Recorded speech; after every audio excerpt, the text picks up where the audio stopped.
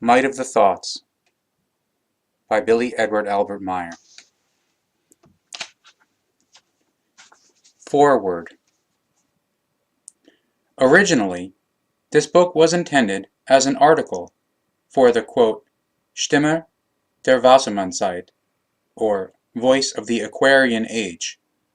But after that which was written exceeded the bounds of a normal length contribution, Billy's detailed explanations were supposed to take on the form of a brochure, but his thoughts obviously worked and worked incessantly onward. How fortunate for us human beings of the earth, because a great treasure has thereby come into our hands, an instruction for the correct operation of the thoughts, which is indispensable for an urgently necessary evolution of the consciousness.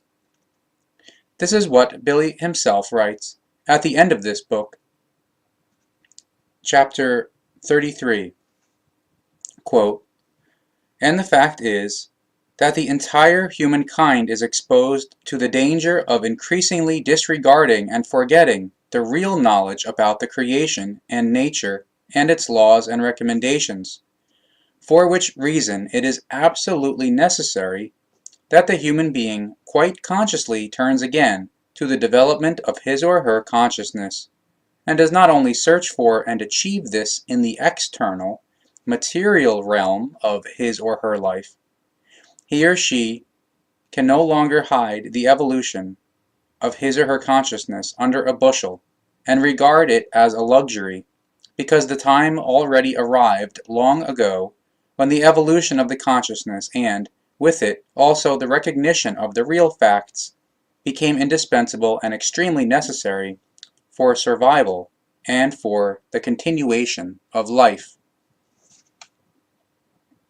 One could compare the evolution of the consciousness to a tree, whereby the visible part, namely the trunk and the crown, embodies the external realm of life, while the roots symbolize the inner realm. If the external growth and internal growth is in balance, then we have a firmly rooted tree which withstands the wind and weather. But if an imbalance emerges between the inner and outer, then the tree collapses in stormy weather, because the roots are laid out too flat. They have not sunk themselves into the depths. Rather, they only spread out on the surface. Seen symbolically, on our world, it unfortunately looks as if the tree grows into the sky, but the root mass has only superficially, laterally branched. Therefore it is a development which directs itself almost only at a material progress, but the cultivation and transformation of the inner nature is neglected by the human being, to the greatest extent, because profound thoughts about life and existence have become a rarity. However, an evolution of the consciousness can only come about through the independent thinking of each human being. But thinking is more and more stunted on our planet because we live in a consumer society in which everything is pre-chewed to an excessive degree by television, radio, newspapers, magazines, and books, for which reason the human being no longer needs to think for himself or herself at all. As a rule, he or she faithfully takes on the presented body of thought and aligns his or her life accordingly. So, in the great mass, there are only few who really have their own thoughts about that which they hear, see, read, feel, and perceive. Besides, the flood of information in the outgoing 20th century is so great that it has become impossible to beneficially process everything with one's thoughts. For that reason, the human being should be selective and, where possible, only supply himself or herself with that information and entertainment which serves the evolution of the consciousness and helps the psyche attain the equalizedness and harmony. Without self-knowledge and self-responsibility, the human being will barely succeed in this. However, not thinking is much simpler and more comfortable, because the human being can thereby simply live from day to day. In addition to that, the human being does not need to account for his or her own thinking and actions. Unfortunately, such a position leads to the softening of the consciousness, which, as a consequence, drives the human being into ruin and devolution, because he or she is less and less equal to burdens of any kind and is hardly able to bear them any more. The consciousness must be trained through constant thinking, so that the personality of the human being can further develop, because consciousness and personality are two identical factors. However, the general attitude is, quote, "I don't care what happens after I'm gone." Only a few human beings concern themselves with that which will happen tomorrow or the day after tomorrow. The results of such an attitude are thus visible and perceptible everywhere, beginning with overpopulation, the consequences of which can hardly be estimated. The climate, which increasingly gets out of balance, natural catastrophes which have gotten out of hand, right up to the rampant psychical and psychosomatic illnesses of individual human beings, which is apparent from a terrifyingly increasing suicide rate, among other things. Cowardice drives these human beings to take their own lives because for a long time the real sense of the life has already been lost to them. Others seek help from psychologists and psychiatrists as well as from esoteric pseudo-healers. However, the majority of so-called helpers is seldom in a position to actually help these human beings because it simply lacks the necessary knowledge as to how it must correctly treat those who are ill in their consciousness and in their psyche. The gap is filled by the contents of this book. However, for comprehensive healing, that which has been said is insufficient, but it delivers the basic factors so that genuine help can be provided.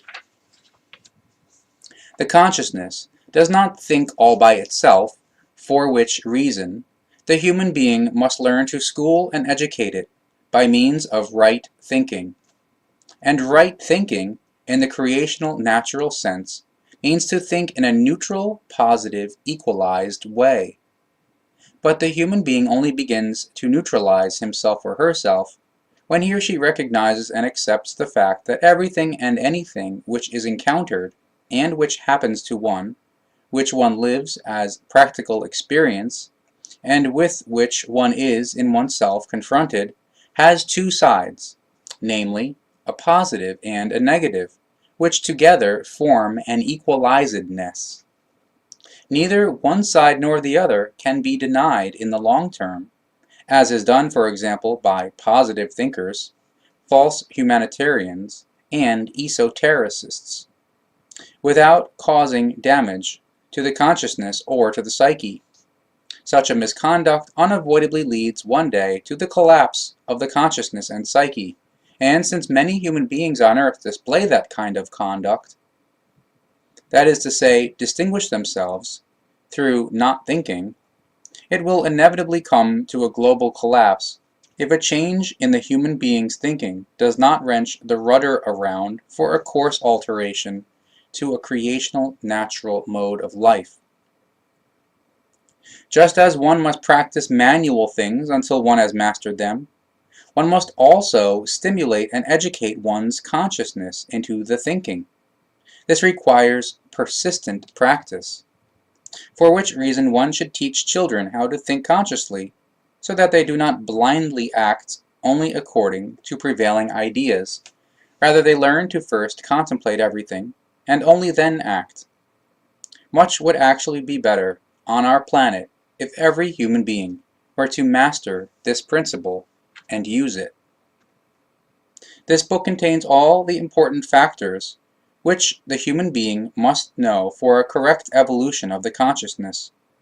In order to form everything in oneself into a harmonious whole, one has to create the right attitude so that one is equal to all demands, efforts, problems, strains, pains, and so forth, which a long life has in store. Belonging to this right attitude are the principles of hope, optimism, and enthusiasm. Hope and optimism that every desired and conceived zeal or goal is also reached, and enthusiasm for one's own evolution, which the human being has to acquire, and always anew. He or she should always consider that the evolution is based on positive as well as negative factors, because inner and outer harmony and equalizedness can only be achieved thereby. But what the human being of the earth must remedy, and as quickly as humanly possible, are the innumerable Ausartungen, or things which are very badly out of control of the good human nature, which predominate on this planet, as in war, murder, uses of Gewalt of every kind, irrational teachings, lack of culture, overpopulation, environmental destruction, criminality, and so on and so forth, because these forms and modes of conduct contradict all natural creational laws and recommendations.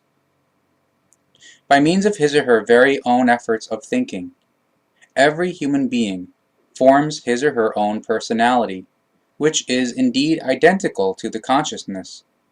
From that also develops the human being's inner nature, which changes in constant evolution by striving toward that which is higher.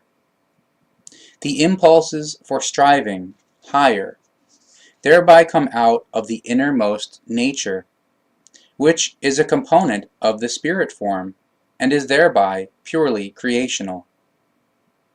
If the human being wants to make progress in his or her development, then he or she must make the effort to elaborate the impulses with his or her own thinking. Therefore, basically, no human being has it easy. Rather, all existing values and unvalues have always come about through one's kind of thinking. So the book which lies before you is dedicated to a humankind which is ill in its consciousness, so that it again finds the creational natural way which it lost a long time ago. Everything which is materially visible, all character qualities, habits, and other peculiarities of the human being, have been originally conceived by the thoughts in a long evolutionary process, and brought to realization by the might of the thoughts. For that reason, since time immemorial, it has been said that, quote, that which the human being thinks, he or she becomes. That foreword was written by Elizabeth Moosbrugger in Hinterschmidt-Ruti on October 24th, 1997.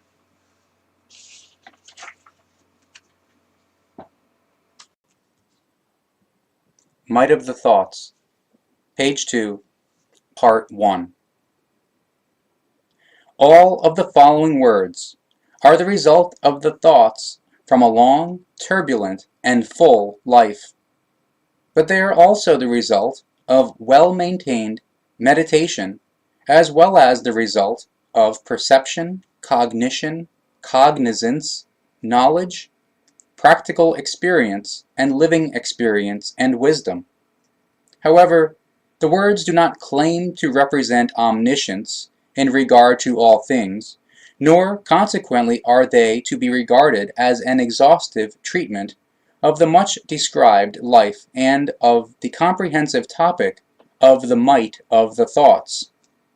The words are much more to be understood as the values of the practical experience and lived experience of a human being who made the effort all his life to examine his thoughts and steer them along neutral, positive lines, in the knowledge that all of the human being's might is anchored in his or her thoughts. In this form, many things are also more touched on by the words than explained, But the fundamental zeal or goal of the words is that all human beings are encouraged through them to find the truth and be cognizant of it, so that they begin to live according to the old saying which says, quote, "The human being is the forger of his or her own fortune." And when I refer to all human beings, then all are thereby actually meant, thus children and adults, as well as young and old, and indeed, as it applies to the male gender as well as to the female. Quote, "The human being is the forger of his or her own fortune." And indeed, in the form that the human being forms his or her luck by means of his or her thoughts, in each case according to how he or she chooses them and reinforces them. But thoughts are created in the consciousness. Consequently, this is the origin of all might.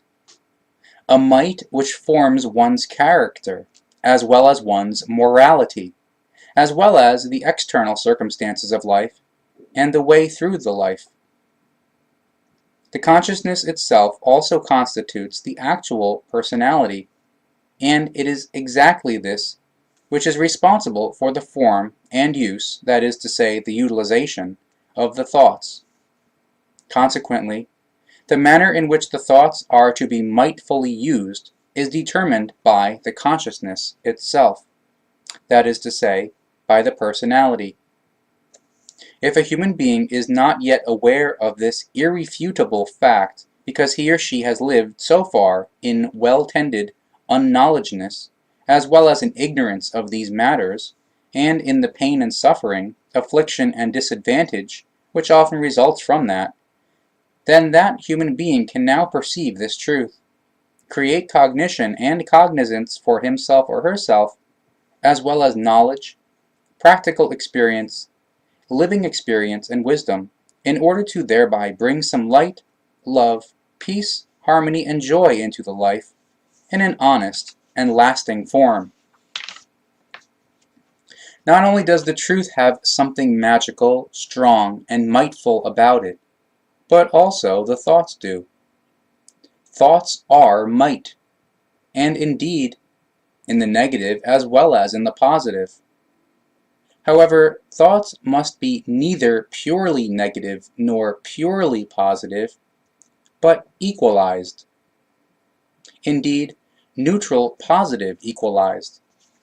That means that thoughts are certainly maintained in a positive form, but that negative inclusions must also be allowed in them, which are processed together with the positive in a neutral equalized form. Neutral positive equalized thinking therefore means that both positive and negative must be brought together and equalized, whereby a healthy and progressive thinking arises. On its own, negative thinking leads to Ausartung, or the very badly get out of the control of the good human nature, just as much as purely positive thinking does. A necessary ratio which results through a neutral positive equalized form of thinking must therefore be adhered to.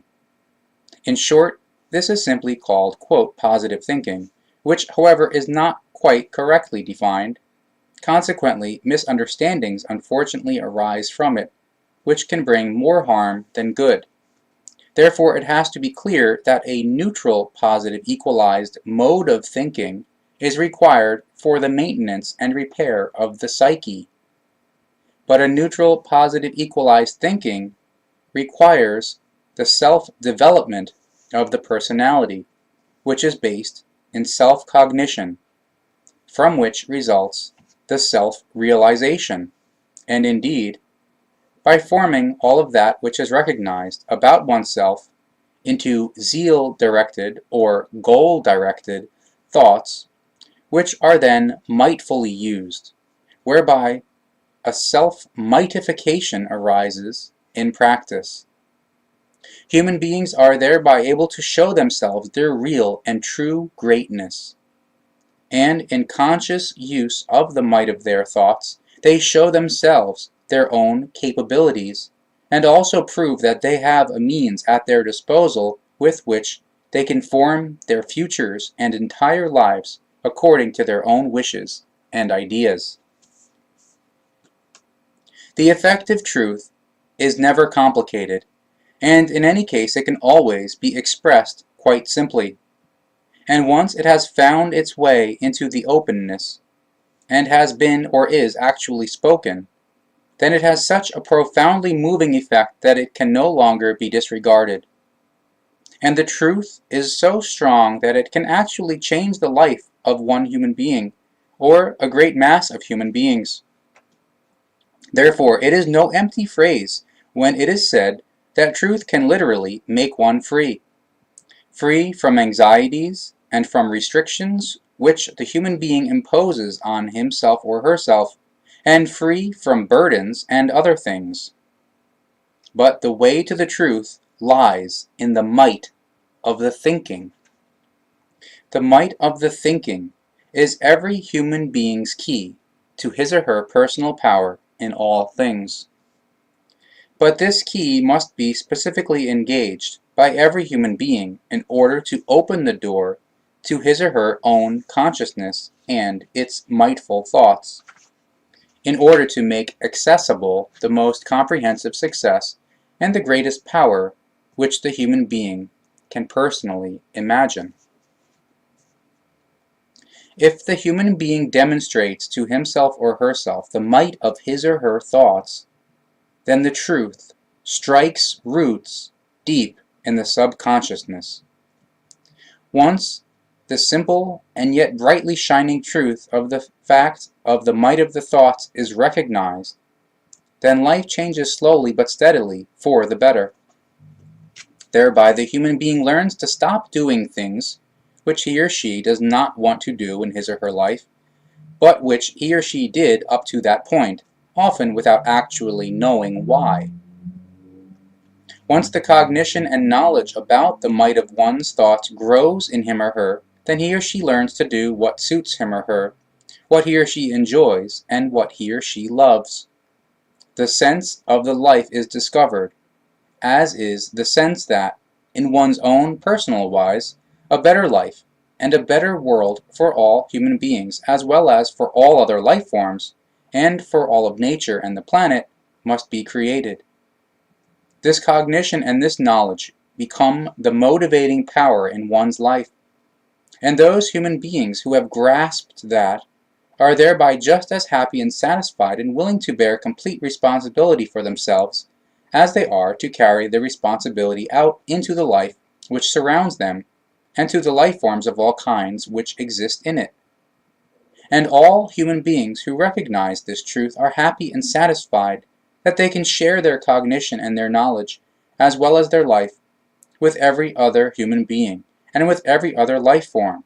And this goes for men as well as for women, for young and old, for the educated and uneducated, as well as for poor and rich, because the principles are universal and valid for every human being, absolutely regardless of one's faith or upbringing, one's gender or age, or one's race or social status.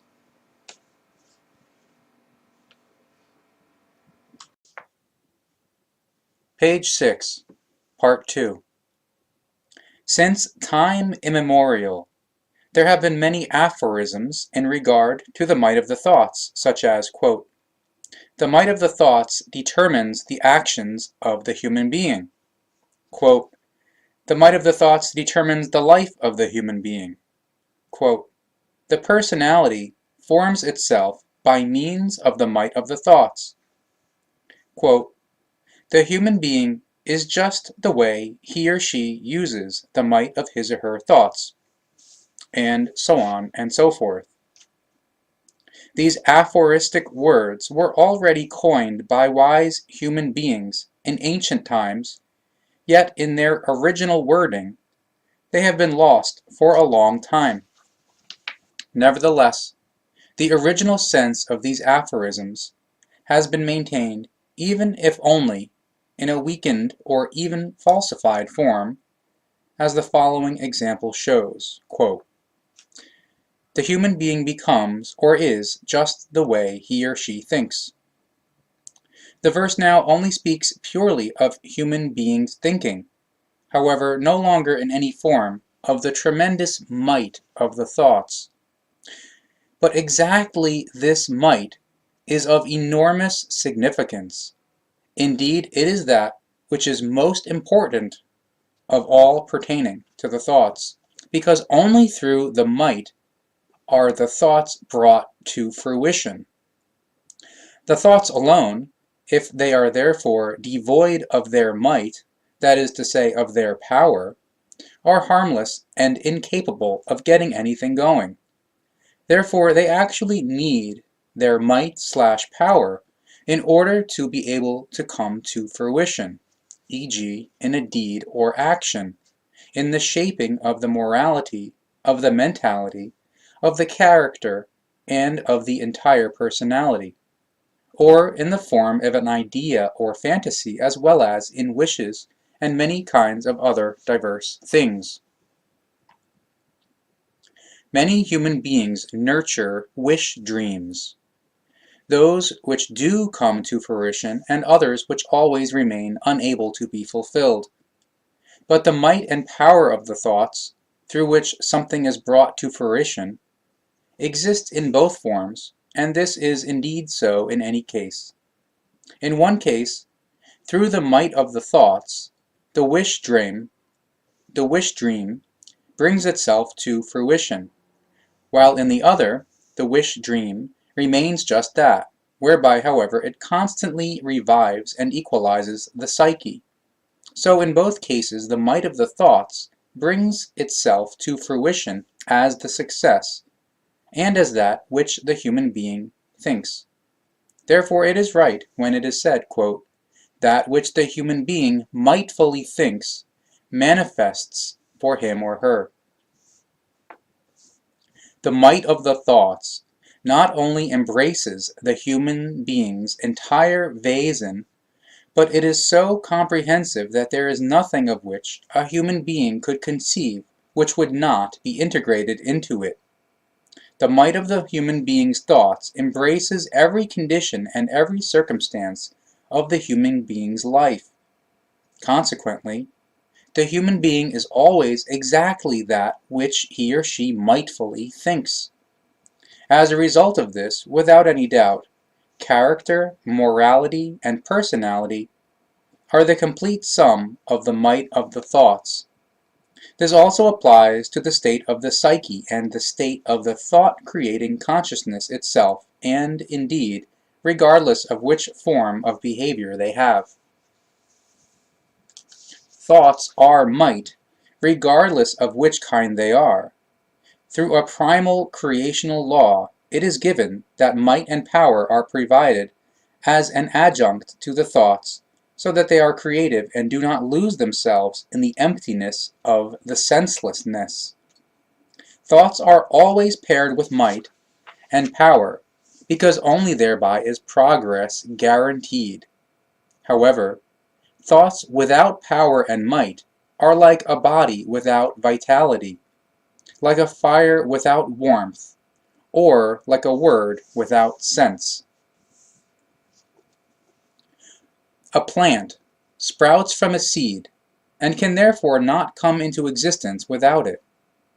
It is also exactly the same with the acts, deeds, and wishes of the human being, as well as with the human being's character, morality, and entire personality, as well as with the state of his or her psyche.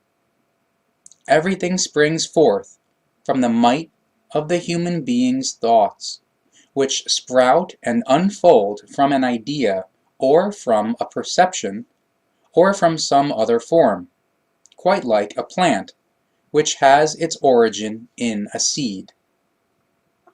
Regarded symbolically, ideas, perceptions, and other forms are the seeds of human thoughts, which could never become reality without the fertilization, But once they are animated and created, then they develop their own life exactly as with the plants. And exactly as with these, they create in themselves their own power and might through which everything internal and external is formed. And this applies to everything and anything. Thus it applies to the same degree to all acts and deeds as well as to all other conditions and circumstances of life. Whether acts and deeds, as well as conditions and circumstances and so forth result, are used, or are formed, spontaneously and without deliberation, or are willingly and thereby intentionally carried out, plays no role in this. All acts and deeds, the forming of the morality, of the character, and of the entire personality as well as the psyche, are flowers of the thoughts and their monstrous might. Thus also joy and sorrow depend on the might and power of the thoughts, as do love or hate, peace or unpeace, modesty or craving for recognition, lies or love of the truth, belief or knowledge, honesty or insincerity, and honorableness and unhonorableness, and so on and so forth. No matter what is referred to and regarded, whether something negative or positive, it is always the fruit of the might of the thoughts, regardless of whether it is personally created or is created by third parties.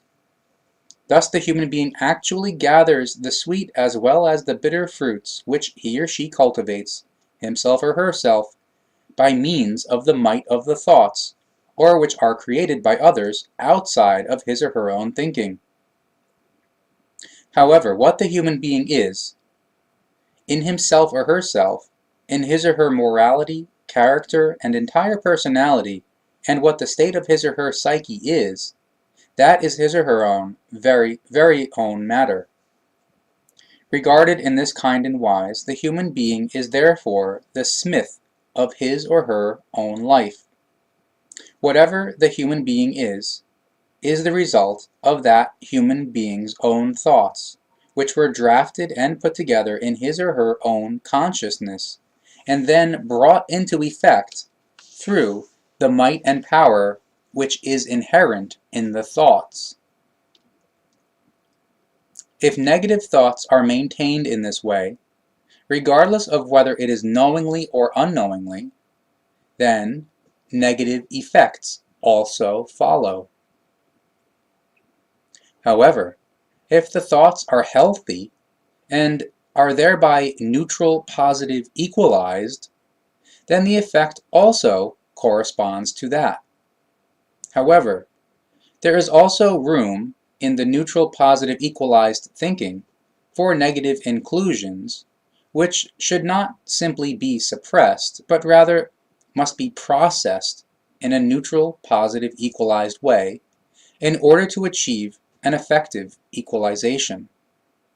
Therefore, one must not think in an only purely positive or only purely negative form, rather precisely in a neutral, positive, equalized form, with the same amount of both parts.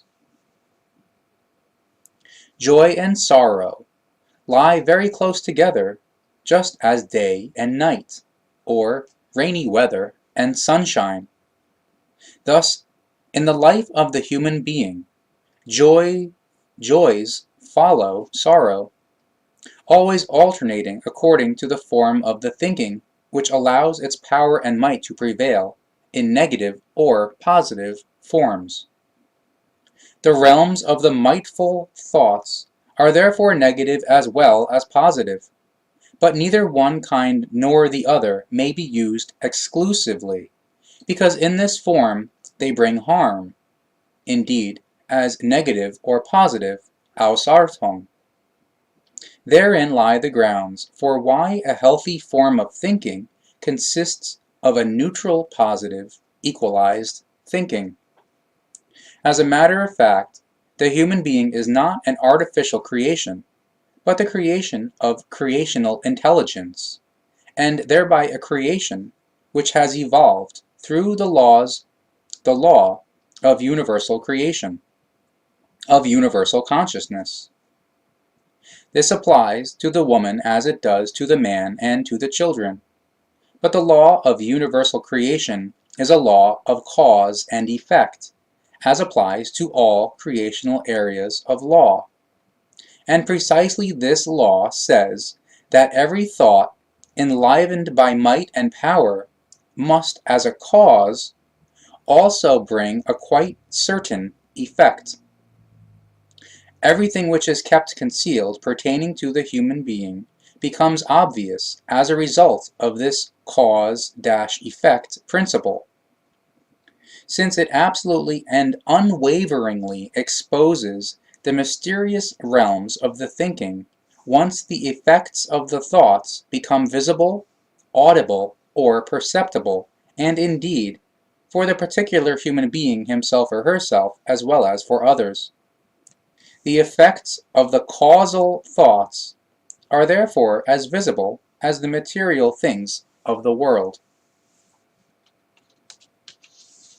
As a consequence of the cause-effect principle of the thoughts, a virtuous, noble, and modest character and a corresponding personality are not a matter of random chance or the result of a lottery, which must simply be accepted, but instead they are a matter of a self-determined, good, positive destiny, and are the natural result of right, neutral, positive, equalized thinking, and of the willing, constant efforts to nurture a corresponding effect of a long-tended connection with creationally right thoughts. This is quite the opposite of the low kind of thoughts, in which the cause-effect principle produces a virtueless, ignoble, and immodest character profile and a corresponding personality, because one persists in continually remaining with purely negative and, quote, groveling thoughts.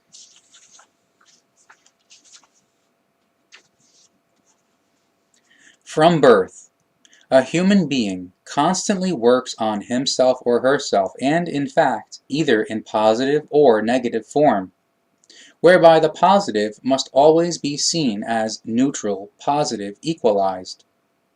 At the latest, from the point in which one becomes conscious of oneself, one creates oneself by means of oneself, or one destroys oneself. The consciousness is the armory of the thoughts, which might fully come to fruition. But the thoughts are not only indispensable good tools for the forming of acts and deeds, the forming of the morality, the character, of the entire personality, the psyche, and all other matters, conditions, and circumstances, and so forth, but they are also deadly weapons with which the human being is able to destroy himself or herself. So, joy or sorrow are therefore created through the might of the thoughts, in each case according to whether they are created with the good tools of love, strength, peace, and harmony, and so forth, or whether a self-destruction is brought about with the deadly weapons. If the right choice is made and the might of the thoughts is used in the right way, then the human being climbs in his or her evolution and gains knowledge, love, peace, harmony, and wisdom. But if the might of the thoughts is abused and wrongly used, then the human being sinks down into the deepest abyss of self-destruction, of contempt for humanity, and of human extermination, as well as into the deepest abyss of a general disdain for the life. And as a matter of fact, the human being then sinks deeper than is possible for all the animals. And there are actually only these two extremes, between which lie all human shades of the human being's morality, character, psychical state, and entire personality. Extremes and shades which the human being himself or herself creates, often consciously and often unconsciously.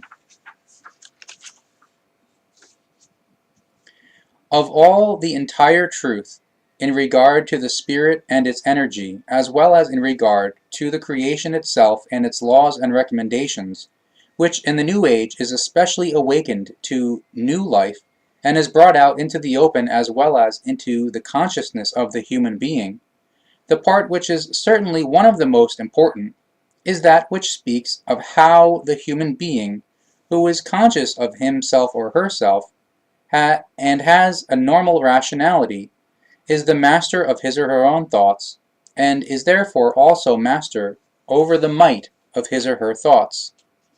And this applies to both genders, to the woman just as it does to the man, who, as human beings, are subject to no distinction, and in any case are integrated into the same rights and obligations, and indeed, in every regard. But the fact that the human being is master of his or her own thoughts, and also possesses might over them, means that he or she is the creator of his or her own morality, character, and entire personality. Along with that, he or she is also the creator of the state of his or her own psyche, and is the smith of his or her entire life circumstances, environment, and entire destiny. This is determined by the truth of the creational laws and recommendations, through the truth of the spirit and its energy. And this truth reveals that the most enjoyable and richest thing which the human being can desire comes to him or her, the absolute freedom of his or her thoughts, as well as the absolute freedom of the use of the might, which emanates from the thoughts. This freedom is a creation-given promise and provides a confidence for the existence and fulfilling of the evolution according to the laws of creation, which are not integrated into any kind of religious or worldly ideational dogmas or other forms of this kind, just as the creation itself is not. The individual freedom of the human being's thoughts, which is assigned to him or her by the laws of creation, and the mightful use of the thoughts, makes him or her a vesen which is capable of the conscious evolution, which in addition to that the human being can individually form according to his or her own choosing and will, according to his or her morality, character, entire personality, and according to the state of his or her psyche. As a separate individual unit of power and love, intelligence, knowledge, and wisdom, and as master of his or her own thoughts and the might of the thoughts, the human being, himself or herself, holds the key to every conceivable situation in his or her hand. This key is the might of the thoughts, a regenerative means for change, which is intrinsic to every rational human being, and with the help of which human beings can make themselves into that which they want to be, just as they wish. The human being is always, and in every moment, master of his or her own situation, and indeed, even when he or she suffers affliction and misery, or when he or she feels weak, ill, and abandoned. Through the might of the thoughts, each human being determines his or her own state, and indeed, as a rule, via the psyche, which is formed by the might of the thoughts in a negative or positive, or rather, neutral positive equalized way. If the human being forms his or her thoughts in a neutral positive equalized way, then he or she is raised by their might into unimagined heights, and is rewarded with love, harmony, and joy of living, as well as with success and so forth. But if the human being allows himself or herself to fall, and if his or her thoughts become negative and unequalized, then that human being is assailed by weakness, failure, sorrow, disharmony, and abasement, fear of life, and reluctance regarding life. Thus, in any case, the human being is always the master of his or her directly existing state, called forth and formed by the might of his or her thoughts, because, as the human being thinks, so he or she feels and acts, and his or her state and condition forms accordingly. Therefore, the human being can be regarded as the master of his or her personal household, of which he or she, specifically, is in charge, and which he or she forms according to the might of his or her thoughts. If a human being thinks about his or her life circumstances, and carefully searches for the truth of that law on which his or her very own personal basin is based, and if this is actually also found, then the human being can become the wise master. And this law is nothing more than the actuality of the might of the thoughts, through which all energies are directed with intelligence, and which forms the thoughts themselves, such that they produce fruitful results. The thoughts are therefore formed by energies and intelligence, and are also provided, by the energies, with power and might, which result in negative or positive acts and deeds, and so forth, corresponding to the will of the particular human being. If everything is handled according to the creational laws in a neutral, positive, equalized form, then the human being evolves into a conscious ruler, carer, and beneficiary of his or her thoughts and their might. He or she becomes the conscious master of his or her thoughts and their might. Every human being can become the conscious master of his or her thoughts, but to that end it is necessary to discover in oneself the laws of the thinking.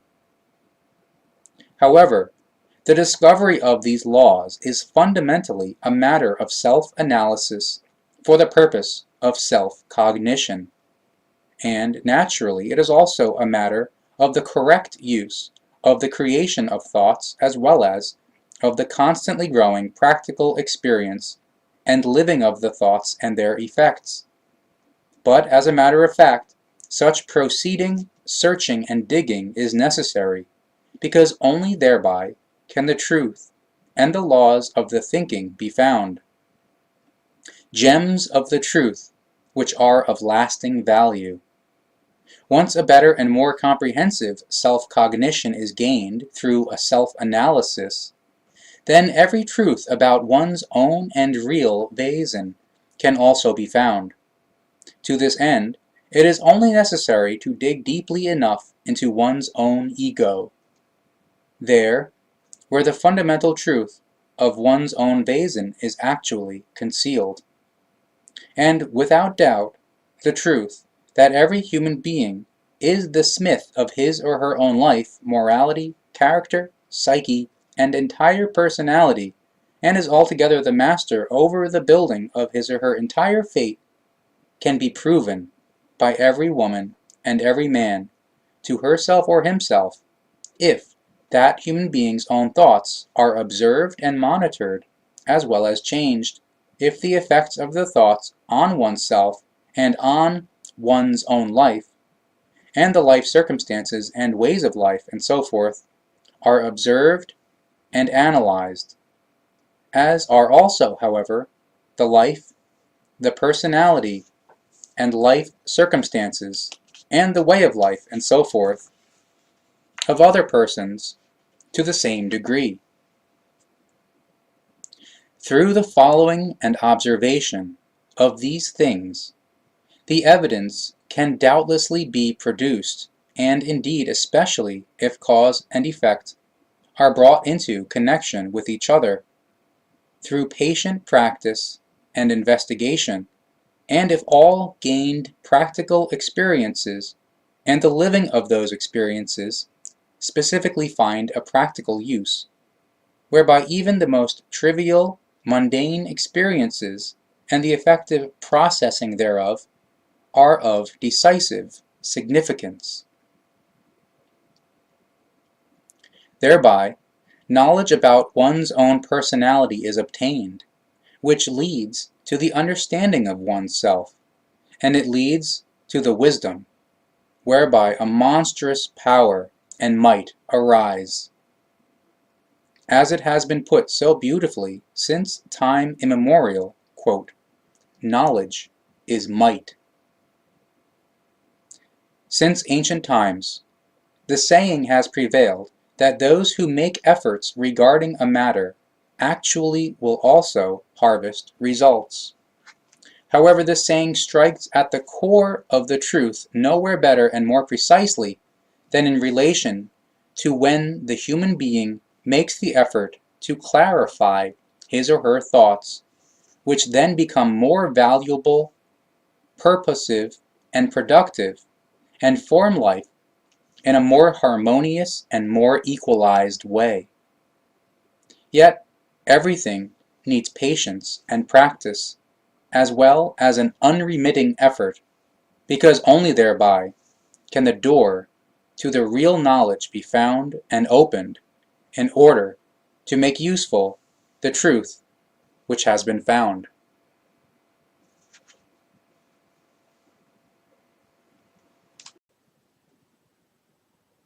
Page 20, Part 3.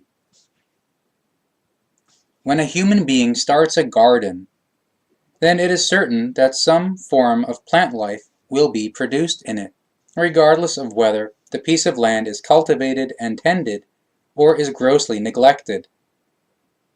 It is also exactly like this with the consciousness, because depending on whether it is intelligently maintained or is neglected, it brings forth either rich, healthy, and neutral, positive, equalized, mightful thoughts, which are creative and progressive, or mightful, wildly growing, negative thoughts, which have a confusing and destructive effect. If no useful seeds are spread in a garden, rather only weeds, or if everything is left to fate, then only weeds and the like grow, with the possibility that between them perhaps some day a meager flower sprouts.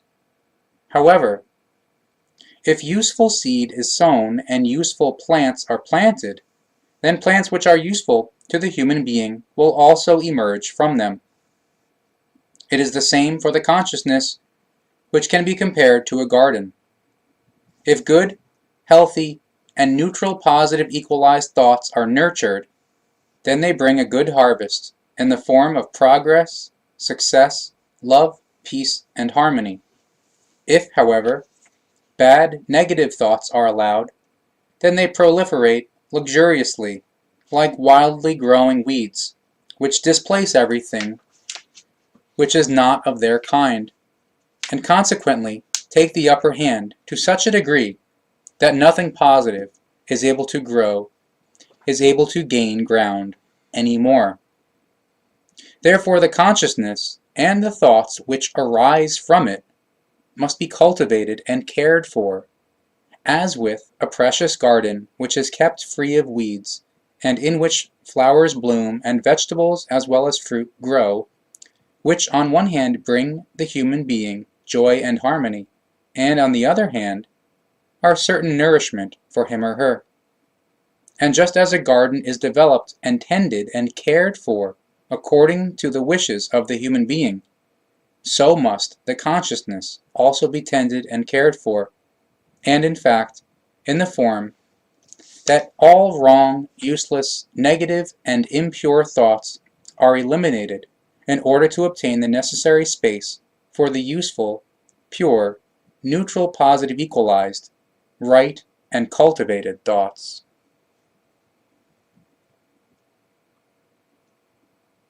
Once the human being learns to think correctly, then he or she also learns to use the might of his or her thoughts correctly.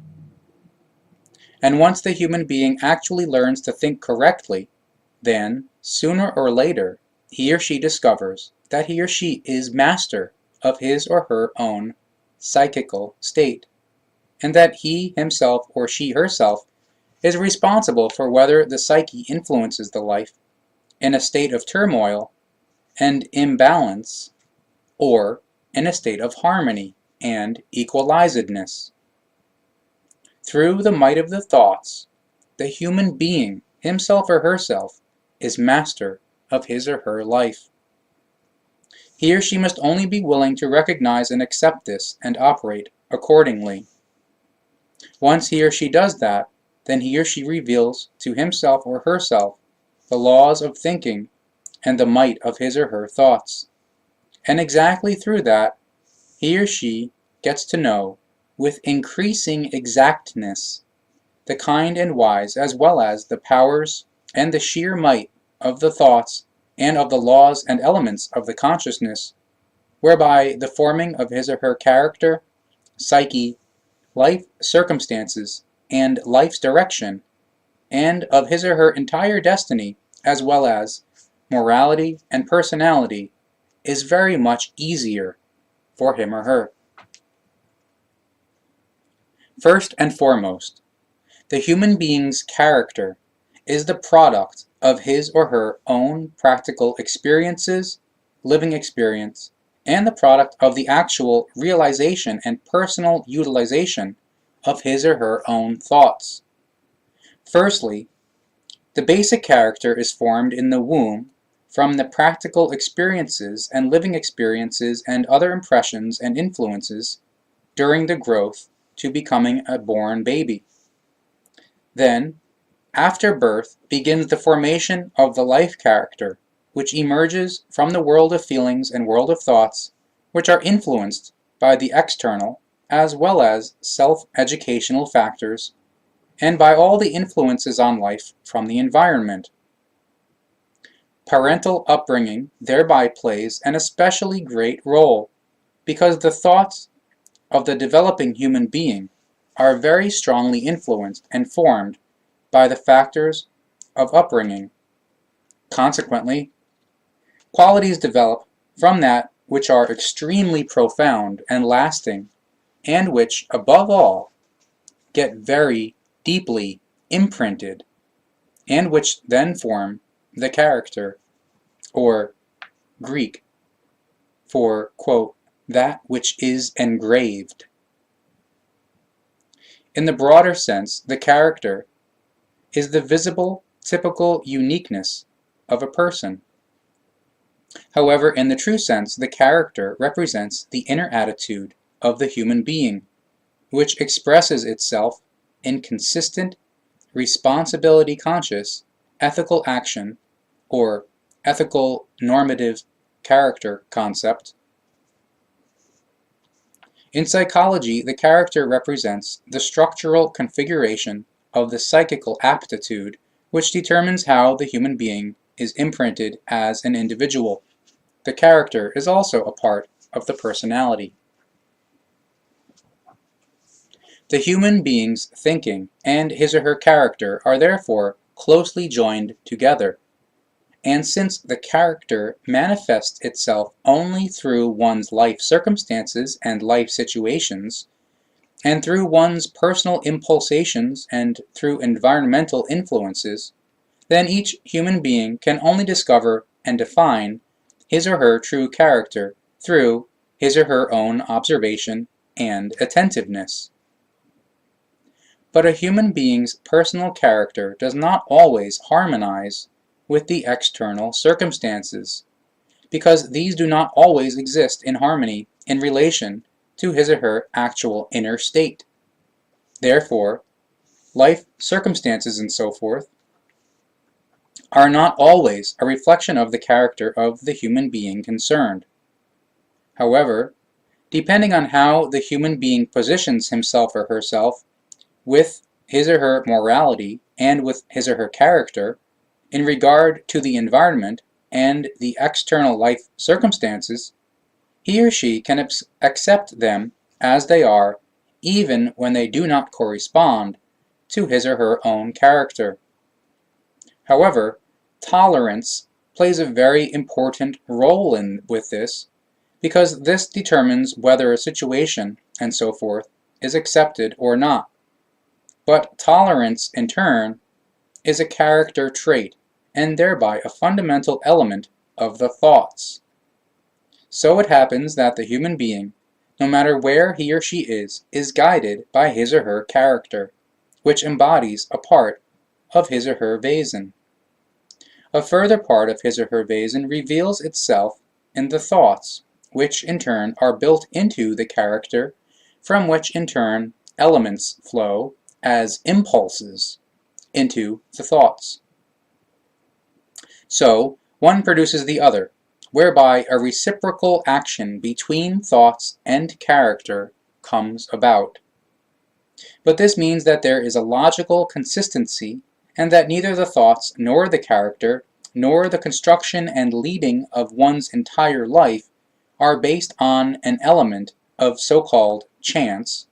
Rather, they are based on a well thought out cause and effect foreordination born of creational law.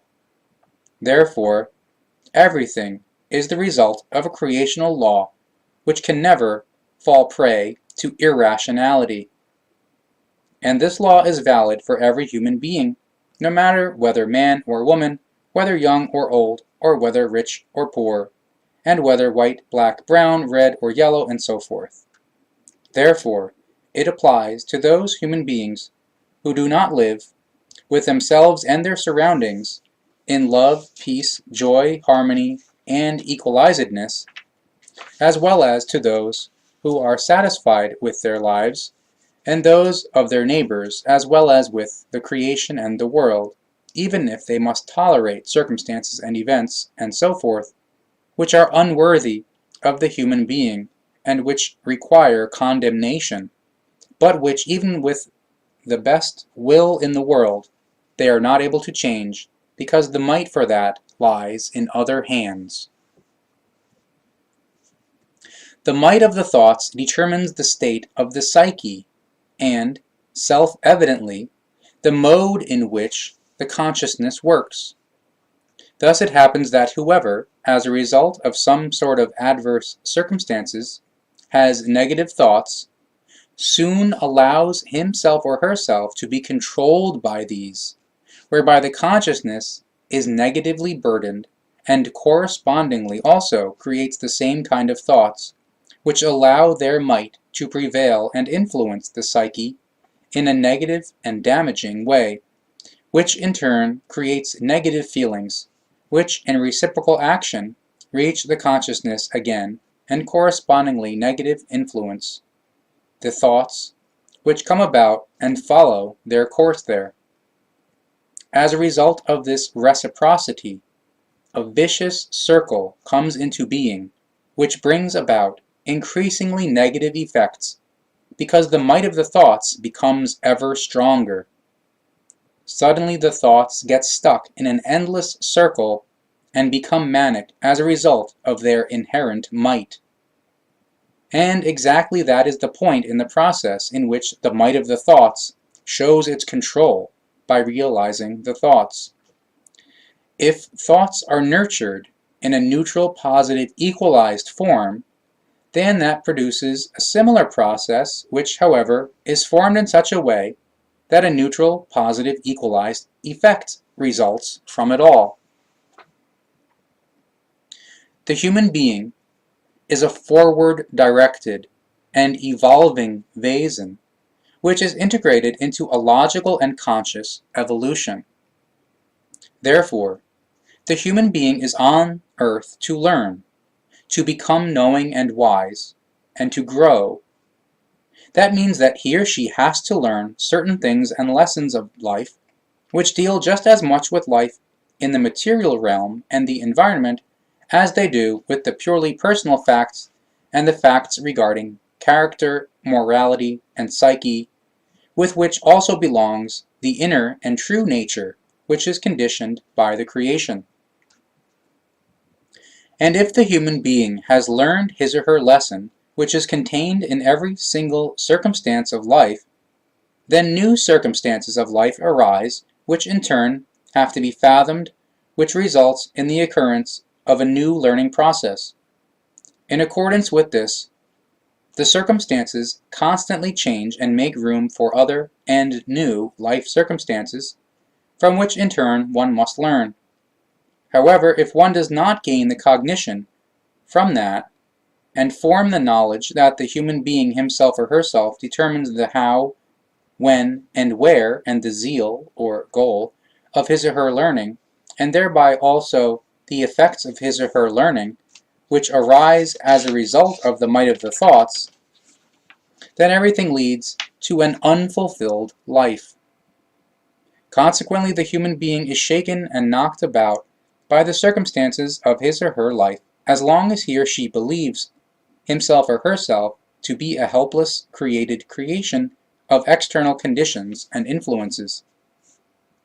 But if he or she recognizes the truth that he himself or she herself is the master of his or her learning, as well as master of the might of his or her thoughts, and all the effects which arise from them, then he or she also recognizes that the environment and the circumstances of life do not form him or her, rather that he himself or she herself forms them through the might of his or her own thoughts, at least those environmental conditions and circumstances of life for which he himself or she herself is responsible.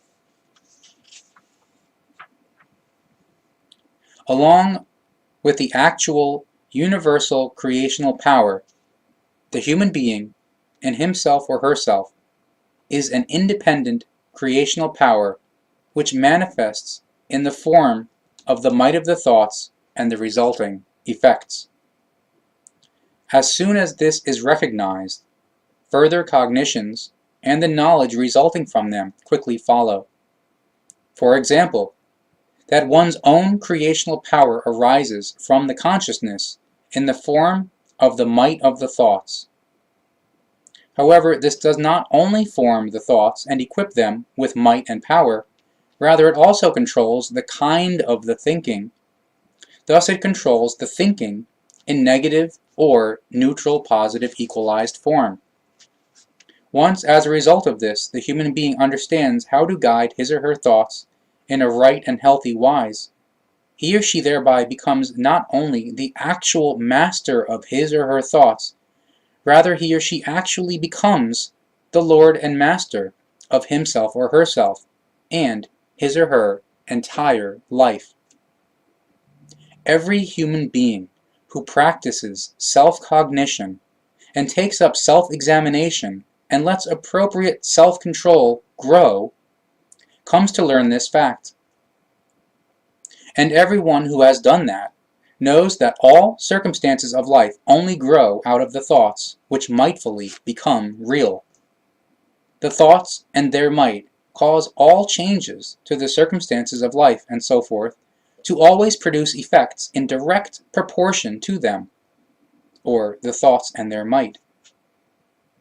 The changes to the circumstances of life and so forth are in direct proportion to the respectively altered conditions of the thoughts. That is true in any case. Once the human being, therefore, seriously takes on the task of ordering his or her thoughts in a neutral, positive, equalized way, and eliminating existing defects in his or her thoughts, then clear and very quick progress, which exhibits positive neutral values, is undoubtedly obtained. In this form, a series of changes then quickly occurs, which results a better and more balanced picture of life circumstances. The psyche absorbs everything which is conveyed to it by the consciousness's thoughts. Thus, openly or secretly, it accommodates values or unvalues, things which it hates or loves, things which it joyfully maintains, or which it fears. In each case, the state of the psyche is thereby formed accordingly, which results in it reaching the heights of the constantly positive efforts with the thoughts, or crashing into the abyss as a result of negative thoughts and constantly recurring anxieties and so forth. The consciousness's mental circumstances and the might of the thoughts are the means by which the psyche is influenced and steered. Every thought which is formed in the consciousness, or which enters it and establishes itself there, develops into the tremendous might which is able to control everything. Once a thought has emerged, it continues and reproduces itself in order to create from it, sooner or later, an action or quality, and so forth, which corresponds to it.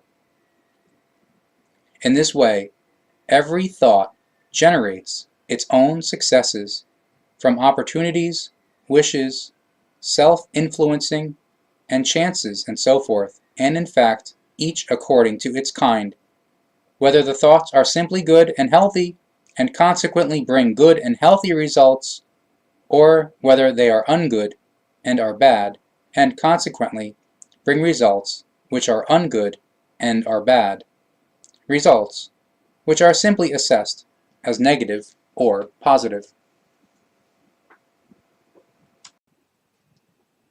Page 30.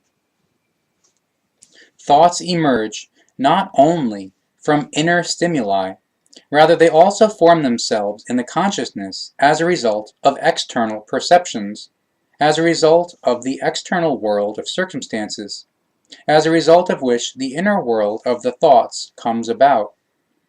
And just as the thoughts which emerge from inside can be negative or positive, good or bad, or pleasant or unpleasant, so it is also with the thoughts which are produced through the perception of the world of external circumstances. Therefore, thoughts which come into being in the inside, as well as thoughts which arise as a result of external influences and external circumstances, are factors which are among the human being's greatest individual possessions. Namely, as a result of the thoughts which contain power and might in themselves, he or she is able to master or destroy his or her life. Whether the thoughts are negative or neutral positive equalized, they always generate an effect which corresponds to them. And as a result, the human being always hauls in the return which he or she draws as a gain out of his or her thinking. Pain, suffering, grievances, burdening, vexation, worry, melancholy, affliction, tribulation, misfortune, strain, and distress, and so on and so forth, or joy, happiness, peace, harmony, well-being, pleasure, bliss, freedom from pain, gaiety, cheerfulness, liberation, elation, and love. If the human being follows his or her inner thoughts, hopes, desires, and wishes, then he or she gives his or her own domination free rein, and thereby ultimately reaches their fulfillment, and indeed in the external conditions of life, as well as in his or her inner, in his or her psyche, morality, character, and entire personality. This corresponds to the law of the growth, of the progress, and to the law of the adaptation of all things to each other, two laws which have their validity everywhere. That which the human being thinks, he or she makes real, and that which the human being thinks about himself or herself, he or she becomes. Therefore, in any case, it is absolutely always necessary that good and positive thoughts are tended and nurtured, and that the human being also holds a good and positive opinion of himself or herself. An opinion arises from thoughts, and these are equipped with might. Consequently, they can be realized because of the might. Therefore, an opinion is as full of might as are the thoughts themselves, for which reason it is necessary to have a realistic opinion of oneself as well as of reality, because only such an opinion is good and positive. And just as one's own thoughts are the most important, so also is one's own opinion the most important in regard to oneself. Therefore, every human being should be intent on fathoming his or her own self, and forming an opinion of himself or herself which relates to reality and which corresponds to the actual facts. With that, it is not allowed that others inject their opinion, because one's own opinion about one's own personality can only be formed completely according to reality when no outside influences, in the form of the opinions of others, play a part. To this end, the following is important. With the forming of an opinion in regard to his or her actual personality, the human being should have no thoughts about the opinion of others, rather only thoughts about himself or herself, about his or her character, morality, and true, I, as well as about life and death and the fulfillment of the evolution. The human being always determines and forges his or her own destiny. Consequently, he or she never ends in the gutter or in gaol as a result of the tyranny and terror of an imposed destiny determined by others, or as a result of some kind of circumstances beyond his or her control, rather solely as a result of the might of his or her thoughts, through which the way through life and the circumstances of life are determined. Lower thoughts, wishes, desires, and yearnings, and so forth, lead to lower results. However, healthy, higher, and neutral positive equalized thoughts bring positive success. Therefore, no human being with pure and positively formed thoughts slips down into negative paths, or even paths which equate to negative Ausartung, if suddenly a bad, negative, purely external pressure powerfully demands that which is evil, bad, or negative, and perhaps even demands a crime. If a human being becomes a criminal, a felon, a miser, depraved, virtueless, jealous, vengeful, or a hater, and so forth, then he or she has already maintained the corresponding thoughts in his or her consciousness for a long time, whereby he or she only waits until the opportune hour arrives to set free the power collected in all negative Ausartung. Therefore, the circumstances do not make the human being a gutter dweller, a criminal, and one afflicted with other terrible things. Rather, it is the human being, himself or herself, with the might of his or her thoughts, which come to fruition. The human being thereby bears himself or herself not only before his or her fellow human beings, rather first and foremost before himself or herself. In fact, the creational laws are formed in such a way that there are no powers aside from the human being's own thoughts from which he or she could come to experience personal inequity and personal suffering, as well as misery and affliction. Aside from one's own negative inclinations, wishes, and desires, no circumstances are able to cloud one's own, I, consciousness and psyche. So, there are also no circumstances, however, which would or could lead to the true virtue, as well as to effective success and feelings of happiness, without a constant cultivation with virtuous efforts and hopes. Solely the might of the thoughts is able to form everything and allow it to become reality, consciously or unconsciously.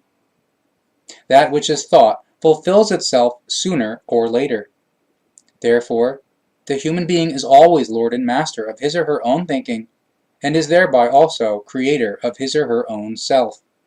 Just as the human being is architect and owner-builder of his or her surroundings and the external world, he or she is also the creator of his or her own morality, character, state of psyche, and of his or her, I, consciousness, and therefore entire personality. On the 21st day after conception, the spirit enters the body of the newly created human being and begins to enliven it, which results in the heart beginning to beat and all bodily functions taking up their work, including the brain. From this moment, not only the basic personality of the human being begins to evolve, rather also the basic character and the basic form of the psyche. Thereby, from the 21st day after conception, the entire human body, with all its functions, forms into a vason, which also becomes conscious of itself, and indeed because the consciousness also takes up its activity and therefore begins to think. And exactly that is the process which is necessary for becoming conscious of oneself, and from which the actual personality forms.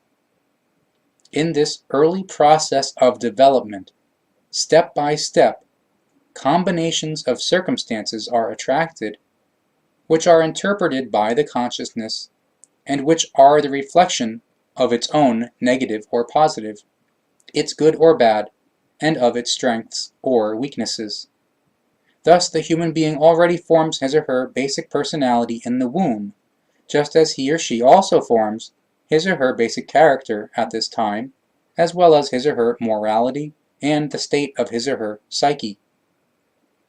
And in this form, everything actually forms according to the circumstances which influence it, which create stimulation for certain lines of thought, which in turn cause certain effects in regard to the forming of the morality, character, psyche, and personality, even though the newly developing human being is so small and innocent.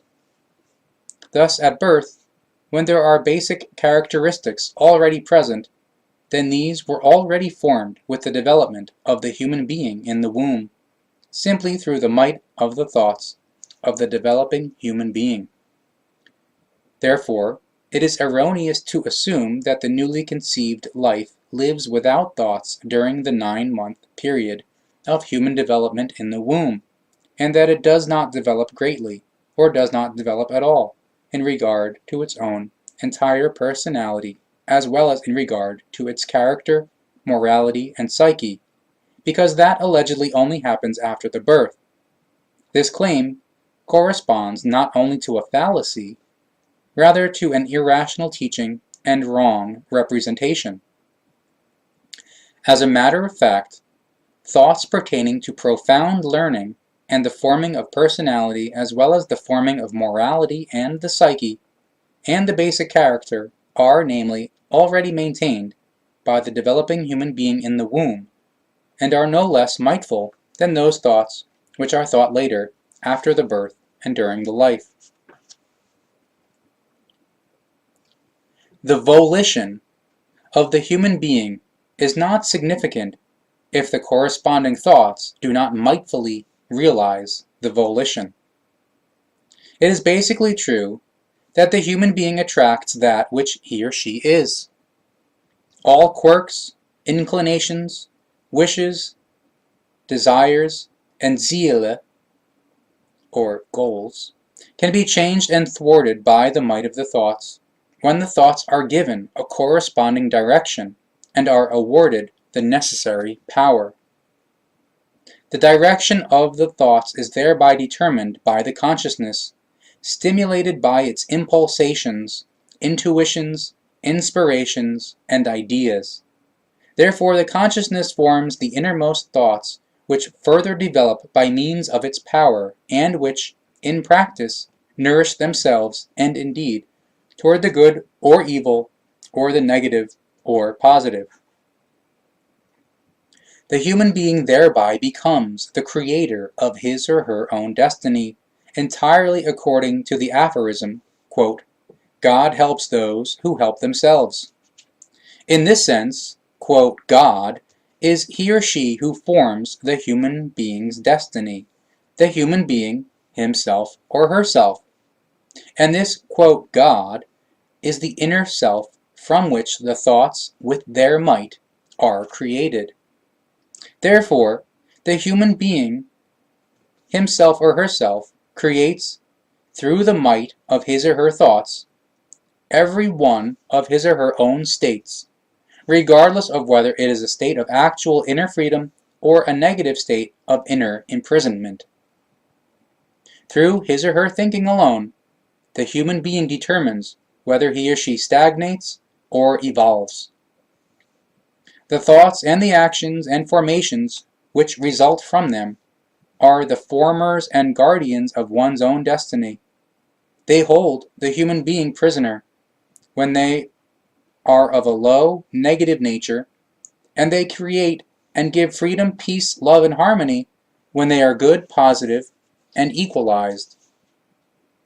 Regarded in this sense, the human being receives not simply that for which he or she wishes or for which he or she prays, rather always that which he or she produces and earns with the form of his or her thoughts. If, for example, wishes and prayers are only directed at yielding quick success or profit, or at only being used in times of hardship, without the thoughts and actions, as well as the formations, being continually and correctly maintained and practiced, then only negative effects or no effects at all can come about. Wishes and prayers are truthfully only fulfilled and answered when they are identical to the thoughts, actions, and formations, and to the harmonization. Wishes and prayers are never petitions to a god or a saint. Rather, they are thoughts generated by oneself which are fed back out of the consciousness and inner self to one's own consciousness and inner self, to thereby create a fulfillment. If wishes and prayers are directed in this way at one's own consciousness and inner self, and the thoughts and actions are thereby identically maintained, then a success of the fulfillment is also granted. This is quite the opposite to directing wishes and prayers at a divinity or a saint. In this form, the human being, namely, is and remains a prisoner of his or her thoughts and of himself or herself, and cannot hope for the realization of his or her wishes and prayers. The human being only obtains true inner freedom when he or she is conscious of the might of his or her own thoughts and of the fact that he or she is always and in every case master of his or her own destiny, and always therefore determines and forms this himself or herself precisely through the might of his or her thoughts. This is an irrevocable, profound truth, which also, however, allows it to be recognized that the human being has to constantly battle against many kinds of circumstances in his or her life. But what does that mean in light of the truth, other than that one constantly revolts against an effect, while at the same time the cause is nourished, tended, and maintained the whole time in the consciousness by the thoughts? This cause can be extremely manifold, and can have a form which can be of a conscious as well as unconscious nature. Begun by unconscious weaknesses and quirks, it can extend to conscious vices, criminal ambitions, and human disdaining Ausartungen. But no matter what the causes are, they prevent or delay, extraordinarily stubbornly, the human being's efforts to become master of them and to find a suitable way to dismantle them or to avoid them. And viewed in this relationship, the fact is that most human beings want to improve their life circumstances. However, they are in no way willing to change themselves. The reason for that simply lies in the fact that, while better life circumstances are indeed desired, one does not want to make allowance for the effort for that, for a change in oneself in all necessary realms. To monitor the thoughts and to direct them in a neutral, positive, equalized way is for many already a work of self-violation, for which reason it is studiously refrained from. And since the human being thinks in this way, he or she remains bound and a prisoner of himself or herself without making an effort to create an effective inner freedom. However, if the human being does not shrink back from an honest self-examination, then, in his or her finding of inner freedom and finding of self, he or she will recognize and reach a zeal, or goal, for which the entire innermost nature yearns. And that goes for all realms of life. Thus, for the purely external and material matters, as well as for the things of the inner self, of the consciousness, the psyche, the morality, the character, and fundamentally, naturally, the spirit, which, as the highest of the creational goods, and as a tiny fragment of the creation itself, enlivens the human body. Even if it were the human being's single zeal to only live for pleasure, to live an existence in laziness, or to only accumulate wealth, he or she would have to be ready to make great personal sacrifices in order to be able to reach his or her zeal. But personal commitment and efforts are also required even more of those human beings who strive for a life which is strong and well-rounded, full of peace, love, equalizedness, freedom, and harmony.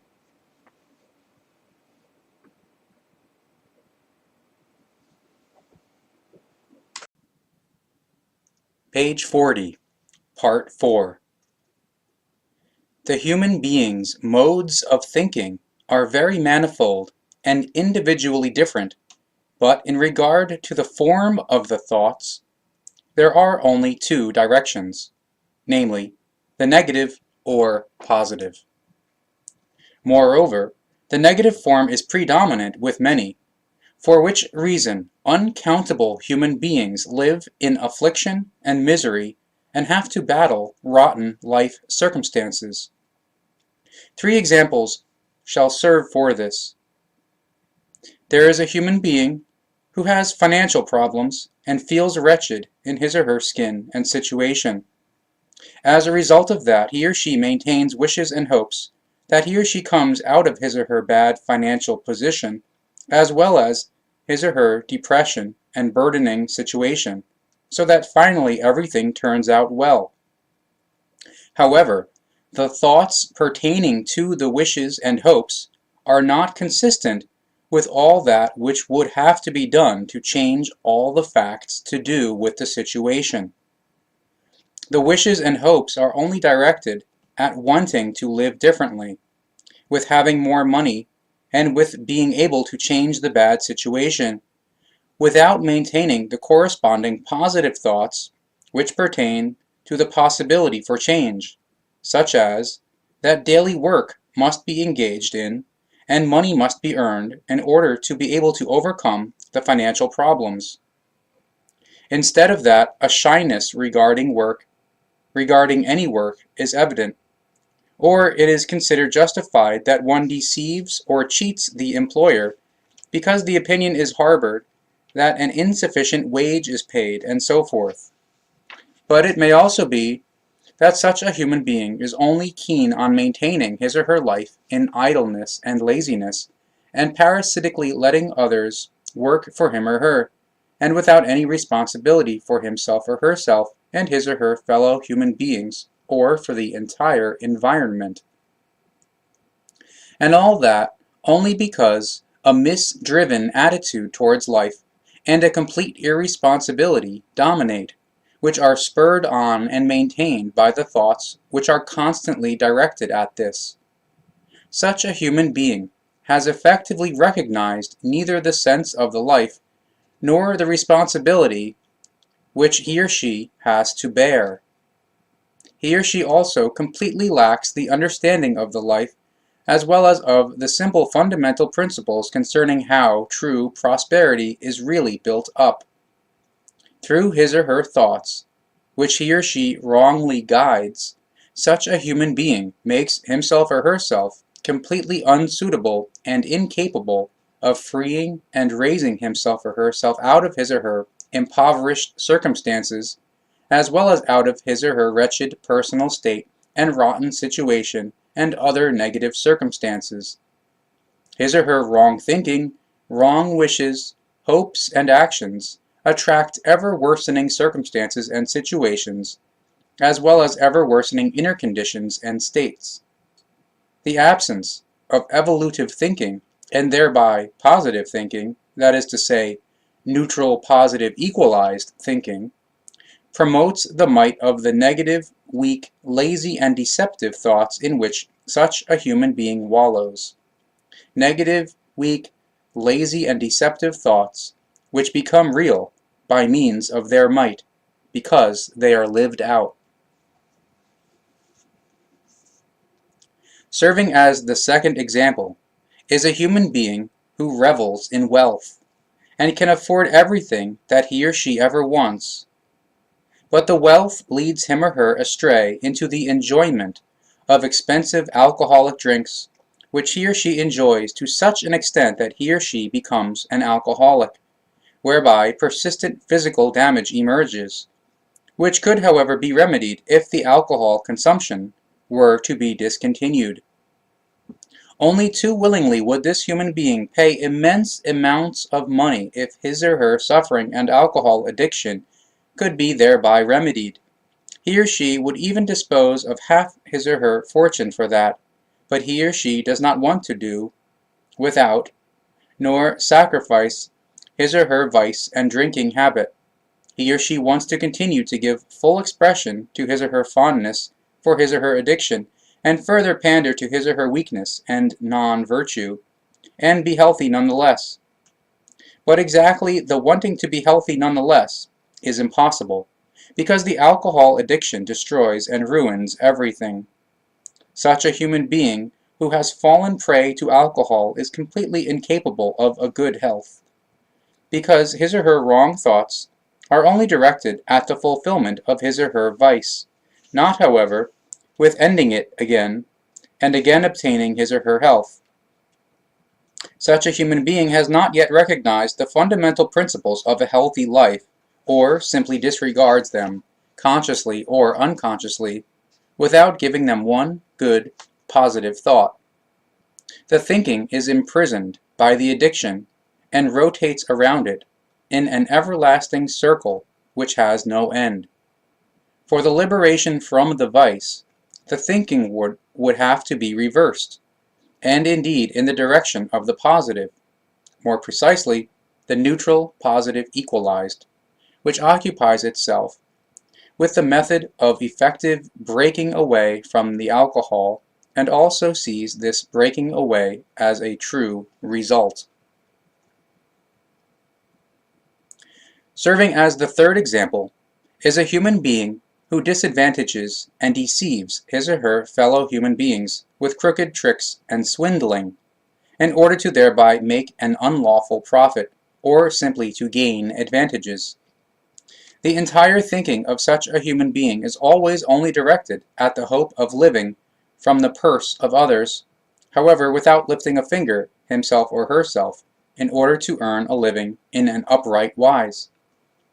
Such a human being is completely unsuited to prosperity and completely unsuited to being an upright member of society. And if, one day, he or she gets into trouble with the law, then he or she gives the circumstances and other human beings the blame, without knowing that he or she is the sole initiator of all the circumstances through which he or she gets caught up in the wheels of justice. His or her thinking is not directed at honesty and righteousness, rather only at that which is unhonorable and unhonest. Consequently, his or her actions also come to fruition in this form. These three examples illustrate the truth that nothing other than the human being's thoughts are decisive in how one's life and its circumstances form. Thoughts are mightfully converted into actions. Consequently, the might of the thinking determines all those circumstances and situations of life which the human being himself or herself, consciously or unconsciously, thinks up. Unfortunately, the rule is that the human being does not think consciously, but largely unconsciously. Consequently, the human being is also almost the unconscious cause, almost always the unconscious cause of those circumstances in which he or she lives. And furthermore, it is a fact that while the human being wants the good and the positive, he or she constantly prevents exactly the achievement of the good and positive, because through wrongly steered thoughts, the human being maintains wishes, hopes, and yearnings which in no wise agree with the good and positive, and therefore do not harmonize with them. However, if the human being resolves to follow the laws of the thinking, and pay attention to the might of the thoughts, to a proper and conscious degree, then everything quickly changes for the good and positive. If the consciousness is schooled to quite consciously maintain the thoughts, and, indeed, in a neutral, positive, equalized kind and wise, then a controlled guiding of the thinking very quickly becomes apparent, whereby these thoughts can be realized into consciously determined acts and deeds, and so forth, through the might of the thoughts. The circumstances of the life are very often extremely complicated, and the thinking, as a rule, is extraordinarily deeply rooted, just as are the requirements for happiness, which the human being creates himself or herself. This refers to inner happiness, from which an equalized psychical state results, a happiness which guarantees calmness, love, peace, harmony, and freedom, and which is not dependent on external circumstances, rather solely on the inner state, on an inner state of equalizedness and harmony. However, the individual prerequisites for that are so different from one human being to another that the overall state of the psyche and of the consciousness cannot be assessed by third parties solely based on the external aspects of a human being's life. Even psychoanalysts are not able to comprehensively fathom the inner nature of a human being because they cannot recognize its state.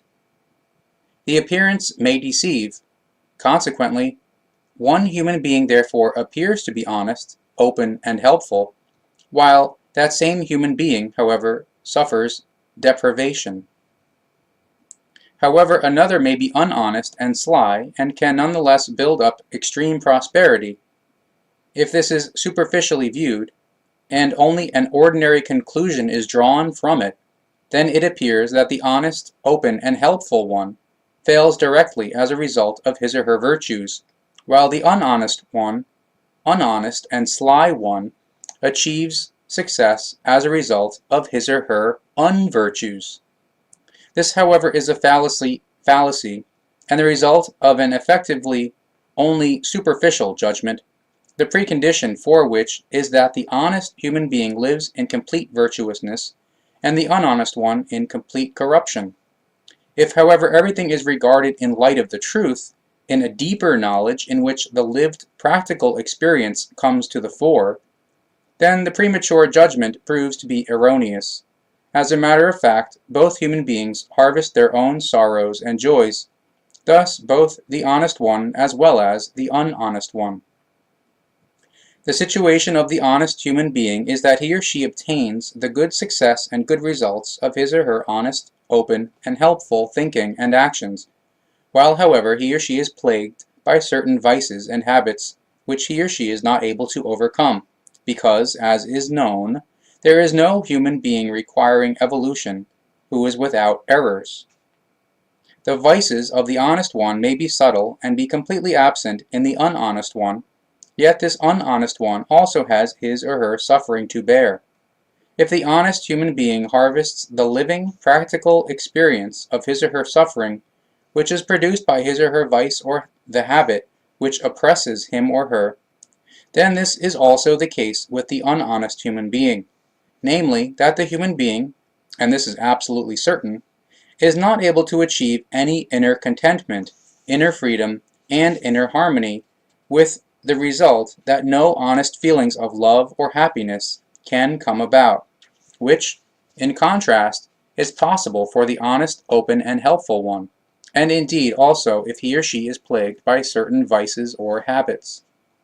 What remains with the unhonest human being is a seeming joy about his or her doubtful successes and about his or her seeming happiness, while the honest one is granted honest joy and success and an actual feeling of happiness for his or her honesty, openness, and readiness to help. Therefore, in spite of his or her vice, the honest human being is perhaps subtle, and in spite of his or her habits, which disturb him or her, better off, in every regard, than the unhonest human being, who, moreover, in contrast to the honest one, stagnates in his or her evolution, or only progresses with extreme difficulty, and thereby suffers horrendous failure. The human being is often presumptuous, and suffers from vanity, and exactly this very frequently causes the human being all too often to entertain the thought that another human being only suffers by reason of his or her virtues. The thought does not arise that it could be solely the circumstances which call forth the neighbor's suffering, affliction, misery or distress, and so forth. Often it is only with difficulty that the thought is grasped that exactly one's own thinking in this form is wrong and inadequate and is not based on facts, rather on self-created factors which pertain to belief, which are directed at searching for a cause or human being to blame, where nothing like that exists. Naturally, the might of the thoughts is always the crucial factor in terms of the behavior and fate of the human being, but also external circumstances are to be considered, which elicit certain situations in life for which many human beings cannot be held responsible. But the human being can be responsible, however, for what he or she makes of them. However, human vanity believes only too willingly and too quickly that one who suffers gets into a difficult situation based on his or her virtues, a thinking which is completely wrong and must be put right. But this can only happen when the wrong, bitter, sick, and unclean thoughts are consciously recognized as such and are removed from the consciousness. For this, effectively, every unhealthy stain must be removed from the consciousness and from the psyche, because the consciousness maintains the thoughts, whereby, through them, feelings are then created. The feelings, in turn, create new thoughts, and these, in turn, new feelings, and so forth. Once this fact is recognized, and these are accordingly dealt with in the necessary and right order, then the cognition emerges that suffering is not simply the result of only bad qualities, rather also of good qualities. Truthfully, suffering can actually arise both from that which is bad, evil, and negative, as well as from that which is excellent, good, and positive. The crucial factor with this is only how the human being faces up to the respective suffering in the particular case, because in this regard, the might of the thoughts again comes to the fore. It is the thoughts which determine whether a case of suffering is evaluated as oppressive, inhibitory, and destructive, and so forth, or as fostering, constructive, and evolutive. The thinking determines the form of the effect, and this comes to the fore by means of the might of the thoughts. When an instance of suffering is nourished with negative thoughts, then it grows beyond measure and brings harm, affliction, and misery. But when an instance of suffering is approached with positive, good, fostering, and constructive thoughts, then the suffering is reduced and becomes the evolutive factor. Neutral positive equalized thoughts are so mightful that they can evolutively reach the relatively highest possible form.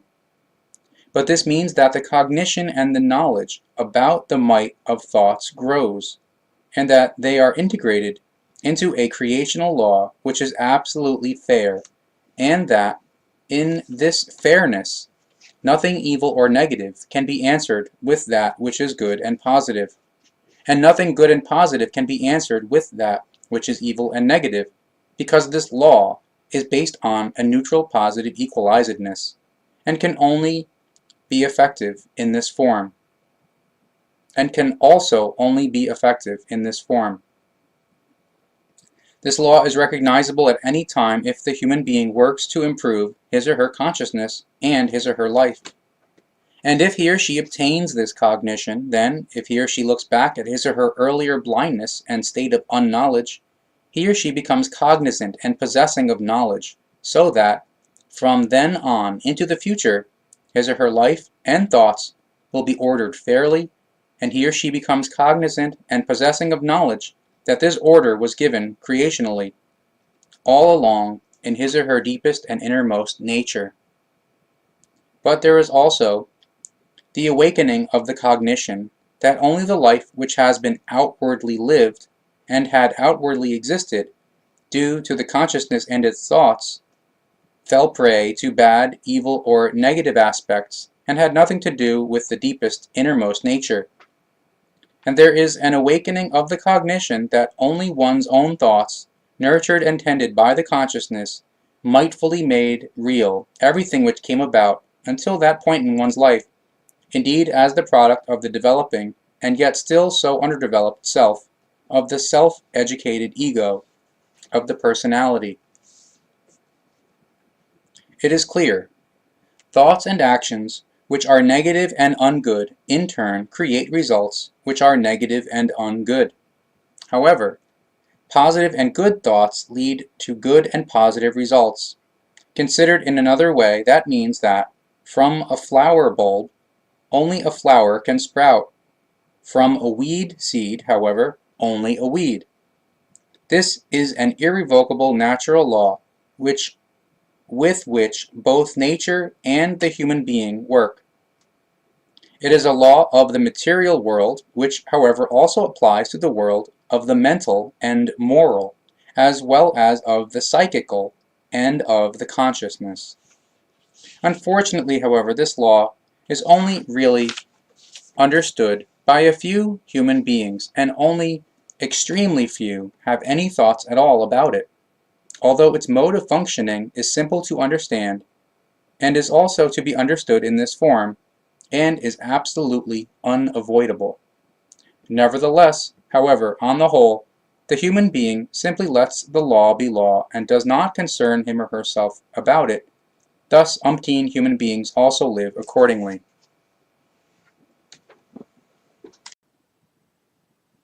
Page 52. As a rule, suffering is always an effect of some form of wrong thinking, if the suffering relates to negative, bad, or evil outcomes. In this form, incidents of suffering are indicators that the law of harmony is disregarded and broken, and that one is therefore not living according to the law of being, which is directed at progress, love, peace, knowledge, wisdom, joy, and true inner freedom. This law determines that the thoughts must be progressive and neutral positive equalized, in order to be integrated in this form in a neutral positive equalized way into the law of causality, indeed the law of cause and effect. Precisely that law which determines that the might of the thoughts becomes effective in the form in which the thoughts are thought, tended, and nurtured. But the result of that is that suffering, which is produced by means of thoughts, must again be purified and resolved, and indeed once again by means of thoughts which, however, must be neutral, positive, equalized in the new form. This means that everything which is useless, wrong, and unclean must be burnt out and eliminated from the thoughts. It is said that pure gold shimmeringly glistens, as does the vason of the human being, if it is pure. But before gold can shimmer and glisten in purity, all impurities must be first burnt out of it. And before the human being's basin can be pure and luminous, it must also first be cleansed of all impurity. But this purification happens by means of the thoughts, which mightfully come to fruition and free the human being from his or her self-created suffering, which he or she indeed likewise previously created with thoughts which were, however, the wrong kind. Self-created suffering is only ended when the human being, in his or her thoughts, is pure, enlightened, and neutral, positive, equalized, and his or her thoughts can come to fruition in this form through their might. All self-created circumstances from which some form of suffering develops for the human being are, without exception, always the unavoidable product of one's own wrong thoughts, and thereby of one's own mental disharmony. In contrast to that, all self-created circumstances which bring the human being grace and enjoyment, love, joy, happiness, peace, freedom, and harmony are the product of one's own neutral, positive equalizedness and harmony. And in the same way, one's virtues, good character, and equalized personality are the product of one's own thoughts and their might, as well as of one's mental equalizedness. These are the effective criteria for right thinking. Not, however, material possessions and lower desires and habits which are willingly and easily followed, as well as vices and other Ausartungen. Hardship, grief, suffering, and misery, and all Ausartungen, are the criteria of wrong thinking, not lack of material possessions, for example, as the so very materialistically orientated human being erroneously believes. In the material sense, many human beings are prosperous, wealthy, or rich. However, in themselves they are poor and miserable. A few are materially poor, however, in themselves. They are rich, blessed, joyful, full of harmony, love, and freedom. Others, again, are just as poor and miserable materially as they are in themselves, while others are as rich with material possessions as they are in themselves, in their own basin. The possibilities in this regard are manifold and are naturally always of an individual nature. But whatever the form is in this regard, one thing is indeed always certain. Material wealth and neutral, positive, equalized abundance pertaining to the thoughts only ever go hand in hand when the material wealth is correctly used with knowledge and wisdom, and indeed in harmony with the neutral, positive, equalized thoughts. Solely the thoughts make the human being poor or rich, because true wealth is only found in the harmoniously equalized inner nature of the human being, in his or her virtues, morality, psyche, in his or her character and entire personality. These are the factors from which real poverty or real wealth come into being. Thus, the one who is materially poor only descends into misery when he or she regards his or her life and life circumstances as grief and torment, and as unjustifiably forced onto him or her. The one who is materially rich, however, sinks into misery when he or she disregards his or her inner life and being truly human, when he or she is of the irrational belief that his or her wealth makes him or her into the absolute ruler of his or her fellow human beings and of life generally. The extremes of inner misery are hardship, poverty, and debauchery, as well as vice, addictions, and bad or evil and negative habits, and so forth. Altogether, they are unnatural in the creational sense, and are solely the product of mental disturbances, and thereby of a wrong thinking. But this is not the sense of the evolution, because the evolution is based on the factors of that which is evolutively right, harmonious, and thereby equalized. Therefore, the human being cannot be effectively glad and happy when he or she maintains wrong and negative thoughts. A truly right condition only results when one's mental life lives a gladness and happiness, and also outwardly radiates and brings forth the harmony and joy, as well as the freedom and love which are contained therein. This also affects health and prosperity, which are likewise the products of a harmonious equalizedness of the thoughts and of the inner self. An adaptation of the inner to the outer thereby results, whereby the surroundings are also influenced, from which a reverse process comes forth. Consequently, the outer also adapts to the inner. An external affluence must not be seen in the materialistic sense, because this prosperity relates to the circumstances of life and to the climate which the human being creates around himself or herself simply through the might of his or her thoughts, when they are formed in a neutral, positive, equalized way and create a harmony. And as a matter of fact, the human being can only become glad and happy, as well as healthy in his or her thinking, and affluent in its effects, when he or she openly turns towards the real and positive equalized life, which in his or her thoughts he or she harmonizes, tends, and nurtures. One must stop moaning, vituperating, and grieving in order to begin seeking the concealed fairness which determines life.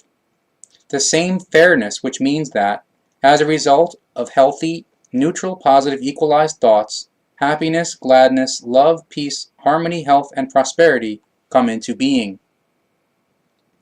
Once one has learned to adapt the consciousness with its thoughts to this determining factor, then the cognition also grows that each human being is responsible for his or her own thinking and actions, and indeed down to the last detail. With that, the wrong attitude and school of thought that others are responsible for the destiny which affects oneself also ceases. As a matter of fact, the blame or cause for one's own life circumstances always lies with the respective human being himself or herself, because he or she is, by means of the might of his or her thoughts, the smith of his or her own destiny.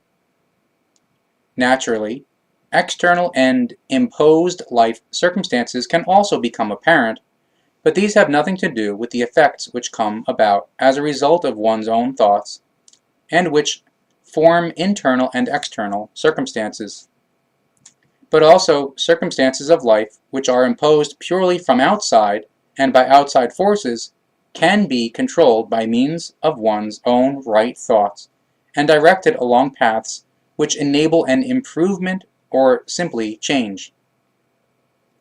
Also in this regard, it is therefore to do with one's own thoughts, precisely depending on how they are formed and steered. However, that is not possible in every case, because where a malicious external arbitrariness exerts its influence, even one's own good thoughts cannot generate anything positive or good, because the external might of arbitrariness is simply too uncontrollable, as for example with murderous, inhumane acts to do with acts of war or crimes and so forth. In such cases, one's own thinking is enslaved, made subservient, and is violated by the external arbitrariness. Consequently, one's own thinking can have no influence on the actions and circumstances and so forth, which are maliciously imposed from outside.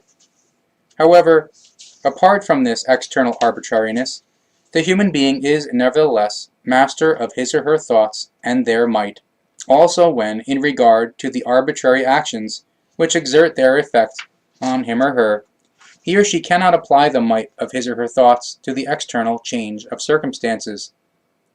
But what is nevertheless so, in spite of everything, is the fact and certainty that one's own thoughts can be controlled and maintained along the right paths, so that at least inner freedom and harmony and so forth is obtained or acquired.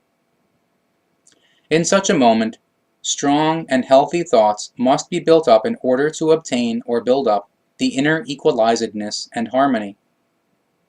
With that, the rebellion against an unalterable situation and against its circumstances comes to an end, whereby these thoughts change into the helpful factor in regard to one's own and quicker inner growth, and they change into a means for the discovery and recognition of one's own concealed powers and capabilities.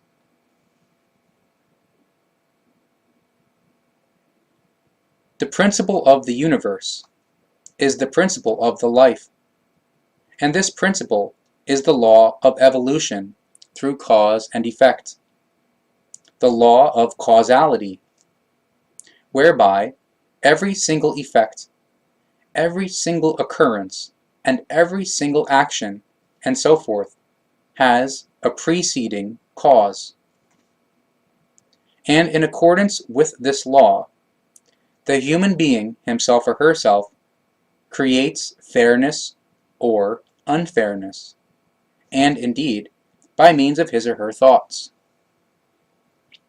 Creation, in contrast to that, only knows fairness, because it is completely neutral, positive, equalized, and therefore knows no feeling-based or other impulsations which could be other than of a neutral, positive, equalized kind.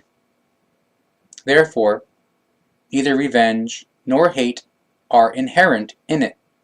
Rather, only love and harmony, as well as freedom and equalizedness, and its laws and recommendations are also laid out accordingly, quite in accord with its being, which is in goodness, love, peace, freedom, harmony, and equalizedness, and in turn creates the same from itself, because it lives according to the law of causality which it created. It has also determined this law for the human being. Consequently, he or she also lives according to cause and effect. However, the human being, as a free vason, evolving itself according to its own will without any intervention from the creation, is unknowledgeable beyond compare in relation to the creational universal consciousness, and is additionally not only obstinate, rather also capable of doing as he or she likes according to his or her free will.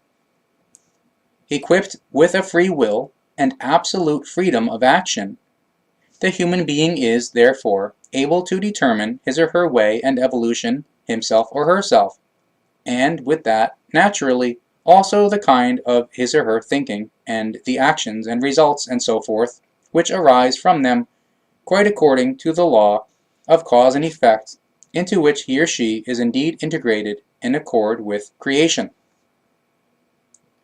And this law is fairness on one hand, and the guiding principle of life on the other. Fair, because the human being has to determine his or her way, in every direction and regard, absolutely himself or herself, and is innately responsible himself or herself for his or her thoughts and actions in every form, and guiding principle, because the human being himself or herself determines every cause and effect by means of his or her consciousness and thoughts, independent of some kind of creationally provided influences. In this way, fairness and the creational guiding principle become the consciousness and the nature of the life. But the result of that is that righteousness in all things is the connecting and motivating power in the realm of the consciousness in this world, and thereby also with the human being, and indeed absolutely. Consequently, no kind of corruption and no falseness find room anywhere any longer, and since that is actually so, the human being must always vindicate himself or herself in every respect and in every case solely before himself or herself when it is to do with his or her thinking and actions, and with the bearing of responsibility. And this vindication before himself or herself must happen before it is found out that the laws of the creation are right and alone have validity.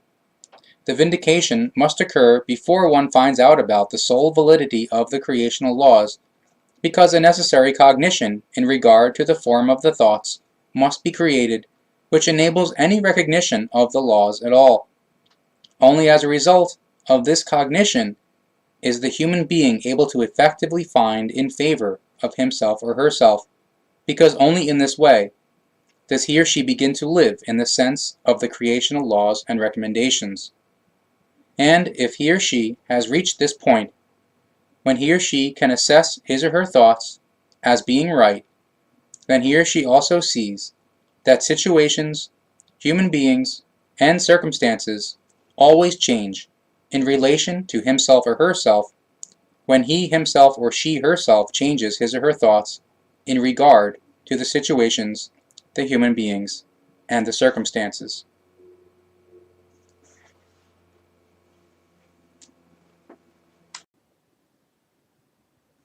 Page 60, Part 5. It is completely wrong to assume that physical illnesses could be solely caused by wrong thoughts, or could be avoided or healed through a positive thinking alone.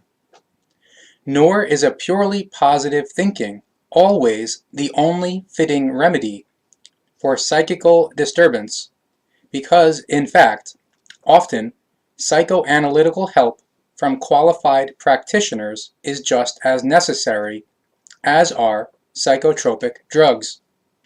However, positive thinking, that is to say, neutral, positive, equalized thinking, is necessary in any case, but in certain cases only as a form of additional aid, which, however, must not be underestimated in its effect. The particular state of the psyche is caused by corresponding thoughts, which are preceded, as a rule, by certain events, experiences, impressions, and occurrences, and so forth, which then, by means of the thoughts, evoke in the psyche corresponding feelings, from which thoughts, which have the same direction as these feelings, are in turn created in the consciousness. Therefore, in any case, the might of the thoughts is decisive in causing certain physical impulsations and states which can be joyous, happy, and liberating, as well as depressing, unhappy, and oppressive.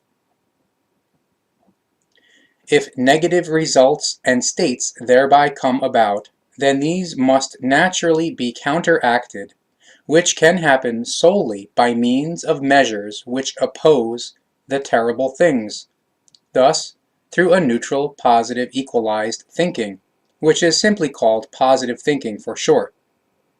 But how does this come about? The method for that is as follows. First, the origin of the terrible things from which the wrong and negative thoughts have arisen must be searched for. With that, one must take care not to rummage around in the past, because this can lead to further complications.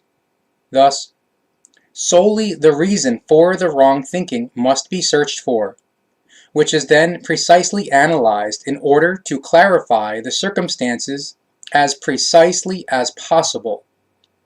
A neutral, positive, equalized line of thought must then be formed out of this creation of clarity, and be tended and nurtured in order to form, in this way, a new, progressive, and healing form of thinking which counters the harmful negative aspects. An extraordinary amount of nonsense is told and written directly in regard to positive thinking, and in fact, quite especially in esoteric form, such as the writing-obsessed esotericist Joseph Murphy (who killed himself), the superlative minister Norman Vincent Peale, as well as Dale Carnegie, and Erhard F. Freytag, who was described as a religious zealot and charlatan. But aside from these, there are many others of the same kind for whom it is only about their esoteric, religious, or other doctrine, or purely about profit, which they snatch, or rather snatched, with their books and lectures and so forth. But in addition to that, represented in the book business are also renowned psychotherapists, with their works, which completely condemn positive thinking and advocate the erroneous opinion that solely psychoanalysis and psychotherapy are, by their grace, beneficial and justifiable. For example, the psychotherapist Gunther Scheich advocates this wrong view. Naturally, there are many charlatans and frauds and so forth among the authors and so-called psychoanalysts and psychotherapists who consider themselves magnificent, but that does not mean that positive thinking is therefore simply nonsense. It is certainly not, neither in regard to the psyche, nor in regard to the actual might of the thoughts. A positive thinking is always healthy and evolutive, even when it is not directly related to purely physical health, rather on the whole to the consciousness itself as well as to the psyche, so therefore to the world of thoughts and world of feelings. Therefore a fluid transition exists between the thoughts and the feelings, as does the fact that the might of the thoughts is able to influence and even steer the feelings as well as the psyche.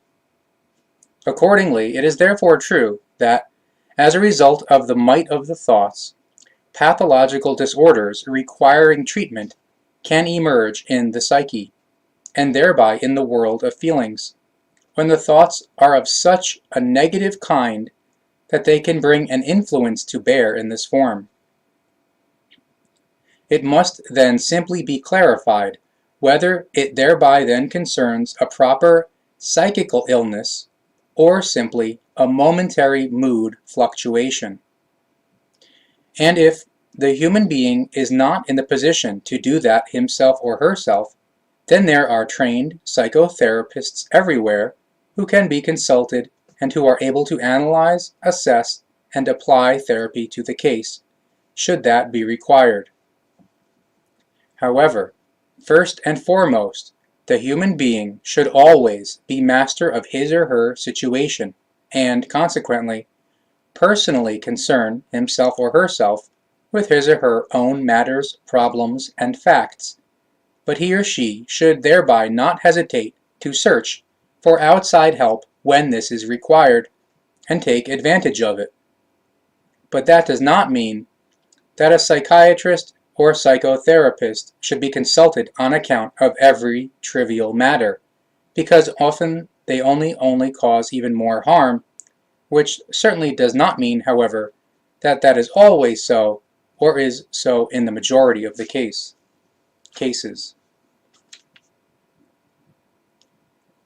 The human being is very often affected, in particular, by so-called, quote, normal mood fluctuations. And ultimately, there would be barely one human being who does not at least sporadically fall prey to such.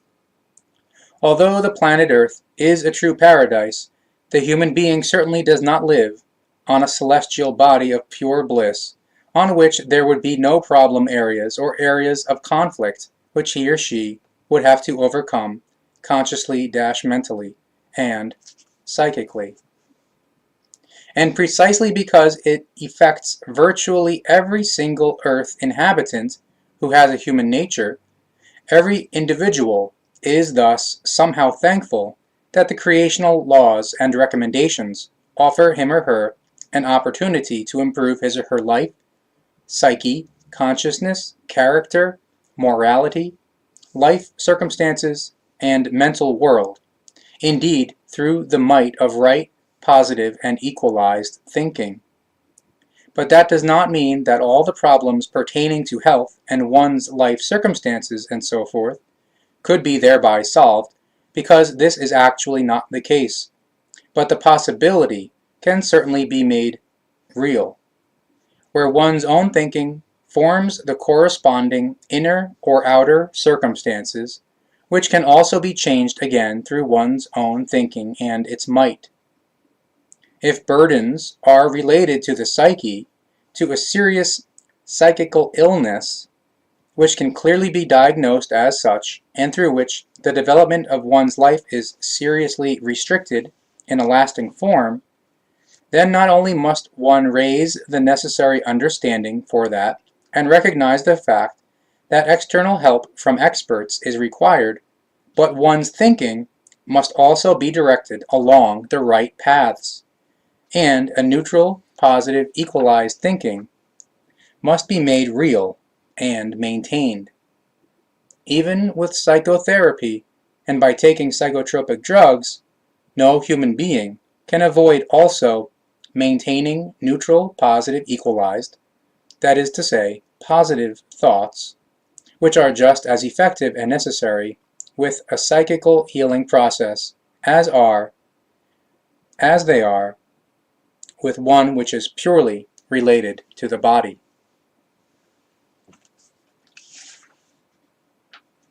In practice, the Earth human being is still not so far along that he or she could, in any case, withstand the laws of the influences and conflicts of this world and not fall into serious crises about them.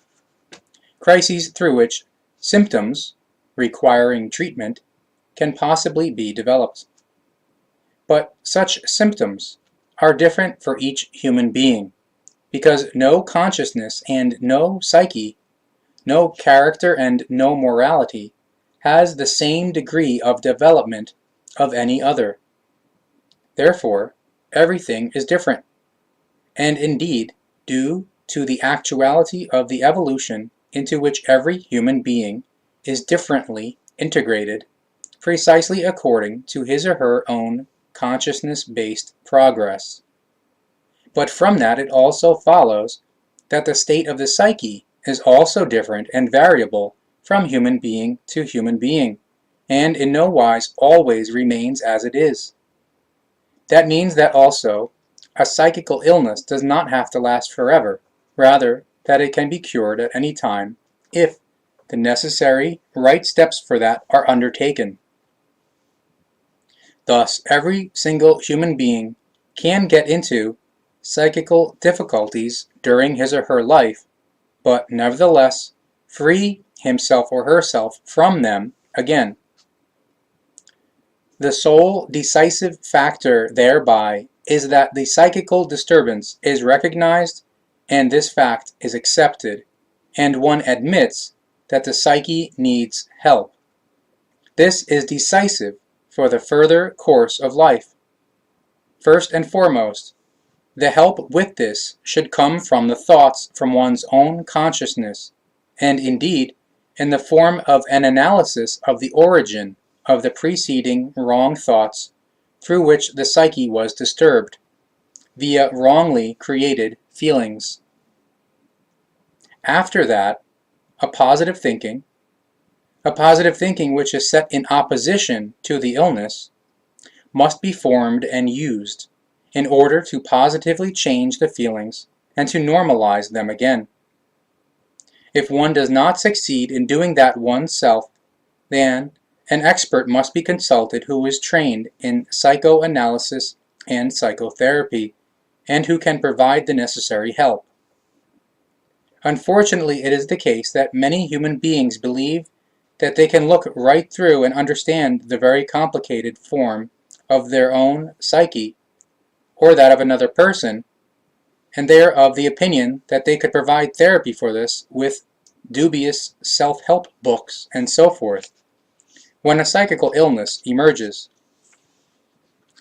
But this is a quite monstrous fallacy, to which even certain psychoanalysts, psychotherapists, and psychiatrists fall victim, who carry their titles only as a result of arrogance, greed for profit, or as a result of wrong, self-produced, or adopted theorems.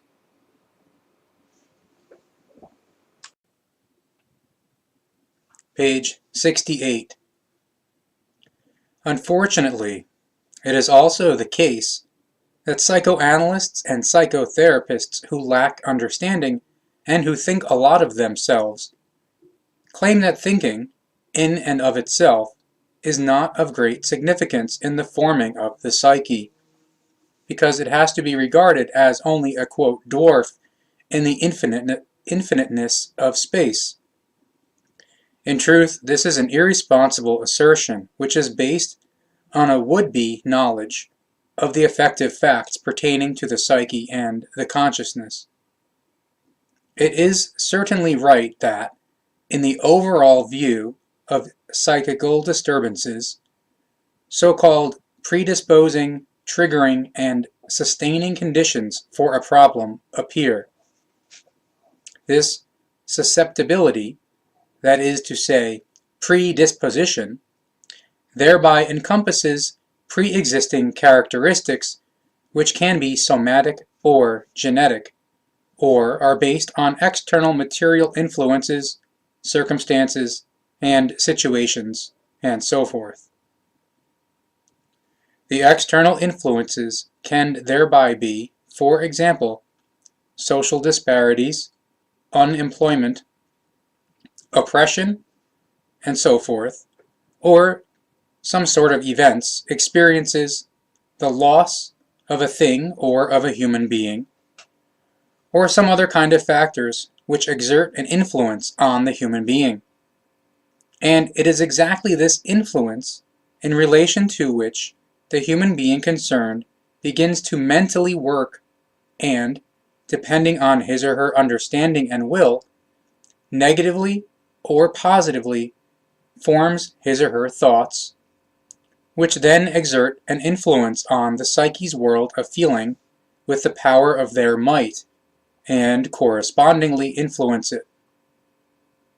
The feelings are formed correspondingly, each according to the kind of the thoughts, and the feelings then determine the state of the psyche, positive or negative. If the form of the thoughts is positive, then the same kind of feelings arise through which the psyche is formed, positive and equalized. However, if the form of the thoughts is negative, then the feelings also become negative, whereby the psyche becomes disturbed and unequalized. If this state is maintained further, then as a result of the continually negative thoughts, the feelings become correspondingly also increasingly negative and transmit themselves in this form to the psyche, which thereby becomes increasingly negative, increasingly unequalized, and finally disturbed and sick. Naturally, in this form, the thoughts and the disturbed or sick psychical state become the burden for the human being, because his or her individual life becomes disturbed in every regard. The thoughts and feelings thus form the vicious cycle which influences the psyche, because the disturbed or sick psyche in turn influences the feelings in a negative form, which in turn do the same with the thoughts. Such sustaining conditions, to which the affected human being increasingly falls prey, and from which he or she is no longer able to free himself or herself, are thus created. This then inevitably leads to further wrong reactions, which then no longer relate only to the wrong and negative thinking, rather they also extend to wrong inner and outer actions, whereby also the environment is drawn into the misery, which means that, from then on, new burdens and prevailing conditions from outside continually appear, which impair the whole life situation and the disturbed or sick state of the psyche even more. This, naturally more than ever, then prevents the abating of the psychical difficulties and the solving of the problems. The situation is even such that then the problems and the wrong negative product of the thoughts, as well as the bad negative state of the psyche, become chronic. From this complex cluster of cases, it can be recognized by any rational human being that in any case, and exclusively, wrong and negative thoughts alone which however are based on certain preceding criteria through which the wrong negative thoughts are triggered, are responsible for psychical impairments. And these criteria, or more precisely, causes, are extremely diverse and can, as already previously explained, be of a genetic, somatic, or purely external material nature, and so forth. A physical illness can therefore be just as much the trigger as can love sickness, grief, poverty, hate, vindictiveness, jealousy, imperiousness, egoism, reactions of others, chronic clumsiness or wrong modes of conduct, burdens of a social, professional, personal, or familial kind, ongoing demands, being uneducated, inhibitions, stuttering, states of panic and inferiority complexes, and so on and so forth. And as a matter of fact, a correct and rational, positive, that is to say, neutral positive equalized, thinking is able to change and eliminate these things. Parentheses. See, quote, Die Psyche, Wassermannszeit Verlag, Figu. That's referring to the book The Psyche. The human being is able to do this absolutely through his or her own initiative when he or she recognizes the facts at an early stage and, quote, repairs his or her thoughts in the right kind and positively uses them. This, however, is unfortunately not possible in every case, because where the psyche is already too disturbed or sick, this is not only very difficult, rather practically impossible, for which reason it is appropriate in every such case to call in a psychoanalytic and psychotherapic specialist. Unfortunately, however, such real specialists are not easy to find, because not every psychiatrist and so forth is really so well educated and schooled that he or she is actually able to master such problems. Unfortunately, it is not done with psychotropic drugs, which are often quickly and willingly prescribed, nor by the, quote, trained professional merely listening. Truthfully, useful conversations and appropriate therapies are actually also necessary, and above all, a thinking by the human being concerned which is positive and freed from the destructive, negative aspects, namely positive and equalized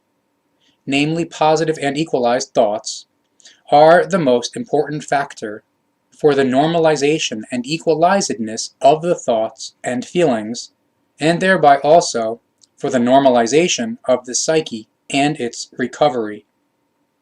And when I talk of positive equalized thoughts in regard to the influencing of the feelings and of the psyche, then it is naturally self-evident that the positive thoughts must be directed according to the psyche's corresponding behavioral level. That means that the thoughts become occupied in neutral positive equalized form with the existing terrible thing and clear it up and neutralize it. But to this end, it is first necessary that the thoughts become calm, which mainly happens as a result of the thinking being occupied with neutral material, for example, with a wish dream or the like. At any rate, with a matter or a subject and so forth which has absolutely nothing to do with the actual problem. Thereby the thoughts become calm, which leads to the actual problem then being able to be tackled calmly and considered more easily in order to gain from it the necessary cognition, which is then processed into a neutral positive equalized thinking, with which the corresponding behavioral level is worked on and influenced. This corresponds to a self-therapy, which is extremely effective and brings success in every case if it is applied correctly. The question is only whether the self-therapy can really be comprehensively applied and leads to the success, or whether outside help in the form of a suitable specialist is required.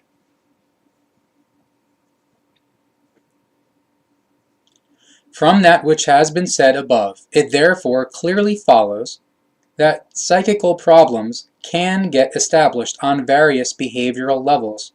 Consequently, various therapies are also required. That means that every therapy must be tuned to the particular problem if it is to bring success. However, that which must be fundamentally borne in mind is that every single problem which appears, that is to say, every behavioral level, is based on cognitive factors and deficits, because every single problem and behavioral pattern is always based on perception, recognition, and thinking. If, for example, a human being suffers from inhibitions or from a physical illness, then this is perceived and recognized, which results in the emergence of the corresponding thoughts through which the feelings are influenced, and through these in turn the psyche. Thus, all psychical problems are therefore of a purely cognitive nature, regardless of which kind they may be.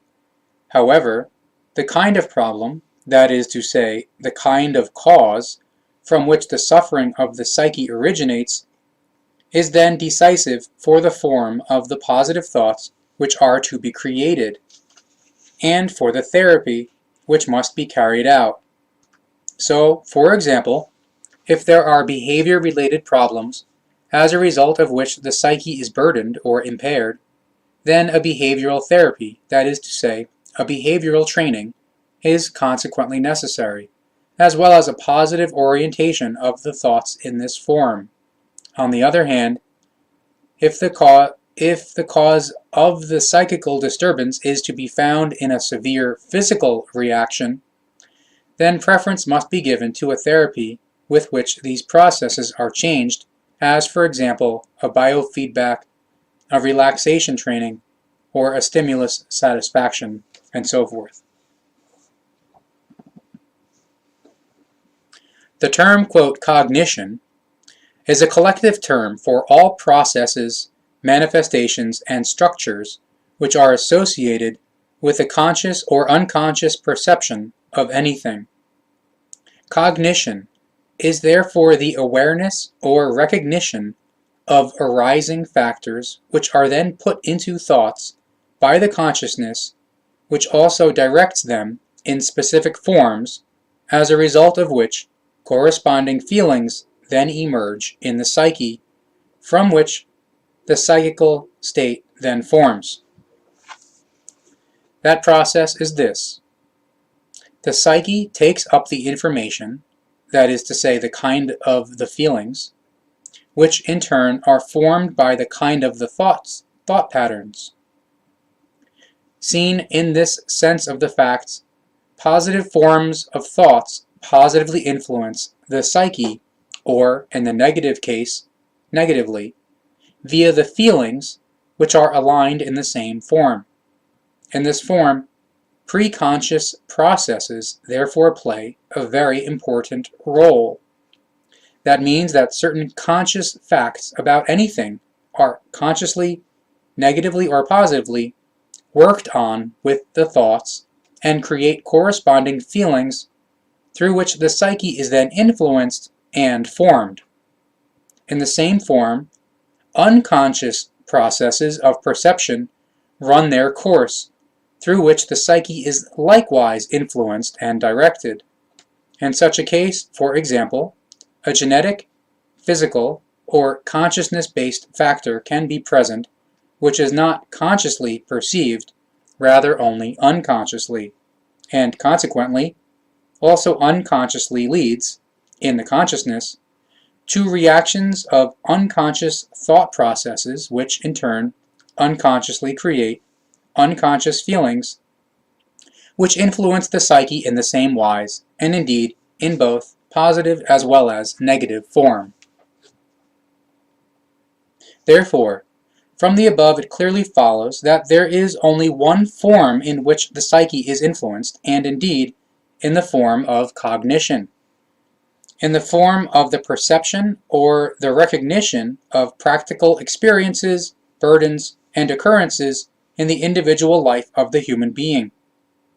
It is thereby not of significance whether the cognitive process occurs consciously or unconsciously, because in any case, conscious or unconscious thoughts and feelings are created from it, each in positive or negative form, which ultimately influence the psyche and determine whether it becomes positive or negative, that is to say, healthy or sick.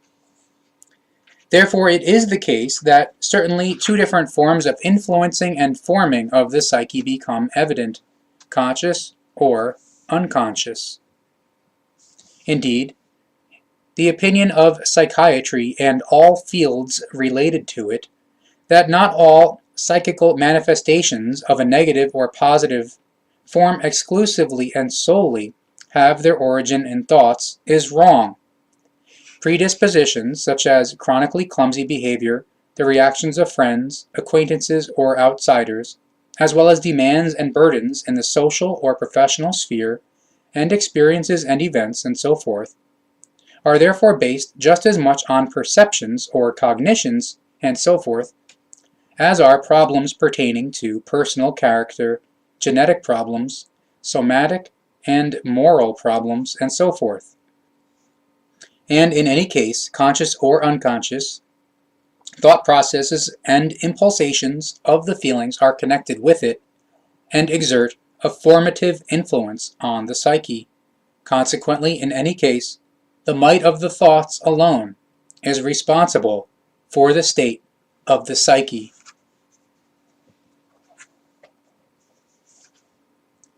Positive or neutral positive equalized thinking is therefore doubtlessly necessary with every psychically disturbed human being, regardless of which cause or form called forth or calls forth the disturbance, and regardless of whether a psychoanalysis or psychotherapy or even psychotropic drugs are necessary. Thus, the assertion of psychiatry is wrong and irrational when it says that positive thinking has a counterproductive effect, whereby a psychotherapeutic treatment will first be necessary because, allegedly, positive thinking is based on a very limited cognitive concept which only relates to thinking and to language. In contrast to this stupid assertion, the truth is, namely, that a really correctly formed, properly composed positive thinking is also bound with the forming and the expression of the same kind of feelings whereby the psyche is effectively and lastingly influenced and is correspondingly changed and led to recovery. With everything, naturally the degree of psychical disturbance must be taken into consideration and recognized, because this is necessary in order to be able to decide whether a positive world of thoughts alone can lead to the recovery of a psyche which has become ill or is simply disturbed, or whether a psychoanalysis and psychotherapy, or even psychotropic drugs, are necessary in order to again achieve a normalization of the psychical state, that is to say, its healing. Anxieties, depressions, compulsions, eating disorders, inhibitions, addictions, vices, and bad psyche-burdening habits, and so forth, are thereby naturally completely different symptoms of disturbance and illness, which must accordingly also be tackled differently. Also, in regard to positive thinking. Truthfully, positive thinking, that is to say, neutral positive equalized thinking, must be directed according to the psychical disturbance, so that it can produce the required effect. Therefore, the positive thinking, that is to say, neutral positive equalized thinking, must be specifically adjusted to the symptoms of the psyche's disturbance and illness, as is also the case with a corresponding psychotherapy. But what actually is positive thinking, that is to say, neutral, positive, equalized thinking, in this relationship, if not actually also a form of psychotherapy, only that the human being can do it himself or herself, or can apply it himself or herself with external advisory help.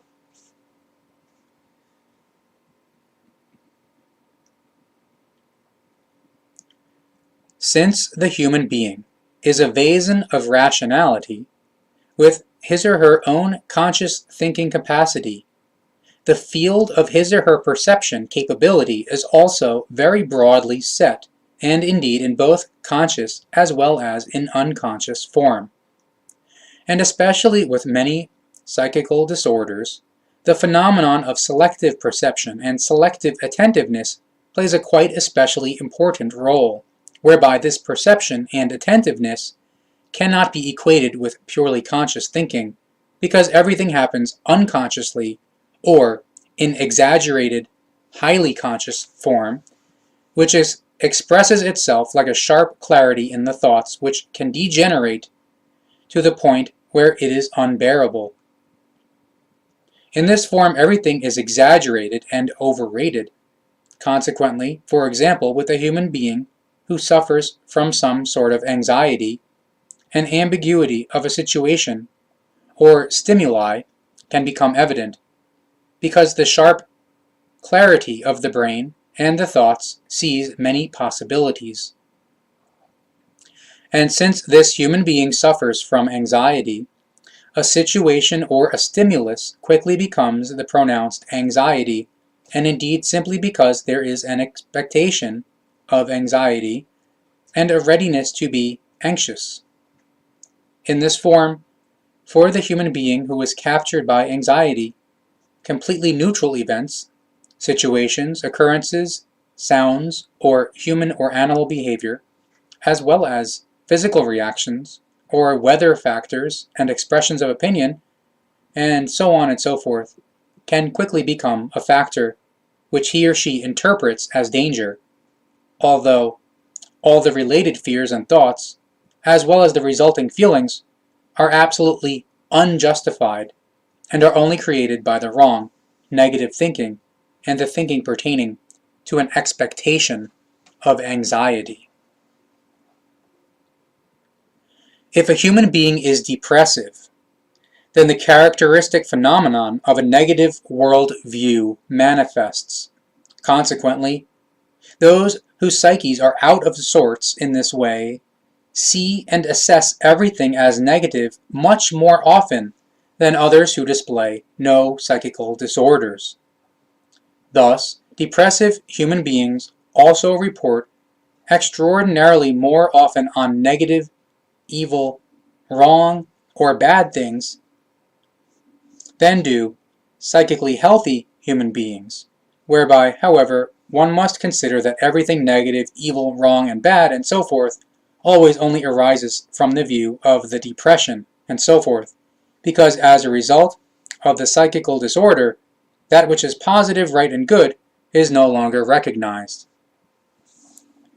From that, it can be recognized that, as a rule, depressive human beings, seen objectively, do not experience negative, evil, wrong, and bad things, nor do they have occurrences, events, and experiences, as well as practical experiences and situations of that kind to show any more often than do psychically equalized, healthy human beings. But the reason that psychically disturbed human beings of all kinds only see black in black, and therefore negatively, is that their perceptional ability is very limited, whereby the world of thoughts also inevitably falls prey to a limitation and is only able to move in a narrow framework, and indeed in a framework which only allows the limited and negative perceptions. The thoughts are thereby forced into a cycle in which the same thoughts and themes of the thoughts appear again and again, whereby a rotation of the thoughts is practically called forth. And once such a rotation has begun to operate, then the human being who is controlled by it is barely able to free himself or herself from it anymore if he or she does not organize his or her world of thoughts in a positive wise again, and does not also broaden his or her field of perception again.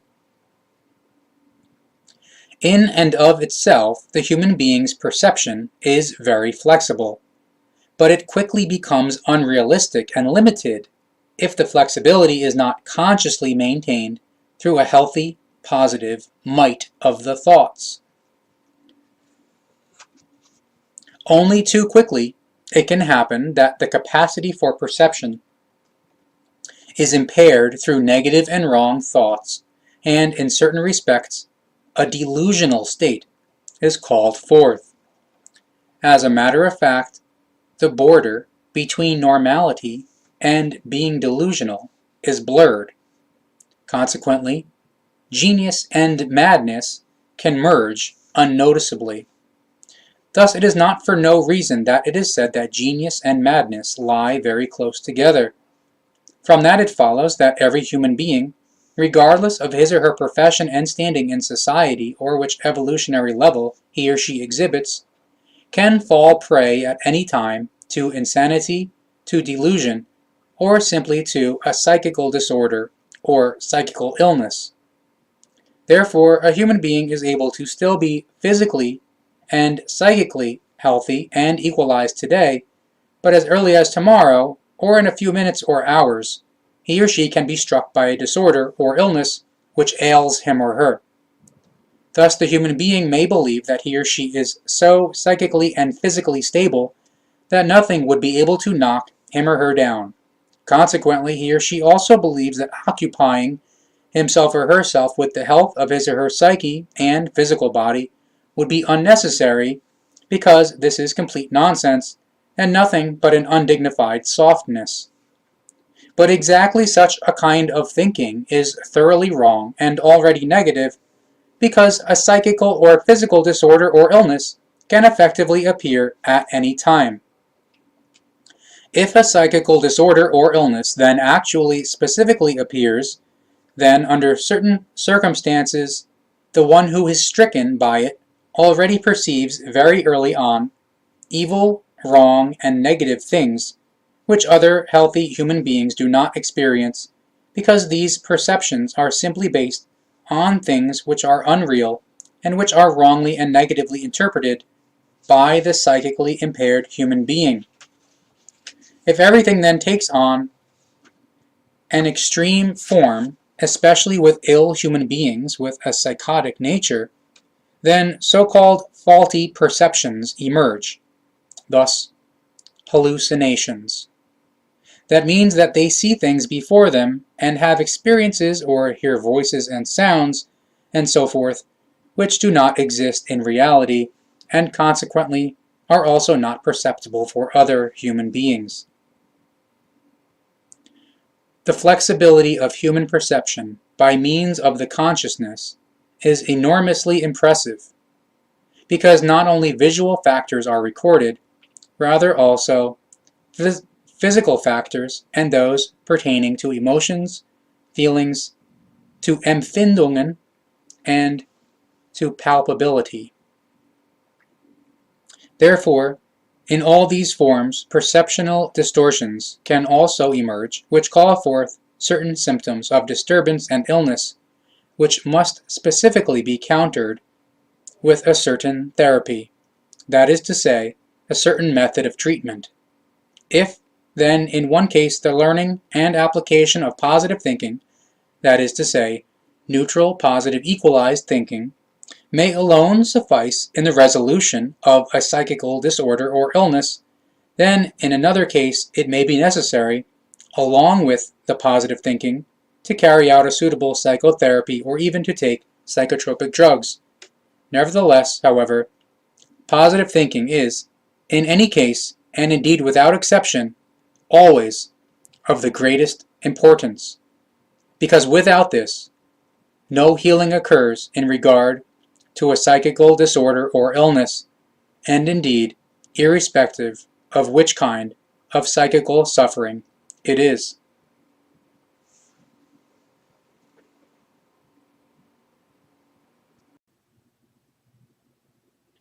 Page 82. Part 6. A fundamental distinction must be made between emotions and feelings, because, in complete contrast to the philosophical and psychiatric and psychological schools of thought, they represent two completely unlike factors, which in their form have nothing in common with each other. Feelings, namely, are created as a result of particular lines of thought, while emotions are reactions which are called forth by particular situations and states, and in forms which are specific to the individual, as well as forms which are external and environmentally conditioned.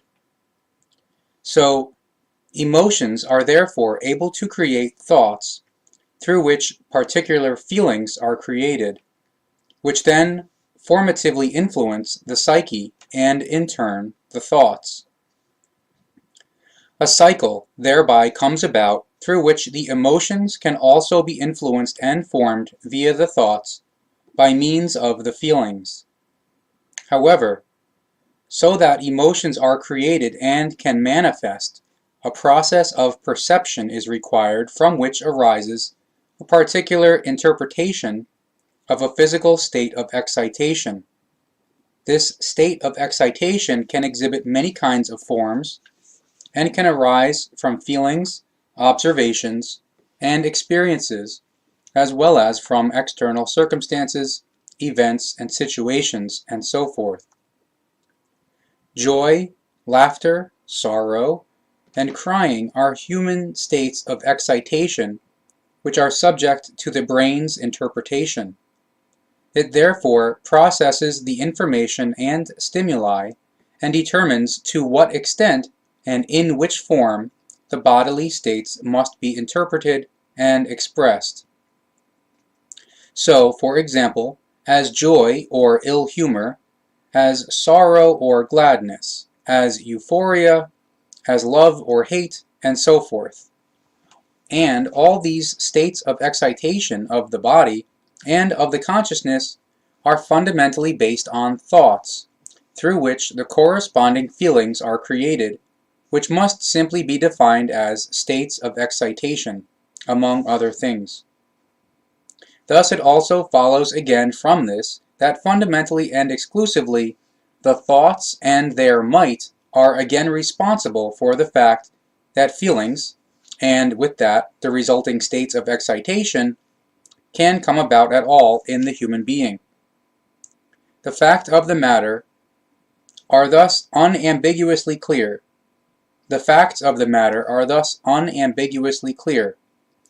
The might of the thoughts is decisive in the forming of feelings, and with that, these corresponding states of excitation of the body, the consciousness, and the psyche.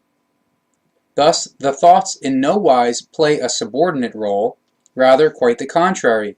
They play an absolutely dominant role in the entire process of the forming of the consciousness and psyche, just as they do with the creation of the feelings by means of which the psyche is indeed formed, as are certain emotions. As explained, emotions are not to be equated with feelings, because a great difference exists between the two. Emotions arise completely spontaneously from some sort of internal or external situation, and are hard to bring under control by means of the thoughts. They are in no kind and wise based upon feelings, rather solely on internal or environmentally conditioned external perceptions of situations, events, experiences, and impressions pertaining to the body or the consciousness. Emotions thereby arise completely spontaneously and so quickly that they practically cannot be recognized before they become noticeable. Additionally, with the occurrence of emotions, a strong state of excitation arises, from which also a state of warmth often or mostly comes about, which primarily manifests in the head, however which can also spread to the entire body. All of this is in contrast to feelings, which, as a rule, are built up consciously, in certain cases also unconsciously, by means of lines of thought. Consequently, their emergence can be recognized, perceived, and observed as well as controlled. Naturally, states of excitation can also arise as a result of feelings. However, they are not associated with a state of warmth, as is the case with emotions. In contrast to emotions, which cannot be steered, feelings can be very well guided and led in particular directions simply through the kind of thoughts and their might. As already explained, not only a conscious, rather also an unconscious thinking occurs, whereby exactly the latter can be especially dangerous for the psyche, because it simply cannot be consciously perceived, and, for that reason, cannot be controlled. Thus, the human being's cognitive process, that is to say, the processing of information, entails much more complexity than is involved in purely conscious thinking.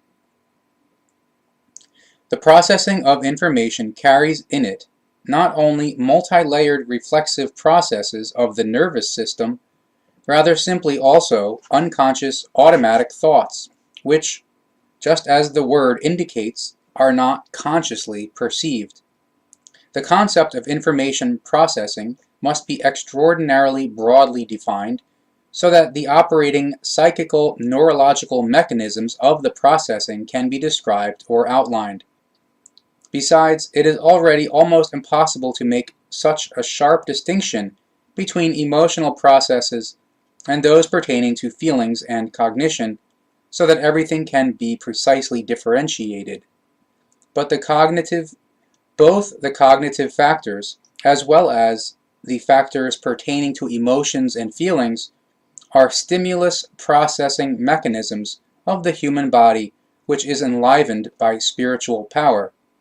And all these factors have a common and quite extensive cleavage plane, which makes it very difficult for the uninitiated, for unknowing ones, the layperson, and the misinformed philosophers, psychiatrists, psychologists, and the like, to see and to acknowledge volitional thinking and its might as the potency from which the state of the psyche is actually formed, or with which a disturbed and sick psyche is healed again.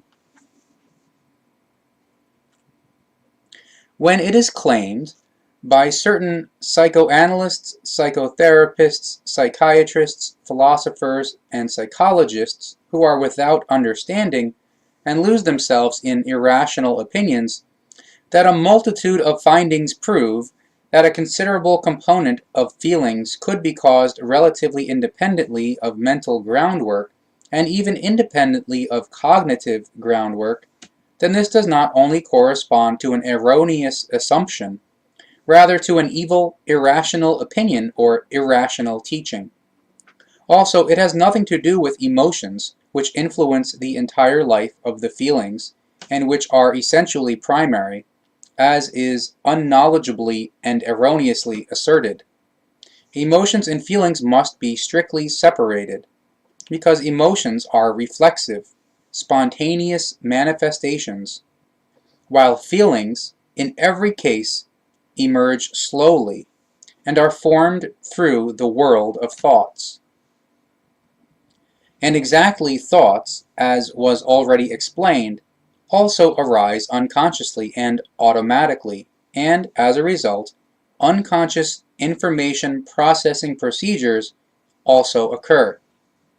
Cognitive pre-processing is thus also performed unconsciously, which self-evidently leads to unconscious feelings, through which, in the same wise, the psyche is influenced and its condition is formed. Therefore, by means of their might, thoughts can create structures, forms, and qualities of feelings very well. Conscious or unconscious thoughts determine and stimulate not only a pattern of feelings, rather truthfully very much more, and included in that is also the state of the psyche, its health and equalizedness, or its disturbed state and its sickness. Something further to say concerning emotions is that also unconscious stimuli of some kind, as for example electrical or electromagnetic influences, are able to cause such reflexive spontaneous processes.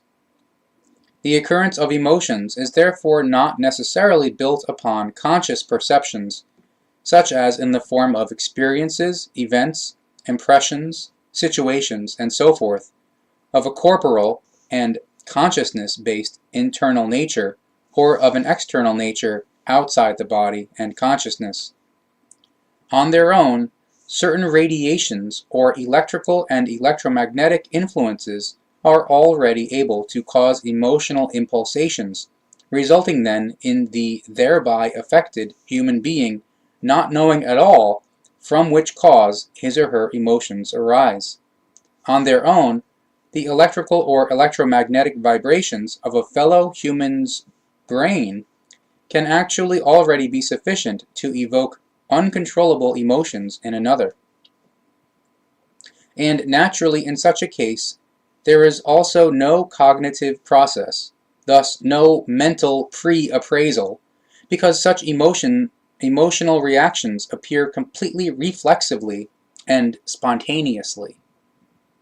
Thus also no internal or external stimuli arise in reference to which the human being concerned could locate and judge the origin of the emotion.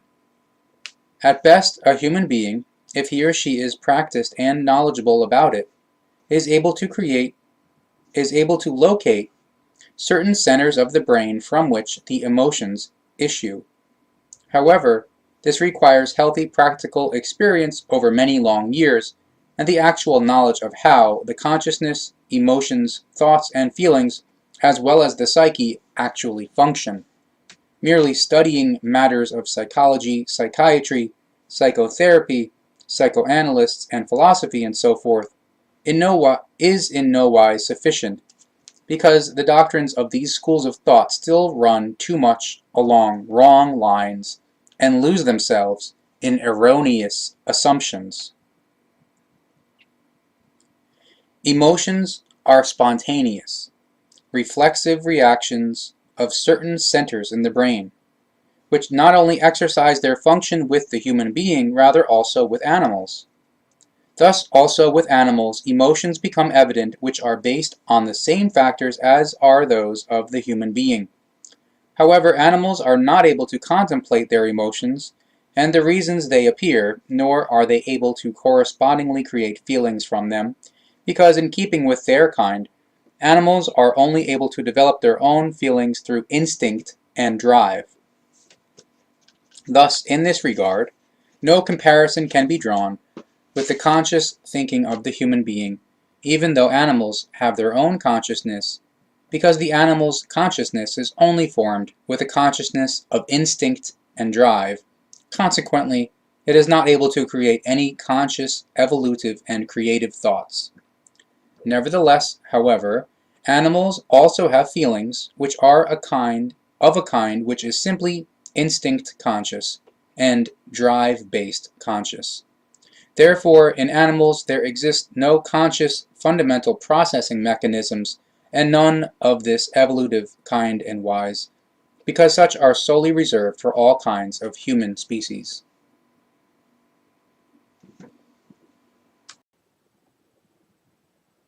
Page 90, Part 7. As already explained, all processes and so forth related to emotions, feelings, to the psyche and the consciousness are cognitively conditioned factors in conscious or unconscious form. Perceptions, thinking, and recognition, factors through which cognition is indeed embodied, do not only come into operation consciously, rather also unconsciously, a fact which is completely unknown by today's psychiatry, or which it does not heed due to delusion and professional arrogance.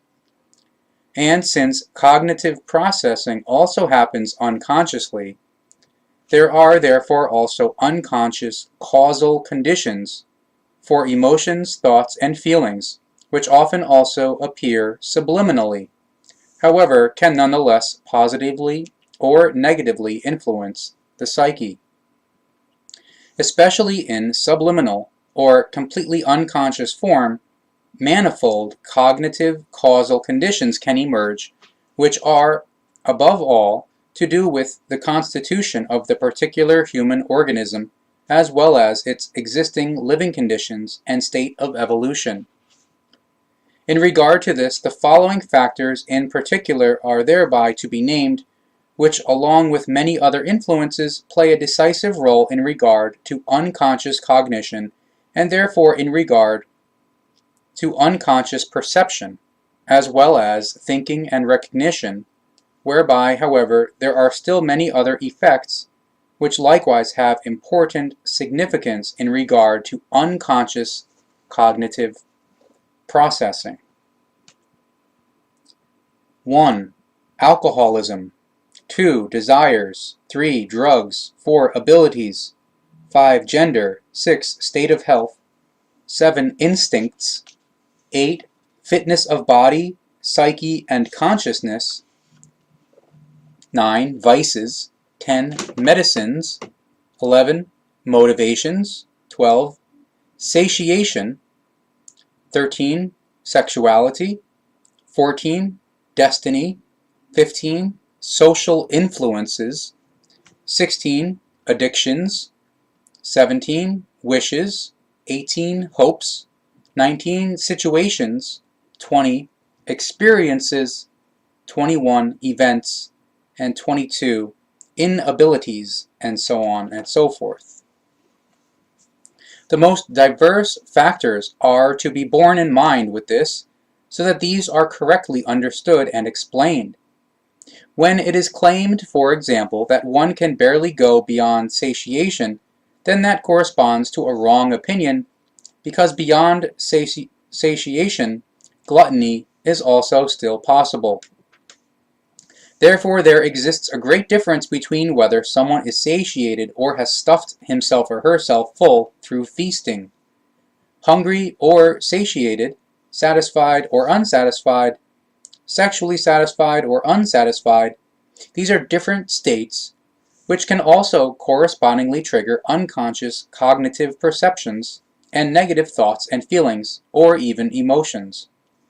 Therefore, in each case, the particular unconscious state very strongly determines the emergence and the kind and wise as well as the intensity of the feelings which are called forth and formed through conscious or unconscious thoughts, and which then influence the psyche and form its state negatively or positively. Drugs of every kind, therefore also psychotropic drugs, thus many kinds of medications and alcohol, are likewise able to trigger unconscious perceptions, unconscious thinking, and unconscious recognition. Therefore, unconscious cognition is actually present with that, even when it is not recognizable from outside for the human being concerned and for third parties.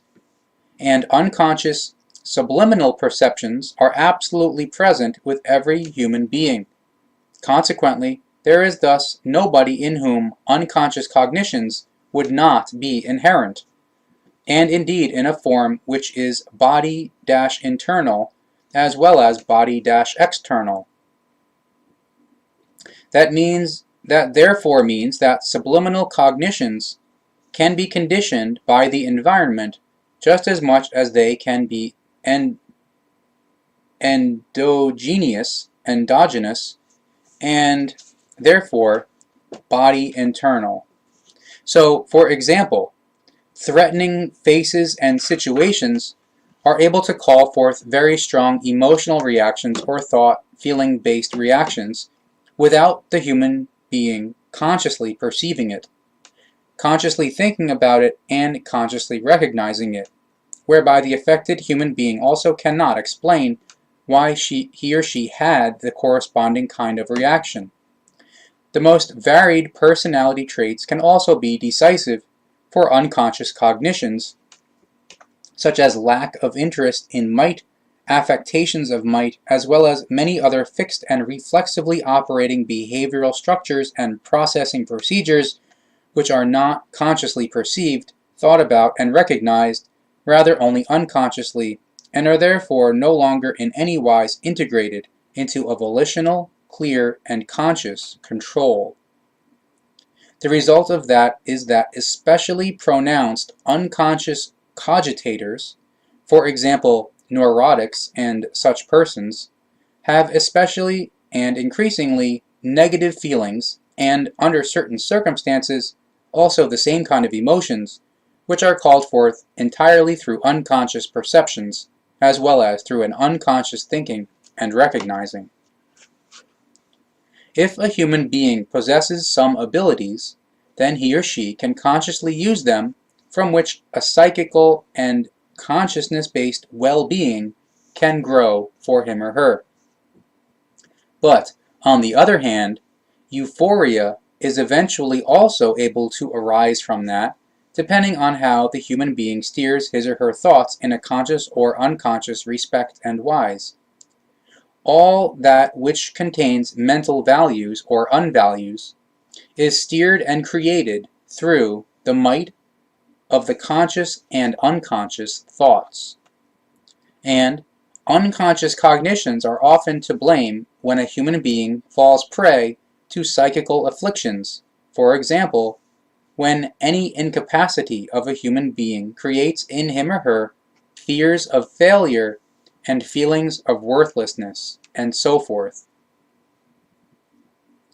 Therefore, all conditions cited here, along with which many more exist, trigger unconscious processes of perception as well as unconscious thoughts and an unconscious recognition, whereby in turn unconscious feelings are called forth, through which the psyche is influenced and its state is correspondingly formed. And depending on the emerging phenomena, and according to the particular consciously or unconsciously perceiving, observing, thinking, and recognizing individual, the cognitive processing plays an extraordinarily and extremely significant role.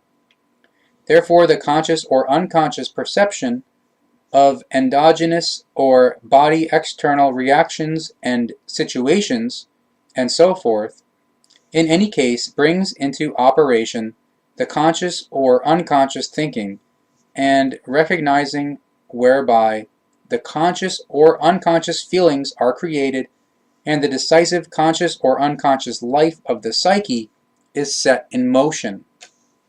Therefore, in any case, feelings are arranged on cognitive verbal levels in either conscious or unconscious form.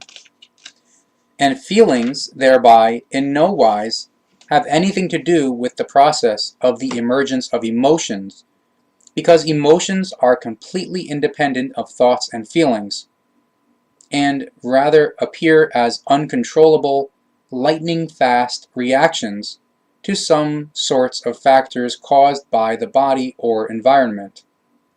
But that does not mean that emotions could not be combated and resolved, because this possibility in fact exists when the emotions are recognized as such and are dismantled in order to then consciously, volitionally neutralize them, that is to say, dissolve them and eliminate them. In contrast to the emotions, which are not dependent on thoughts, rather solely on some sort of endogenous or environmentally caused reactions, and so forth, feelings arise solely through the thought processes which precede them, and namely in conscious or unconscious form. Consequently, naturally, also conscious or unconscious feelings can arise, which then correspondingly form the psyche according to their negative or positive nature.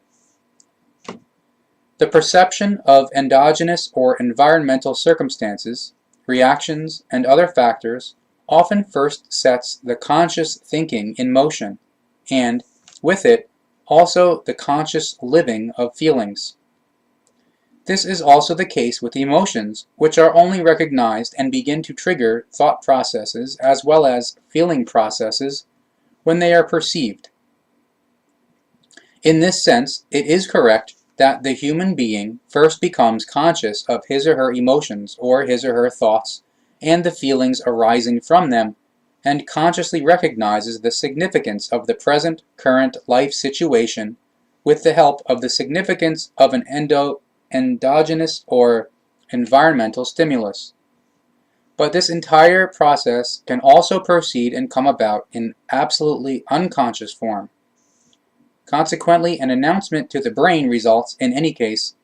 This constitutes a reactivity which is necessary, because without this, no thinking and no feelings, and thereby also no influencing and forming of the psyche, could occur. Furthermore, emotions, thoughts, and feelings are extremely dependent on the endogenous nervous system, because if it is ill, destructive powers can also very quickly arise in the world of emotions, the world of thoughts, and the world of feelings. This can also be the case with paraplegia, among other things, whereby with this illness there is a destruction between the individual realms of the body, of the nerve connections, which are integrated into the autonomic properties, for which reason, for example, blood vessels, facial expressions, and muscles and so forth are also afflicted. And since the world of emotions and the world of feelings can also be impaired, it is not surprising that there are very often connections between the extent of the destruction and the emotional, as well as feeling-based, world of experience. If, in fact, the nerve connections to the important body regions are actually severed, then the inevitable result occurs in that absolutely no emotions and feeling reactions, or only weak and flat emotions and feeling reactions, can arise. Indeed, in regard to the feelings, it is especially because the corresponding thoughts have likewise become flat. The facial expressions, as the expression of emotions and or feelings, are thereby of the greatest significance, whereby, however, the heart frequency, that is to say the pulse, and the skin temperature as well as muscle tension are also significant.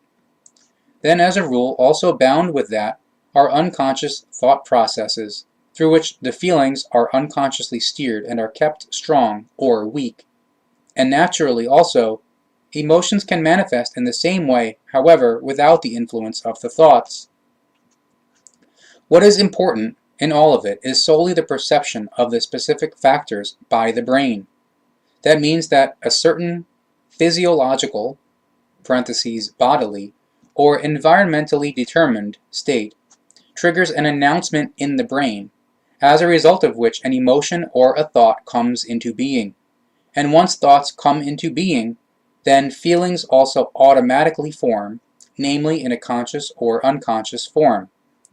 Especially the individual thoughts, as well as the learned physical reactions to the endogenous or environmentally caused pattern of stimulation, are of enormous significance for the particular situational emergence of the feelings, as well as for their kind and intensity.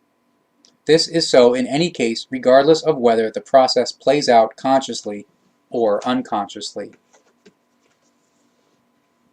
In any case, positive thoughts are required for the positive forming of the feelings, whereby it fundamentally does not matter whether these positive thoughts are consciously or unconsciously nurtured. Of sole importance is the positive product of the thoughts, that is to say, the neutral positive equalized product of the thoughts, because in any case, the might of the thoughts comes to the fore and takes effect. How much the negative or positive therefore takes effect in regard to the feelings and the forming of the psyche depends solely on the kind and the might of the thoughts.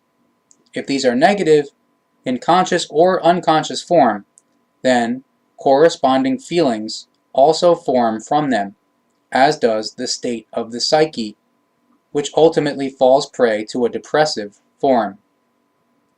Human beings who have fallen prey to such depressions then suffer from feeling-based poverty of expression and feeling-based poverty of experience, which is naturally also registered by the central nervous system. The result of this flattened physiological form of reaction is, in turn, then enough that it is consciously or unconsciously perceived by the brain, that is to say, by the consciousness, and is, as a further negative consequence, mentally processed consciously or unconsciously to create from that further conscious or unconscious feelings, through which the psyche is negatively further influenced, whereby the poverty of expression and poverty of experience are increased. That logically produces a vicious cycle of the flattening of feelings, which progresses steadily if it is not resolved with the necessary and suitable means.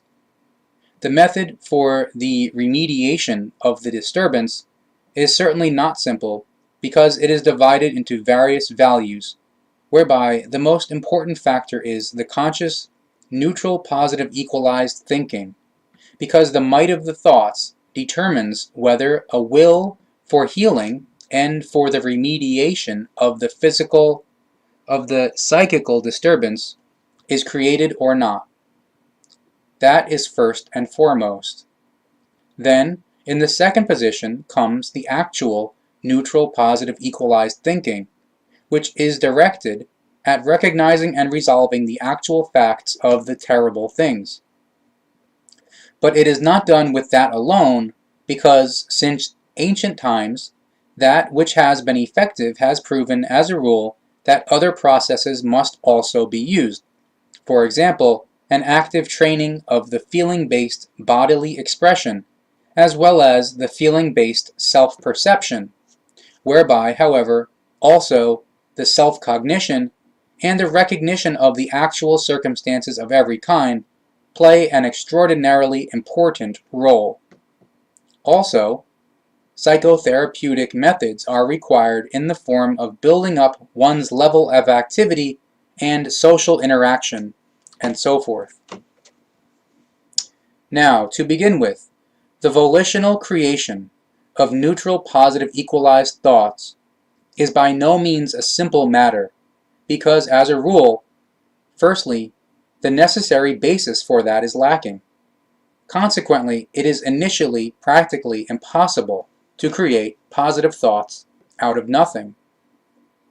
As a matter of fact, psychical illnesses are such fundamental processes and patterns of reaction practiced over years that at first no deliberate positive thought can be grasped from them and put into practice, and therefore no positive thinking can bring a resounding success. In truth, positive thinking must first be laboriously learned. Indeed, just as volitionally as when positive thinking is consciously used. Therefore, it is in no way enough to think that one must think positively, and it is just as insufficient to say to a psychically ill human being that he or she must just think positively. With self-therapy, in the sense of the positive thinking, conscious thinking must first be learnt, which takes an enormous amount of time and is connected with further self-therapy, such as the practice of self-cognition, the recognition of self-worth, and the building up of one's level of activity, and so forth. Also, in regard to third parties who are suffering, it is not sufficient to simply say to them that they must think positively, because, at least initially, they are not in a position to do that, because all prerequisites for that are lacking, and secondly, they are not able to generate a positive thinking because they do not know how. Therefore, everything in this regard is, in any case, connected with a great amount of verbal work, because everything must be precisely explained, so that, it is understood and can be applied. But also at the same time, the necessary therapies must then be practiced and applied when the particular case requires this. Only in milder cases can one actually directly start with a neutral, positive, equalized thinking if the necessary basis for that is indeed present and no special psychotherapeutic methods are required.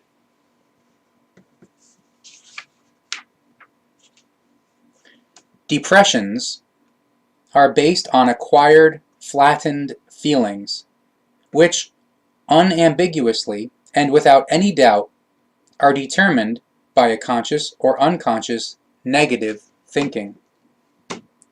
If negative thinking occurs and stabilizes or deepens, then it is unavoidable and there is no chance that a positive thinking can still come about if the necessary steps are not undertaken through a suitable self-therapy or by means of a psychotherapist.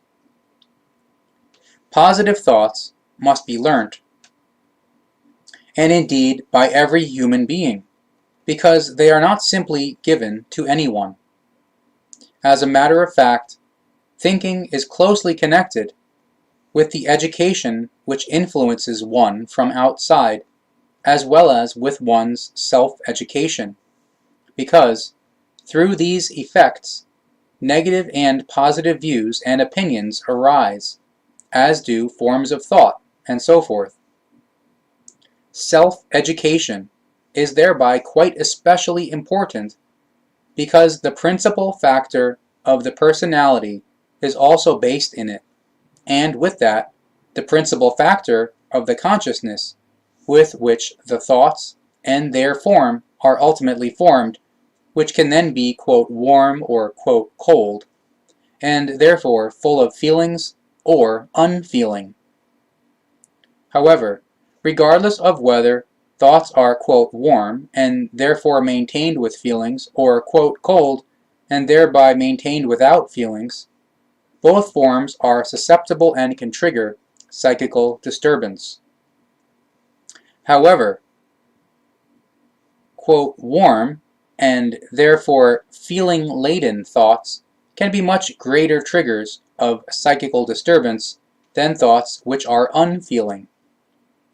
Strong thoughts, which are imprinted with feelings, have, for the human beings who live with them, a profound and existential significance, because such structures of thought are not seldom extremely stubborn, and can only be influenced with great difficulty. Thoughts which are full of feelings are not so easily volitionally dispelled by other thoughts.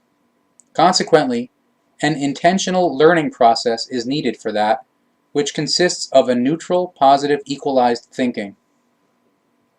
This learning is not easy, and to serve the purpose must often be carried out along with other psychotherapeutic methods, such as therapies, for example.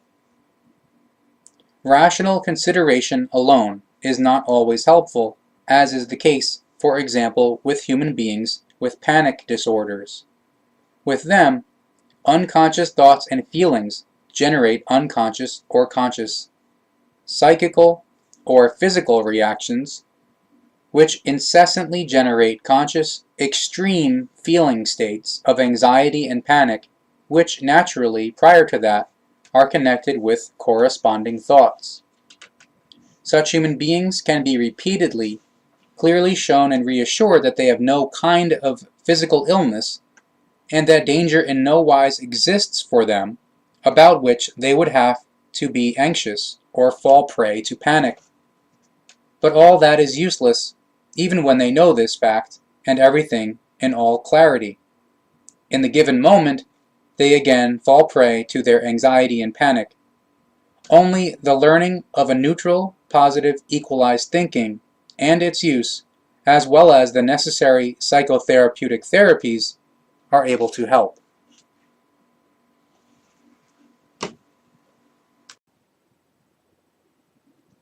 Page 104, Part 8. Feelings are very important and are therefore also extremely useful. Consequently, they must not simply be fought and eliminated. That also must not happen by means of a positive or neutral positive equalized thinking, and indeed neither with conscious nor with unconscious thoughts, which in the latter case are practically uncontrollable. It must never be forgotten nor disregarded that feelings have an existential and thereby life-sustaining significance and function, for which reason they are useful and must not simply be stifled and abolished, nor manipulated in a one-sided form. In certain situations, the living environment is partly threatening for the human being, and precisely in those situations, the feelings enable a quick and automatic procedure for the processing of relevant endogenous or environmental stimuli according to a proven, natural, old system of valuation. With that, an immediate, life-conserving reaction is possible. As a result of that, life is also easier for the human being and is only thereby bearable at all when one thinks of the imperfect world which is uncontrollable in its diversity. For a large number of human beings, to behave appropriately in their environment would often be difficult, or even impossible, if there were no reactive feelings which simplify the matters, and which have developed in the human being for millennia, and which are passed on to the individual as a lasting inheritance, and are continually further passed on. And these reactive feelings, which simplify the matters, are individually orientated towards the basic problem.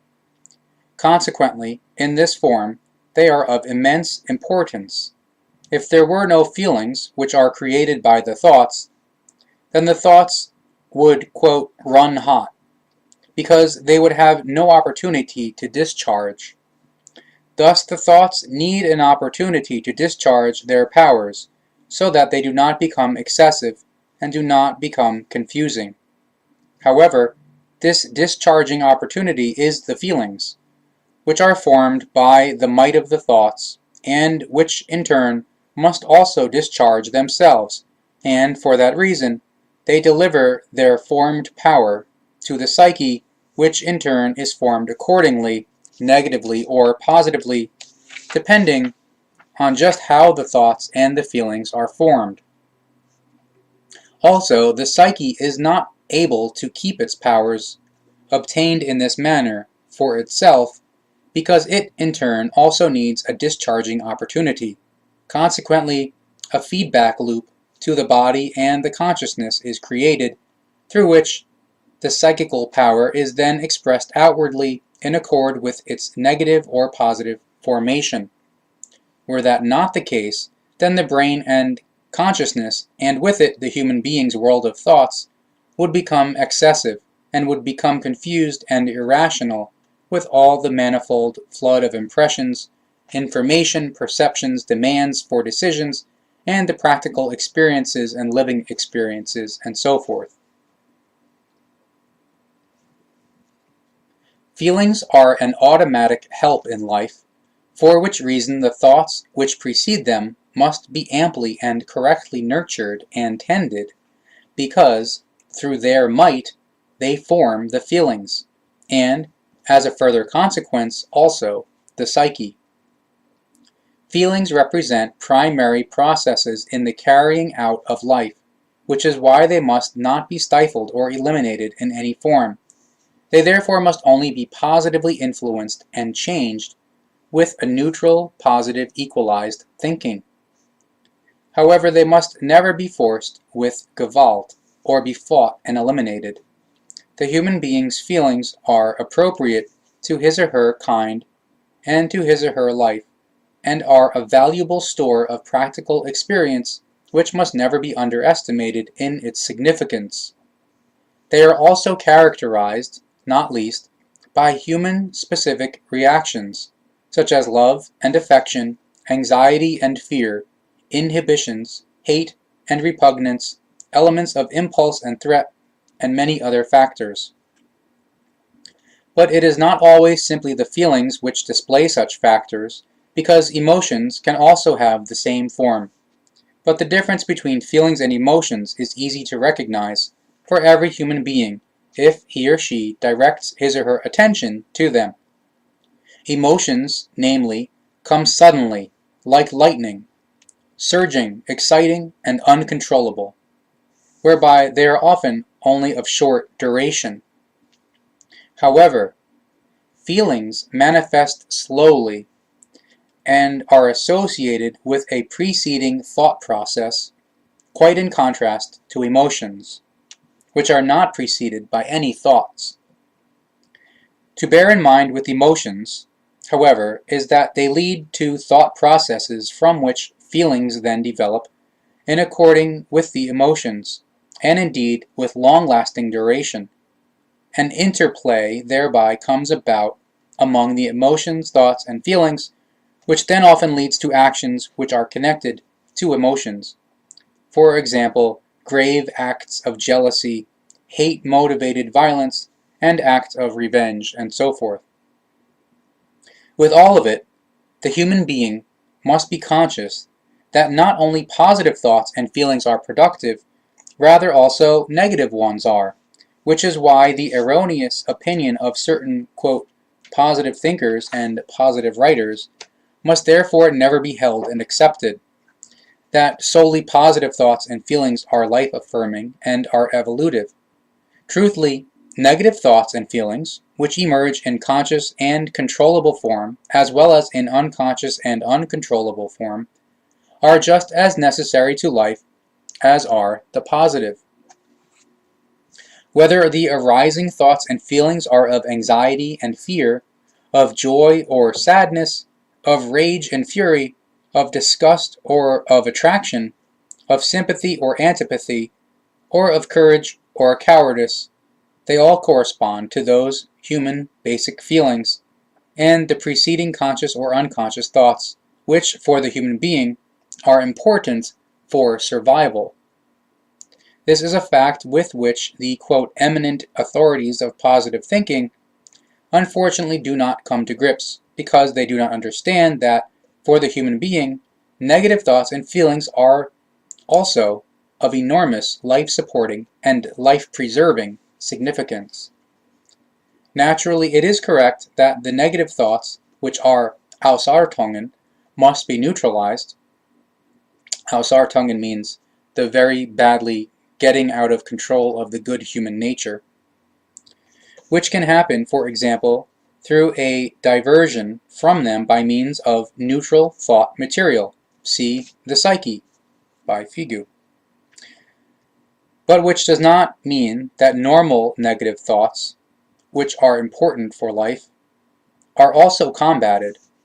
It is therefore wrong to fight the normal, quote, healthy negative thoughts and feelings, but it is therefore also wrong to assume or to support the view that thoughts alone could not produce any true feelings, because it is effectively just the thoughts alone which can create feelings.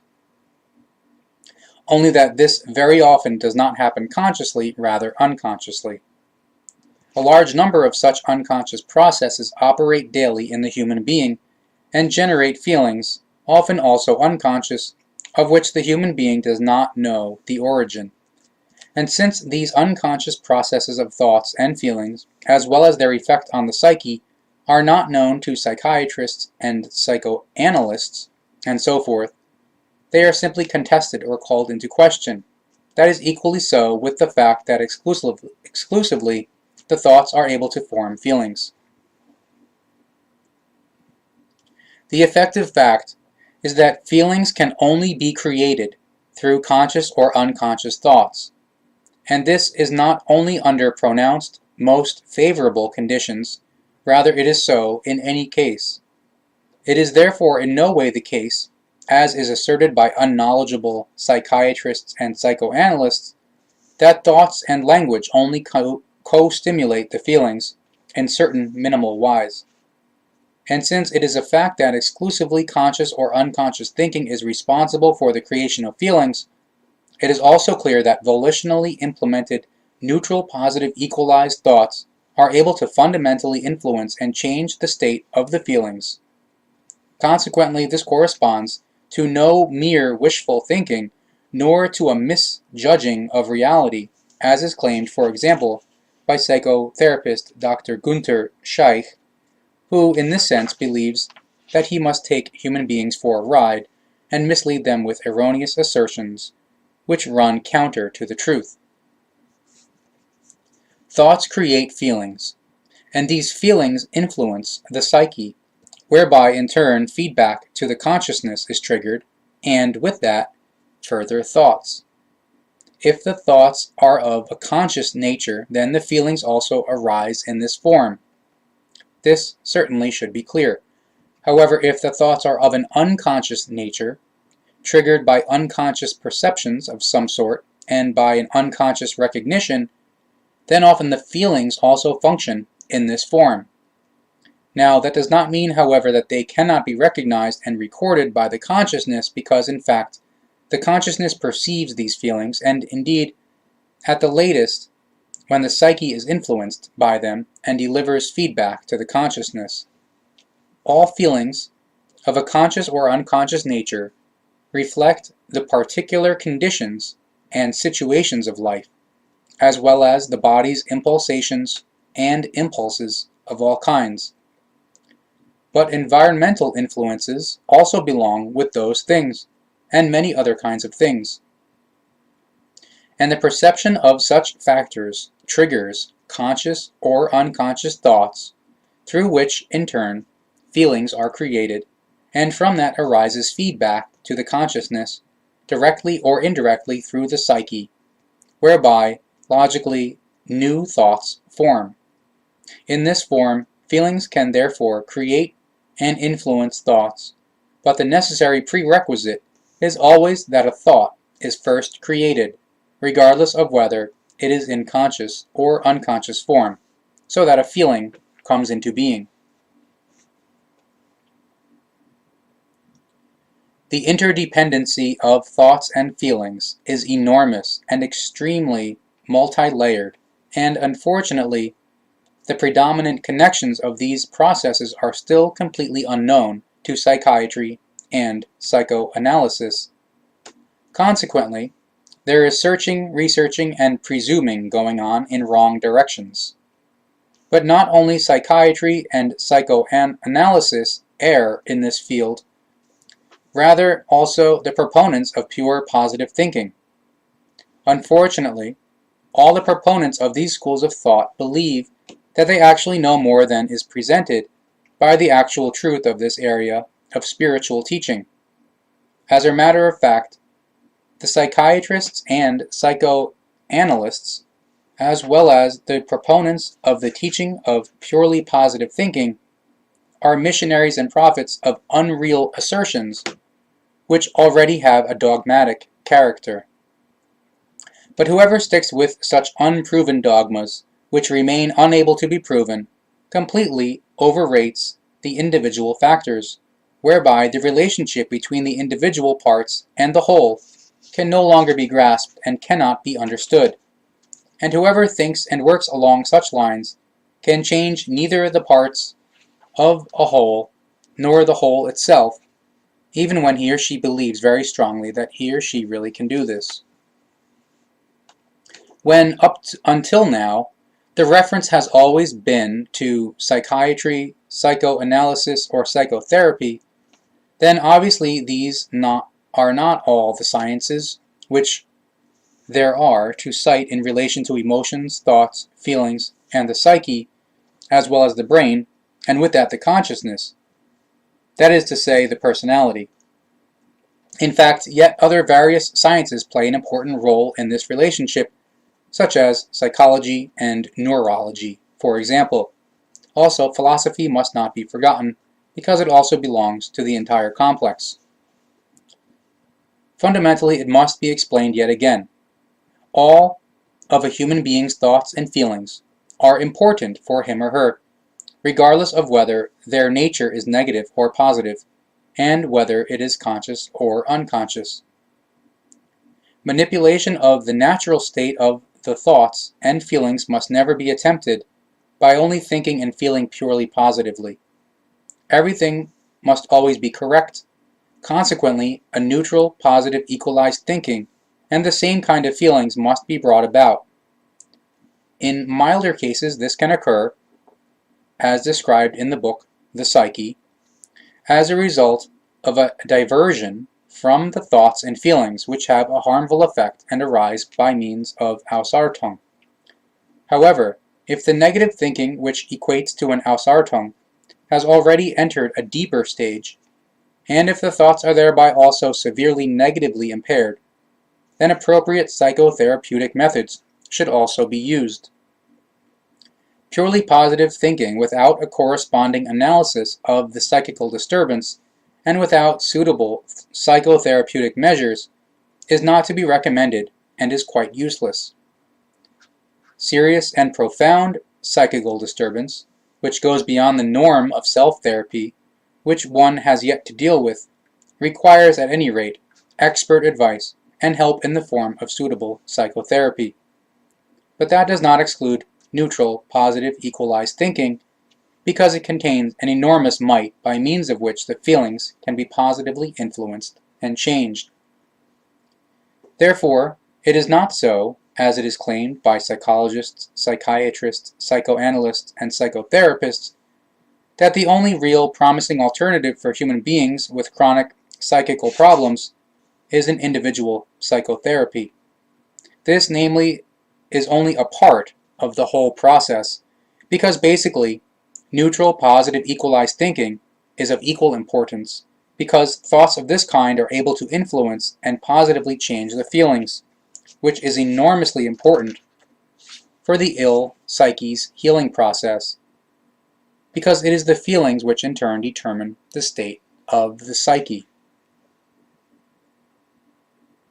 Altogether, it is all a very active, strenuous, and lengthy process, which furthermore is fundamentally different for each human being. For every symptom of a disorder, in a particular case, there are completely different methods, procedures, and setting of Ziele, or goals, to be worked out and used, which relate to both a modification of the thoughts as well as to the psychotherapeutic measures. Of the greatest importance is the creation of a basis for a suitable therapy. That means that a basis, that is to say the required prerequisites, must first be created for a suitable therapy to which the psychically ill human being responds. However, this creation of a basis is associated with an extraordinary amount of work and effort, with very many discussions between the psychically afflicted human being and the therapist. A form of relationship must be worked out, and the psychically disturbed human being must be motivated to cooperate in the healing. Only then can he or she move on to the actual disturbance-resolving therapy, which then consists of general measures which deal with the disorder overall. One such measure is behavioral therapy, in which not only relaxation exercises and confrontation procedures are carried out, rather also processes of the reinforcement and extinguishing of the causes. But also included with that is the awakening of the self-cognition and of the feeling of self-worth, as well as further significant self-instructions and many other things. There is also a concurrent, deliberate training in dealing with problems, from which a training in problem-solving must result. All of these required measures can hardly be worked out and applied with self-therapy, which is why they must be worked out and applied by an expert, and indeed specifically in relation to the disturbed psyche of the human being concerned and his or her symptoms.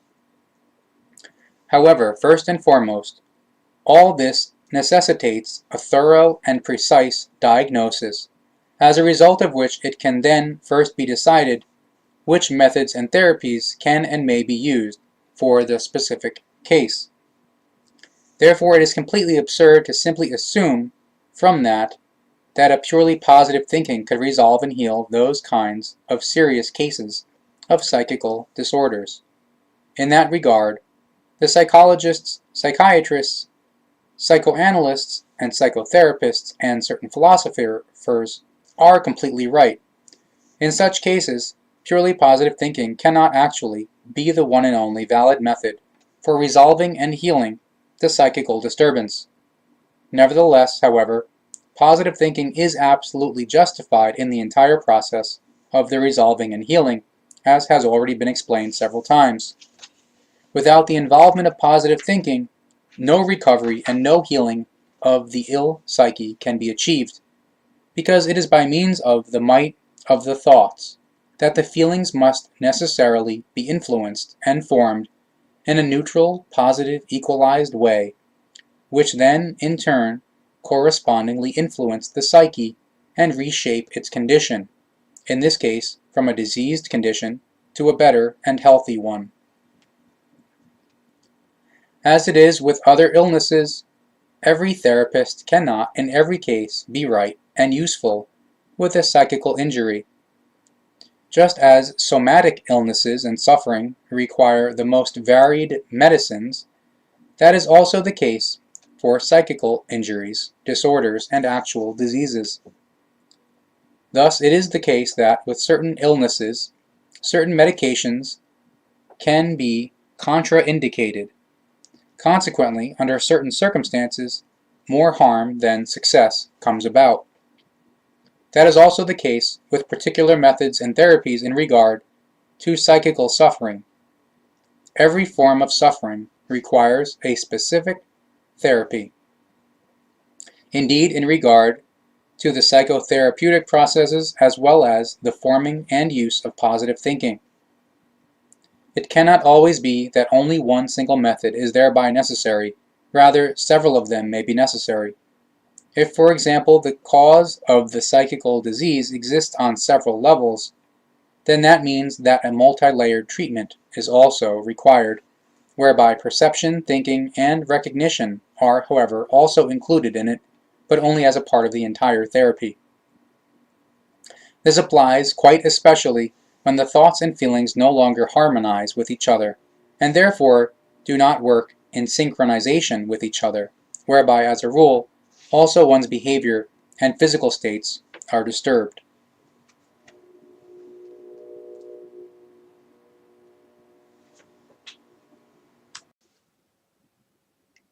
Page 116, Part 9.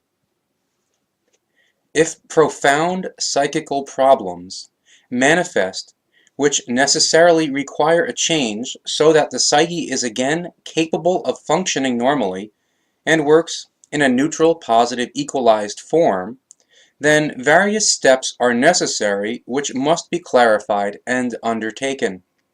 This is the case with both self-treatment as well as with treatment from outside, from a specialist, who must be educated in psychoanalysis and psychotherapy. In less difficult cases, self-psychoanalysis may be quite sufficient, which, however, at any rate requires the necessary knowledge, which naturally also must absolutely be the case with self-psychotherapy. But this is really only valid for cases which do not extend beyond the norm, for which purely positive thinking is still useful and is beneficial as well as successful. It is important to know and to heed that a cognitive restructuring is necessary in any case, regardless of whether it is a simple case which can still be cleared up and resolved through a pure, neutral, positive, equalized thinking, or whether it already deals with a more difficult or even serious case which requires therapeutic help from outside. However, this cognitive restructuring must not only concern perception and thinking, as well as recognition, rather the world of imagination, which is of great significance, must also be involved. Just as much a part of that are the world of ideals as well as one's feelings and language, which are components of the restructuring process, which are of just as much importance as the memory structures component, which plays an important role in the human being's whole process of life. With the entire process to be undertaken of self-psychotherapeutic analysis and treatment, or analysis and treatment from outside, four fundamental factors must be kept in mind above all, and they are the following. 1. The tracking down of distortions of reality. 2. The recognition of distortions of reality. 3. The creation of a new attitude/conviction and the experience of it and the living of it. 4. The conscious, neutral, positive, equalized changing and new programming of the consciousness, thoughts, feelings, as well as the psyche and subconsciousness. As already explained, cognitive restructuring is necessary in the case of any psychical disorder, disturbance, or illness, and in lesser cases, see the psyche. It can be carried out by means of self-therapy, or in more serious cases it must be carried out with the help of psychotherapeutic specialists. The ultimate Ziel, or goal, or end culmination point, thereby, is the changing of the psychically disturbed human being's wrong and sick attitudes and assessments, which can only be overcome by means of corresponding behavioral therapy, which in easy cases can be carried out by means of self-initiative, see the book The Psyche, or in serious cases must be carried out with the help of psychotherapeutically educated specialists. Factor 1. The first step in psychoanalysis, regardless of whether it is carried out as self-analysis or as outside analysis from a specialist, must consist of fundamentally tracking down those important and most important problem-causing thoughts, and the evaluations and feelings which arise from them, which are unconsciously tended and nurtured, and which operate automatically and throw the psyche into turmoil. It is these automatic thoughts which are the crucial point, because it is through them that the feelings are disturbed, and thereby also the psyche, when they create an influence in a wrong, negating, and only negative form. In this kind they call forth a more or less dangerous distortion of reality which can contribute to anxieties and depressions. However, clearing this up is not exactly simple. Rather, it requires certain necessary knowledge and the living of the practical experience. The simplest rule thereby for tracking down the thoughts is the precise examination of all the occurring mental, feeling-based, and verbal as well as memory-conditioned symptomatic reactions, which in certain situations manifest as burdensome and problem-creating. One must thereby critically examine which mental unconscious (or conscious) assessments, attitudes, ideals, and imaginations, and so forth, are hidden behind all the forms of behaving, which self-evidently are also influenced by feelings of a conscious or unconscious kind. And since everything is initially below the surface and hidden, it cannot always be immediately, obviously recognized, which is why it is very often necessary to first work out helpful techniques which can then be practically and beneficially applied.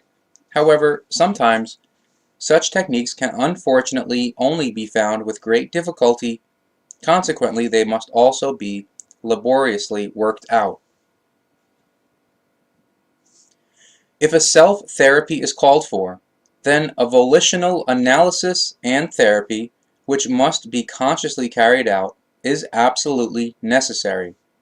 Therefore, one's own initiative and one's own motivation are of decisive significance. However, this initiative and motivation is also required when psychotherapeutic measures from outside are called for. Therefore, interrelated actions are required between the psychically disturbed human being and the psychotherapist. If this interaction from the psychically burdened human being is not there, then, as a rule, it is also impossible for even the most experienced psychoanalyst to track down and recognize the factors which form the problem. The reason for that is that the unconscious thoughts do not reach the surface, namely because no symptomatic reactions and so forth manifest when there is no cooperation from the psychically disturbed person. It is only as a result of certain reactions that the automatic, that is to say unconscious, dysfunctional thoughts and feelings can be tracked down and recognized, to which end, however, the psychically disturbed human being must reach out and therefore be interactive.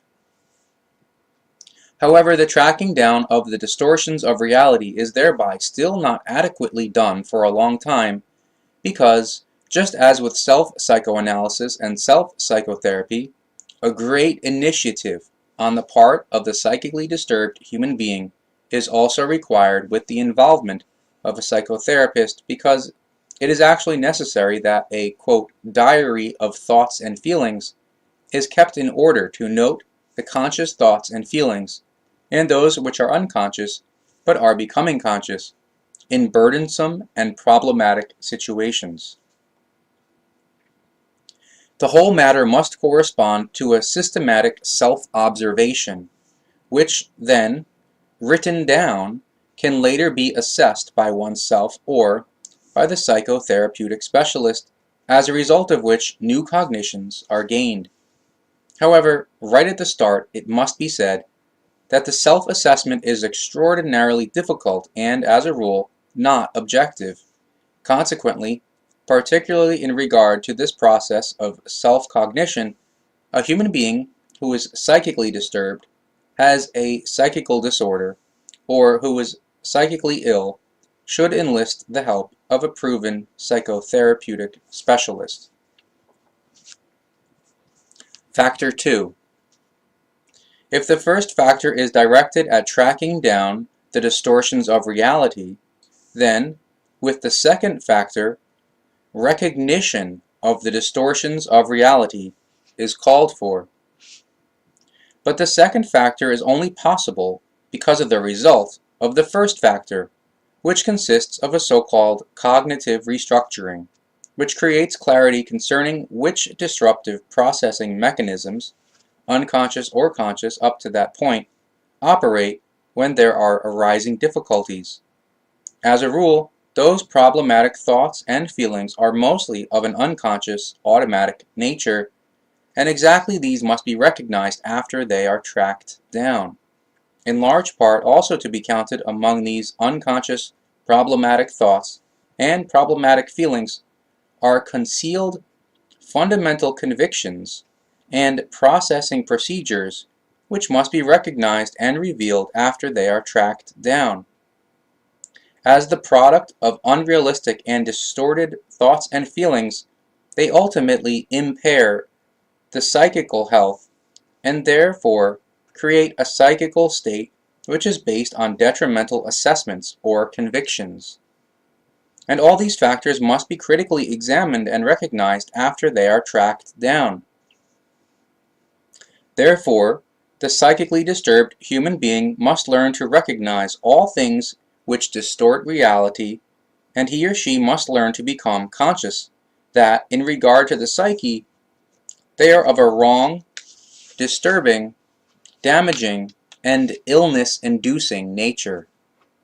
And the psychically disturbed human being must necessarily also learn to free himself or herself from his or her wrong assumptions, thoughts, and feelings, and to no longer be convinced by them. Connected with that at the same time is the working out of new, alternative, and realistic thoughts, through which corresponding feelings are also produced which influence the burdened psyche and help the human being to consciously work on and overcome his or her specific, emerging problematic situation better, and for him or her more satisfactorily.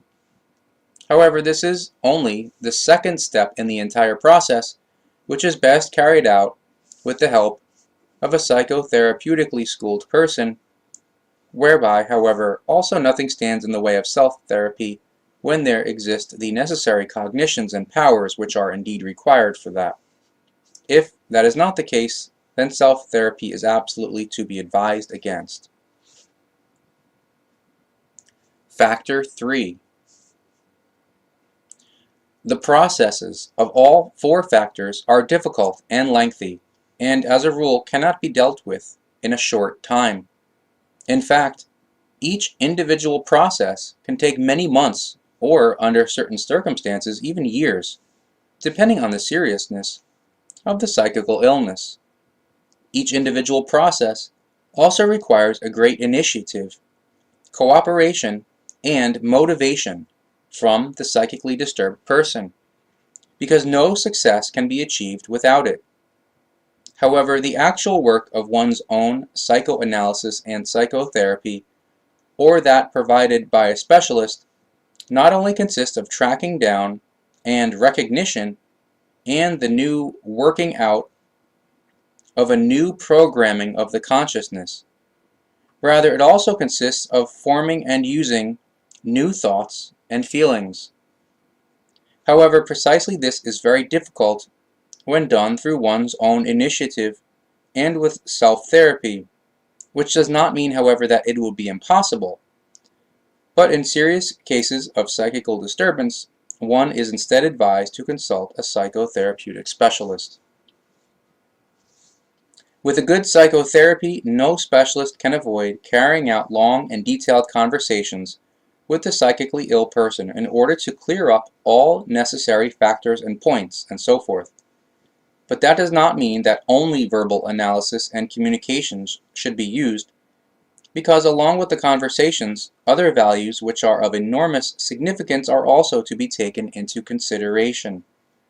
Thus, the psychically ill human being must recognize or be made cognizant of the fact that he or she must examine his or her distorted thinking and his or her wrong convictions in order, by recognizing them, to create new and opposing thoughts and convictions, which then also correspondingly form the world of feelings, and through this, in turn, the psyche.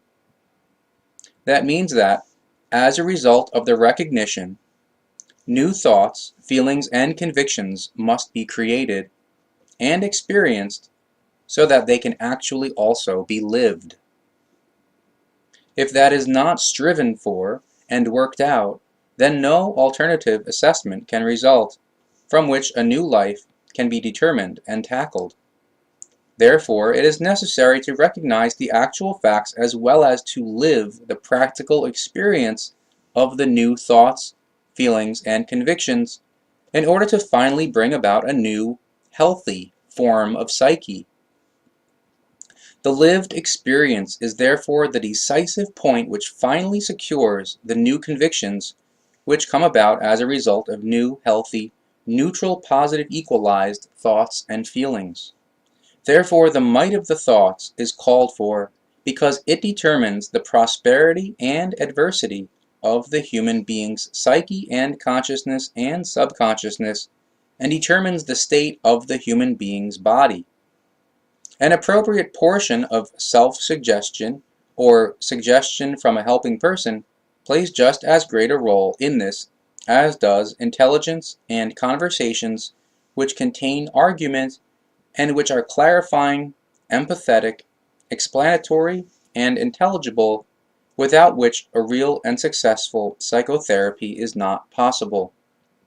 This is necessary help from outside, which naturally does not apply in the case of self-therapy, for which reason such self-therapy is very much more difficult to form, because the one engaging in it must study his or her own, quote, I, and fathom, track down, and recognize everything himself or herself in order to then take the necessary steps of cognitive restructuring and have the lived practical experience himself or herself by means of his or her absolute own initiative. Therefore, should a success be granted, the correct actions must follow in any case. But that means that either the necessary conversations must be carried out with a suitable specialist, or that one's own therapy with appropriate cognitions and thoughts, supported by necessary knowledge, can actually be applied. And it means that concrete, new thoughts, feelings, and convictions can be created in any case, without which the living of new practical experiences is impossible. Without neutral positive equalized thoughts, which must be fundamentally newly created, no neutral positive equalized feelings can arise, which must ultimately influence the psyche in a neutral positive equalized way in order to transfer it into this state. Therefore, this must be given the appropriate respect, because only by following newly created neutral positive equalized thoughts and feelings can new convictions be created, which lead to new practical experiences and to a living of the experiences. From that, it therefore follows that positive thinking is absolutely necessary in order to change a disturbed or sick psychical state for the better, because the might of the thoughts also forms the feelings, which decide the condition of the psyche. Whether the thoughts and feelings are tended and nurtured in conscious or unconscious form thereby makes no difference, as has already been explained several times, because what is important is only the might of the thoughts by means of which everything is called forth and steered. The might of the thoughts is the fundamental factor which decides the prosperity and adversity in those things over which the human being, himself or herself, is the innate master. Therefore, it is not simply the purely intellectual knowledge about one's own psychical disorder and its cause which brings about a change to the thoughts and feelings, as well as to the psyche. Rather, it is the neutral, positive, equalized thinking, and all further factors connected with that, with the resulting outcome of the neutral, positive, equalized change to the feelings.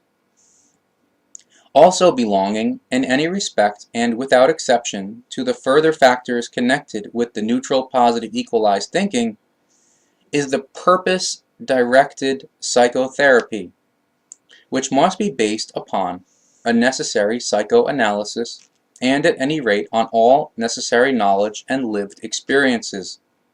As a rule, exactly this knowledge and lived experiences are absent in the individual who is psychically burdened, disturbed, or seriously ill, for which reason a self-therapy is very often out of the question, and for that reason, expert psychotherapy is the only true solution. Suitable therapies often directly consist of the problem-creating situations having to really be searched out and having to be lived again and again, so that the psychically suffering human being becomes accurately aware of the experiences from them in such a form that, in the particular situation, no factors appear which could justify a distortion of the facts. Such a procedure can be very useful, especially with anxiety, fear, and panic, if the situations which trigger the anxiety, fear, and panic are indeed consciously brought about in order to live the experience from them, and in order to recognize from that no factors are contained in them which justified anxiety, fear, and panic. The directed living of corresponding practical experiences is thereby actually often all that must be brought about in order to solve the most important points of the problem. The lived, practical experience, that is to say, the living of the experience, is the most important component in a health-giving psychotherapy, because this thereby stimulates the neutral positive equalized processes of change which are based on a neutral positive equalized thought and feeling process, without which no improvement can be set in motion.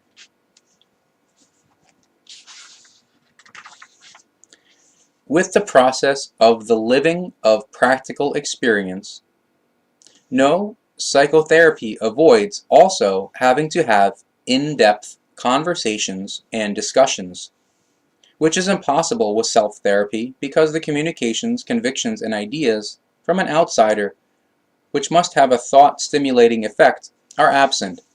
Consequently, a psychotherapy which gives help from outside is, in any case, therefore to be preferred over self-therapy, and it is called for if the condition of the psyche extends beyond the norm, where one can still treat and bring it into order oneself. As a rule, on their own, the conversations and discussions and so forth only bring about a part of the whole, which does not mean, however, that these factors can be disregarded, because the conversations and so forth actually have a quite enormous and important significance in the process of truly good psychotherapy. However, with all of this, one must always take care that new practical experiences are created, which one must live, because it is fundamentally through them that the health-bringing processes of change towards that which is neutral, positive, equalized are set in motion. But exactly this is the great difficulty with psychotherapy, because it requires not only the greatest efforts from the psychically disturbed human being, rather also his or her profound motivation, as well as the necessary knowledge and lived practical experiences of the psychotherapeutically helping person. Although a neutral, positive, equalized thinking is absolutely necessary in psychotherapy, it is not done with the pure positive thinking alone, because, as has been explained many times, the important psychotherapeutic factors are also to be used, which must be worked out through appropriate analyses. Therefore, it is wrong to only want to use solely positive thinking, as the hack writers of books claim in regard to pure positive thinking. Certainly the might of the thoughts remains undiminished in all human beings in all situations, but that does not mean that further methods and steps would not also have to be used if the psyche is so seriously disturbed or sick that help from a third party is required for its recovery. Therefore, the much propagated purely positive thinking must fail if the other necessary steps and an intentional psychotherapy are not also undertaken and carried out. Pure positive thinking is only effective where the psyche is not yet so disturbed that psychotherapeutic help is necessary. If the disorders are already too serious, then without corresponding therapy, pure positive thoughts are unable to create any new, personally communicable thoughts, feelings, and convictions which could be lived as new practical experiences. Fundamentally, there is no motivation for that. The motivation must first be found by means of a suitable analysis, and then must be formed and implemented by means of corresponding therapy. Therefore, pure positive thinking is completely wrong in such hard cases, and under certain circumstances it is even dangerous, because in such a situation it is actually not able to carry out the necessary examinations of reality, which are necessary in order to recognize the facts of the problem and to grasp the necessary psychotherapeutic measures.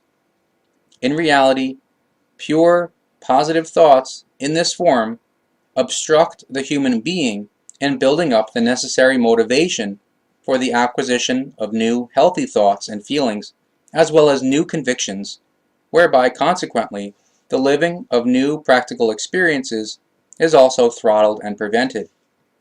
However, if neutral, positive, equalized thinking is used in association with suitable psychotherapy, then the human being's actual coping possibilities, which slumber in him or her in defiance of his or her psychical illness, become obvious to him or her. Therefore, it does not correspond to a paradox when it is said that pure, positive thinking is absolutely damaging in one case, however very helpful in another case, depending on the form in which it is used. Thus, in one case, inappropriately and wrongly, if one builds solely upon pure positive thinking when the psyche is seriously disturbed. In the other case, appropriately, and correctly when it is practiced and maintained in association with indispensable, necessary psychotherapy.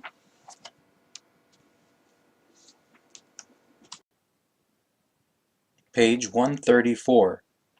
Factor 4. The quota of suitable psychotherapy is still not complete with the creation of new thoughts, feelings, and convictions, which must be lived as practical experiences. Truthfully, difficult work begins, once again, with the fourth factor, and that requires much initiative and partly comprises a repetition of Factor 3. Therefore, an examination of reality must be undertaken, which first raises the outstanding question of whether everything which the psychically disturbed, that is to say, psychically ill, human being thinks and feels actually corresponds to the truth. But that leads in turn to the next question, which has as its basis, quote, "What then?" And in order to clear up these two questions, it is often inevitable that certain risks must be taken in order to create precise clarifications. The risks exist, for example, when the psychically disturbed human being is introduced to an inundation of stimuli which correspond exactly to his or her problems.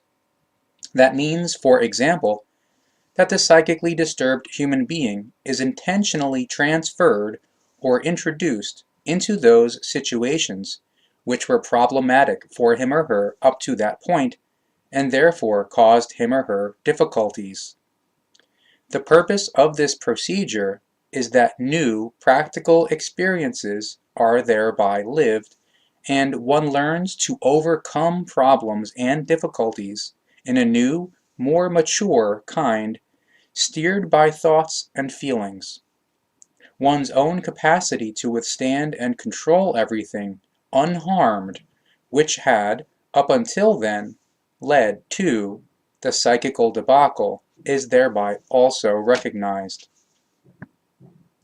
A further form which the examination of reality can take, for example, is role play, which is better known by the term, quote, "role reversal," or parentheses, transactional analysis. In this form, the psychically disturbed human being must get familiar with his or her problems and difficulties from a point of view other than that which he or she occupied up until that point, in order to recognize, comprehend, and resolve his or her problems and difficulties, whereby neutral, positive, equalized thinking and the feelings which arise from it in equal measure are especially important.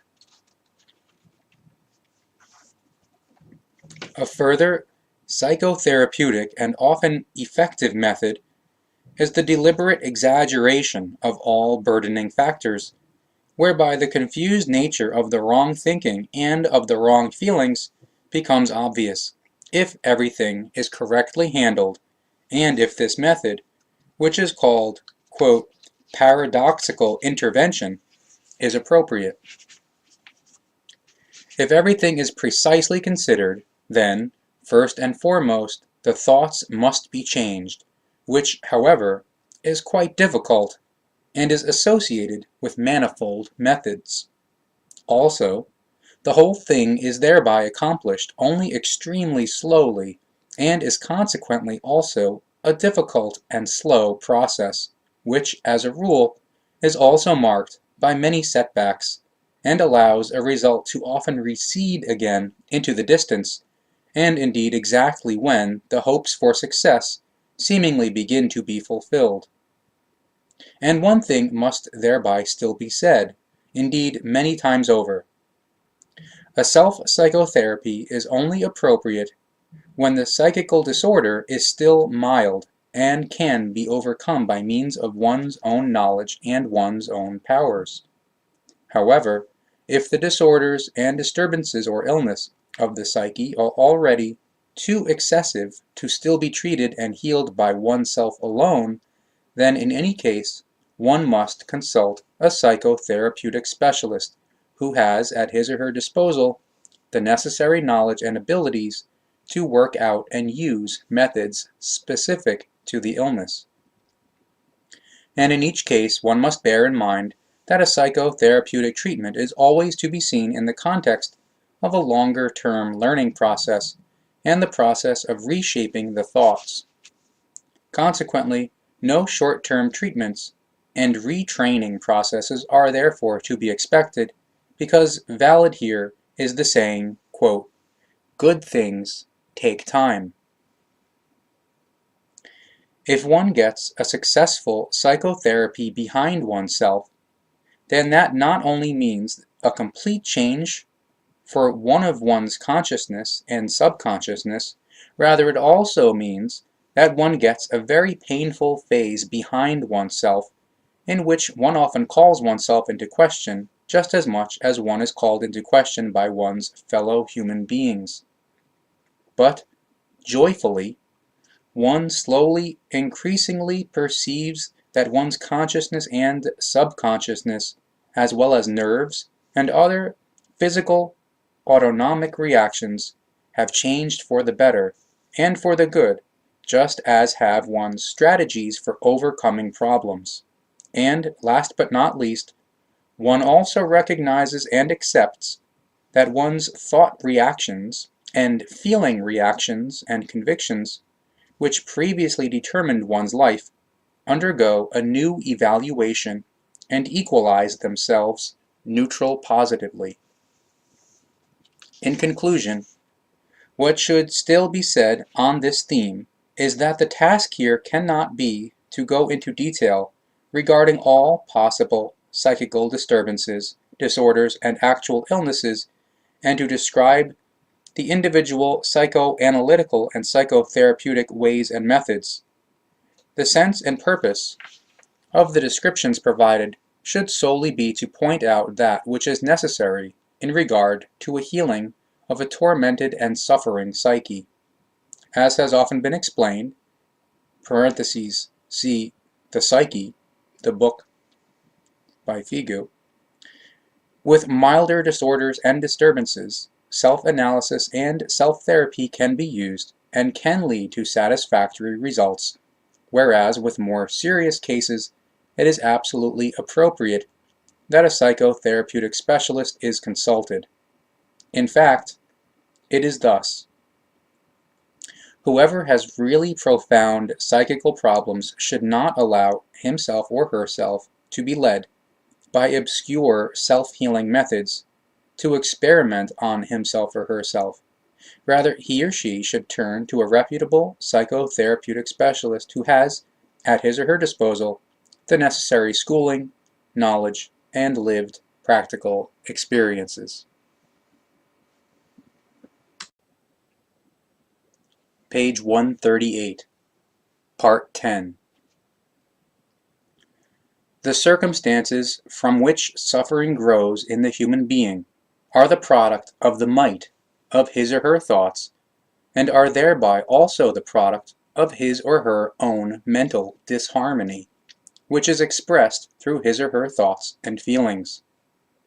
Consequently, the circumstances which the human being meets with grace, joy, and enjoyment are also the result of his or her own thoughts and feelings, and are thereby the result of his or her own harmony. The benchmarks for right thinking are not material possessions, rather they are joy, happiness, harmony, and equalizedness. Material possessions are truly only the measure for material striving. However, they are not the measure for correct thinking in regard to the well-being of the psyche, the body, and the entire personality. Therefore, a lack of material possessions can only have disadvantageous effects when, on account of it, one nurtures and tends a wrong thinking through which wrong feelings arise, and, from that, the psyche is wrongly influenced. Thereby, that which applies here is only the benchmark for wrong thinking. For that reason, it is always necessary that the human being constantly nurtures strong, harmonious, and healthy thoughts, and thereby also builds up corresponding feelings. This is the way to stop rebelling against all circumstances which are not compatible with one's own views. The rebellion against them must in fact be transformed in such a form that the circumstances which are not compatible with one's own views are certainly perceived, however they are simply diverted or neutralized, so that they do not lead to a wrong edifice of thought and consequently can cause no harm. On the other hand, such circumstances are often necessary for the further development of the consciousness. Consequently, they are to be regarded and used as helpers in order to obtain a quicker evolutive growth as a result of them. But in this sense, such circumstances can also be a means for the discovery and perception of hidden powers and possibilities in the human being himself or herself. And all this is based on unbending creational laws. The complex of the creational laws is the ruling principle in the universe. There is no room in it for confusion, just as there is no room in it for unfairness. The laws of the creation are namely the primal principle of the life. And this primal principle is based on love, in which unbiased, uniform fairness prevails, which guarantees an equivalence of all life. The primal principle of love and fairness thereby becomes the driving power and the nature of the life, and thereby, for the human being's spiritual life, it is not the corruption, rather the righteousness which becomes the connecting and motivating power. And since that is actually so, the human being has to constantly vindicate himself or herself before he or she is able to find out that the laws of creation, that is to say, the laws of the universe, the laws of the universal consciousness, are right. And during the process of vindication before himself or herself, the human being is able to see and recognize that he or she does not only change himself or herself in a positive sense, rather that also the situations and the other human beings change in relation to him or her. But this in fact only happens when the individual himself or herself changes his or her thoughts in regard to situations and other human beings and in regard to the whole environment. This is a truth which lies cogently in each human being, for which reason it is easy to examine by means of a systematic inner look, self-fathoming, and self-recognition, if only the necessary initiative and effort are summoned for that. However, that requires a change to the thinking. If, however, the thinking is radically changed, then one can ascertain with astonishment how quickly the change not only has an effect on one's feelings and psyche, rather also on one's fellow human beings, as well as on all circumstances and on the environment and on all of life. Very pretentiously, the human being pretends that he or she is able to keep his or her thoughts and feelings secret from others, but directly in doing so, he or she fools him or herself, whereby he or she proves him or herself to be a liar. In fact, the thoughts and feelings very quickly crystallize into habits, which harden just as quickly into circumstances and are expressed outwardly. Consequently, they can be seen, recognized, and analyzed by any other human being. The thoughts and feelings thereby become evident, because it is through the might of the thoughts that the feelings and then the habits and circumstances which can be witnessed and recognized by any other human being, are formed. Lower thoughts form lower feelings, lower habits, and lower circumstances, such as alcoholism, hate, affliction, resentment, sorrow, grief, bitterness, errors of judgment, and so forth, and many kinds of suffering. If one's thoughts are destructive, then they crystallize into confusing and exhausting habits and circumstances which the human being who is afflicted by them is no longer able to control. The bad and confusing habits and circumstances harden, and soon thoughts of fear, of doubt, and of indecision arise, whereby already after a relatively short time everything becomes automatic and all processes thereby run unconsciously. From the circumstances and habits which have arisen from that in that way, new circumstances arise which harden into failure, impoverished thinking, and into dependency, and so forth. Also, anxiety, fear, and panic can arise from that, if wrong convictions are created and one lives the experience of them. But wrong thoughts are also able to develop and harden into habits of uncleanliness and unhonesty, while thoughts of hate and disdain form into habits, convictions, and lived practical experiences of such a wrong form that accusations, Gewalt, injury, and persecution arise from that. Selfish thoughts of every kind cause all altruistic factors to sink, and instead of altruism, they promote selfishness and egoism, as well as many other tormenting circumstances and habits. The might of the thoughts namely has an effect everywhere, thus in the positive just as in the negative. Accordingly, beautiful, good, and positive thoughts of every kind form habits and circumstances as well as convictions and experiences worth living, of grace and kindness, of cheerfulness, moderateness, modesty, and self-control. But constructive thoughts also generate and strengthen the human being's calmness, love, peace, and effective courage, as well as his or her reliability and ability to make decisions. But also the feeling of responsibility and one's inner, innate, real freedom fully crystallized from that. But neutral, positive, equalized thoughts are able to create very much more yet, such as assiduousness, a sense of order, cleanliness, honesty, gentleness, feelings for others, and a readiness to help, and so on and so forth.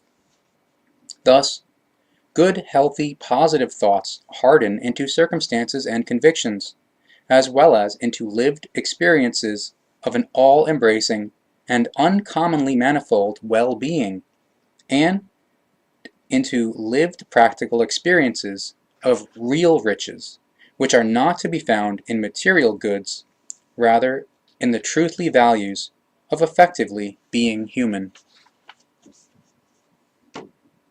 If one holds firmly to a certain thought, be it good or bad, negative or positive, small or great, wrong or excellent, then, with absolute certainty, it will have its effects on one's feelings and on one's psyche, as well as on one's morality, character, and entire personality.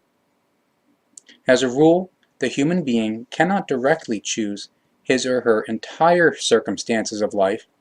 However, he or she can choose his or her thoughts, by means of which he or she forms his or her feelings and psyche, and indirectly, and indeed infallibly, his or her circumstances of life. At any rate, at least those which are in his or her own might.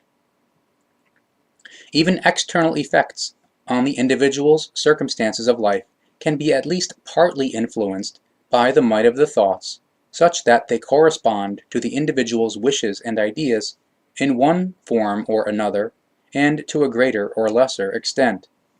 In fact, the creational natural powers in the human being work with him or her and through him or her in order to be helpful to him or her in making real the thoughts which are most intensively tended and nurtured.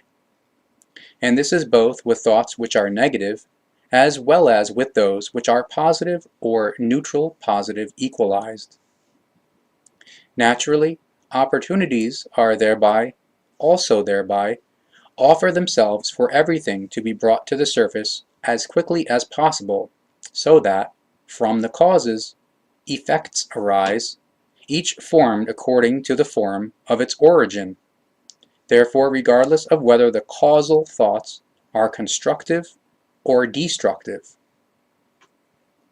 If the thoughts are destructive, bad, wrong, negative, and inadequate, and so forth, then, correspondingly, the same kind of circumstances come about in regard to one's thoughts, feelings, and psyche, as well as one's morality, desire and moods, character, and entire personality. However, if everything which is negative, bad, inadequate, destructive, and wrong, and so forth, is dismantled and neutralized, then everything becomes gentler and more peaceful for the human being. The personal, inner circumstances also change as soon as the weak and sick thoughts are seriously and consciously disposed of in order to make the necessary room for the new, healthy, and strong forms of thoughts. As a result of new and healthy, powerful, constructive thoughts, new opportunities to support the newly made, firm intentions constantly form, because as soon as consciously good and healthy thoughts gain the upper hand, they increasingly encourage themselves and strengthen their own security, whereby, finally, everything is set straight once and for all. The self-created, hard destiny which arises as a result of negative thoughts is thereby neutralized and is therefore resolved, whereby the chain of self-created misery and shame is broken and annihilated. Thoughts are the truthly world of the human being, because by means of his or her thoughts and their might, he or she steers and forms that nature of his or hers which outwardly comes to the fore, and his or her entire personality in all their individual factors and manifestations. The might of the thoughts thus forms the human being into that which he or she wants to be, and the might of the thoughts ultimately determines the being or non-being of the human being, and thereby determines every opportunity for him or her to adjust to his or her life, and to make the best of any situation, as well as to create personal inner peace and true inner freedom.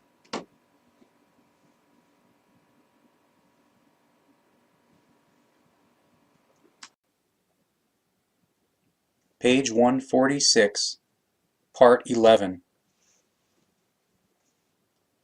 The human being's body is enlivened by the spirit, which, as a tiny part piece of creation, must be regarded as the actual, truthful life.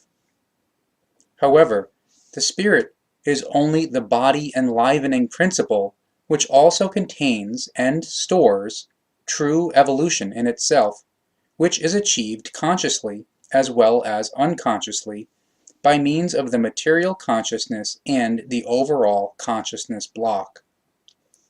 The spirit is the driving power of the life and of the evolution, and indeed, in constant compliance with the creational laws and recommendations. The power of the striving is conveyed, according to the creational principle, by means of the spirit, to the material consciousness, which independently works and develops itself, indeed, by means of its world of thoughts. The body is the medium of the expression of the material consciousness.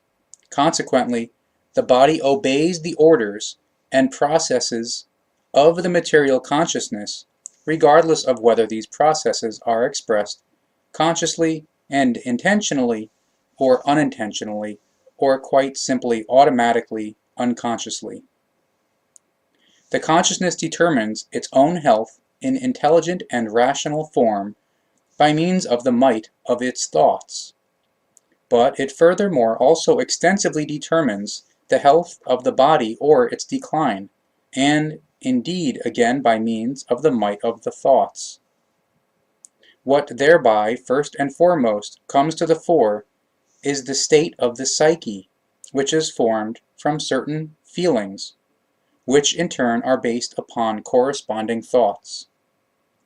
And depending on the state of the psyche, the body can be healthy and powerful, or sick and weak. But that does not mean, and this must be said clearly and precisely, that all diseases and other physical illnesses are only called forth or determined as a result of the thoughts and feelings, and as a result of the psyche, because, truthfully, there are very many physical illnesses and diseases which are determined and come about absolutely in another way, and consequently in regard to their manifestation and effect have nothing to do with the world of thoughts, the world of feelings, and the world of the psyche. However, it must nonetheless be said that the thoughts and feelings, and the psychical state which results from them, can negatively or positively influence physical illnesses and diseases, whereby a healing process, for example, can be dependent upon that, and so forth. At any rate, the fact is that, at the command of unhealthy, wrong, negative, and destructive thoughts, the feelings form in the same way, and then in turn, through these, the psyche, from which the result then is that the body becomes more susceptible to illnesses and disease, and the immune system becomes impaired in its effectiveness. In contrast to that, if the thoughts are constructive, beautiful, positive, happy, and equalized, then the feelings and psyche also form likewise.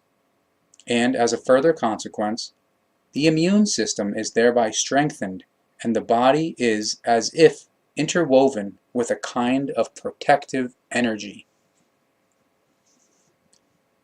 If all the effectiveness of the thoughts is seen in the right way, then it can be recognized that the might of the thoughts is therefore also able to determine the physical well-being, and thereby sickness and health in manifold form, quite apart from the other circumstances of life which are likewise created and steered by the thoughts.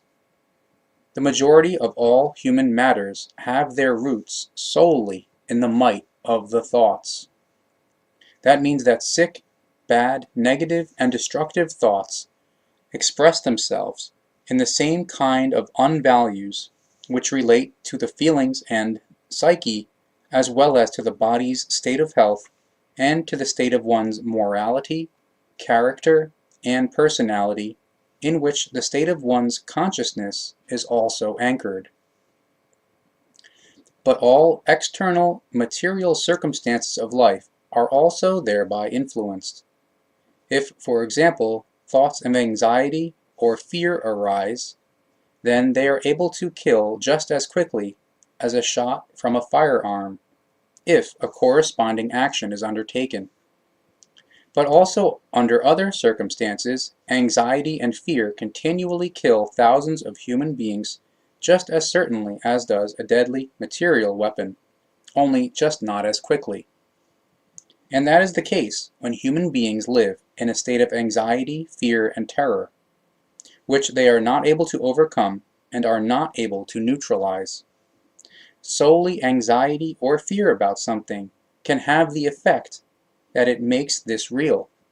Consequently, a human being who, for example, lives constantly in a state of anxiety about illness, sooner or later actually becomes ill.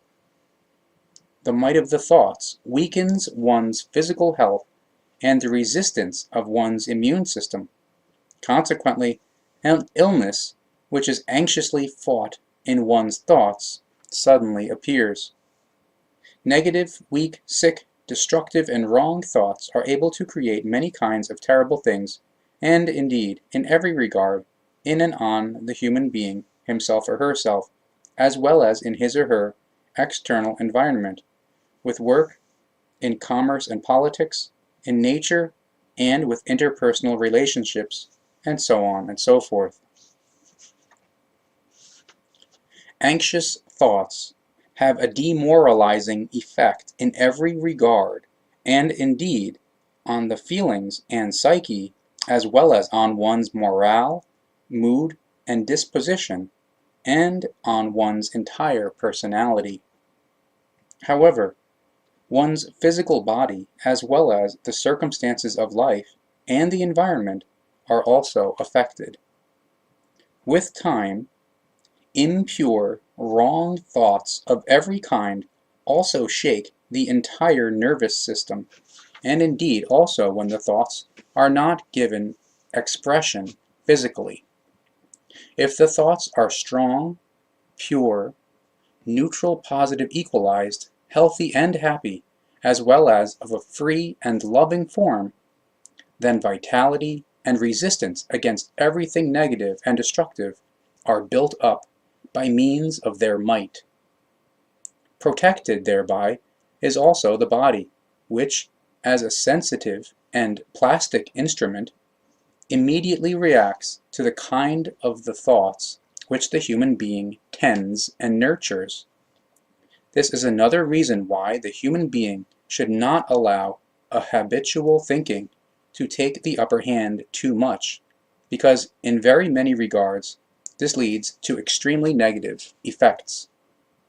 One's thinking should therefore not be habitual, rather always constructive, and thereby also renewing and progressive, so that the might of the thoughts is able to make real all that which is useful and worth striving for the human being, for his or her consciousness and psyche, as well as for his or her life and entire circumstances of life. As long as the human being nurtures unclean, pessimistic, wrong, sick, bad, and negative thoughts, his or her feelings, which in turn correspondingly form the psyche, from which one's life and body are then influenced, will form in equal manner. If the thoughts from one's consciousness are depraved, then inevitably also one's life and body are depraved, because the might of the thoughts allows no possibility other than that which the thoughts themselves create. In fact, it is the thoughts which are the wellspring of one's actions, one's life, and its fulfillment. If the wellspring is bad and negative, then that is also the case with the actions which emerge from it, with one's life and all factors associated with it. However, if the wellspring is pure, good, and positive, then also one's actions, one's life, and all circumstances connected with it form accordingly. Thoughts cannot be changed by means of a different new diet, or by means of sport, a great amount of talking, and a great amount of book knowledge. Rather, they can be changed solely by means of the thoughts themselves being fathomed and understood in order to then correctly form and use them, that is to say, allow them to be constructively, creatively effective through their own might. Just as the material body demands pure and healthy nourishment, and can only thereby really live and be largely free of suffering and illness, also the thoughts require pure, healthy, and positive nourishment, if they are also to be nurtured in this form. Pure, healthy, and positive thoughts only come about when, in their origin, they are free, open, peaceful, and harmonious, and thereby neutral, positive, equalized. And if the thoughts have been originally formed in this way, then the human being no longer demands ungood, negative factors and desires through which his or her thoughts are burdened and steered in a negative form. The origin of the thoughts thereby forms from various factors which arise both from ideas and views, as well as from wishes and desires, and so forth, but also from experiences of all kinds of situations of life which call forth certain emotional impulsations, and in this form bring about the effect of their origin on the thoughts which follow.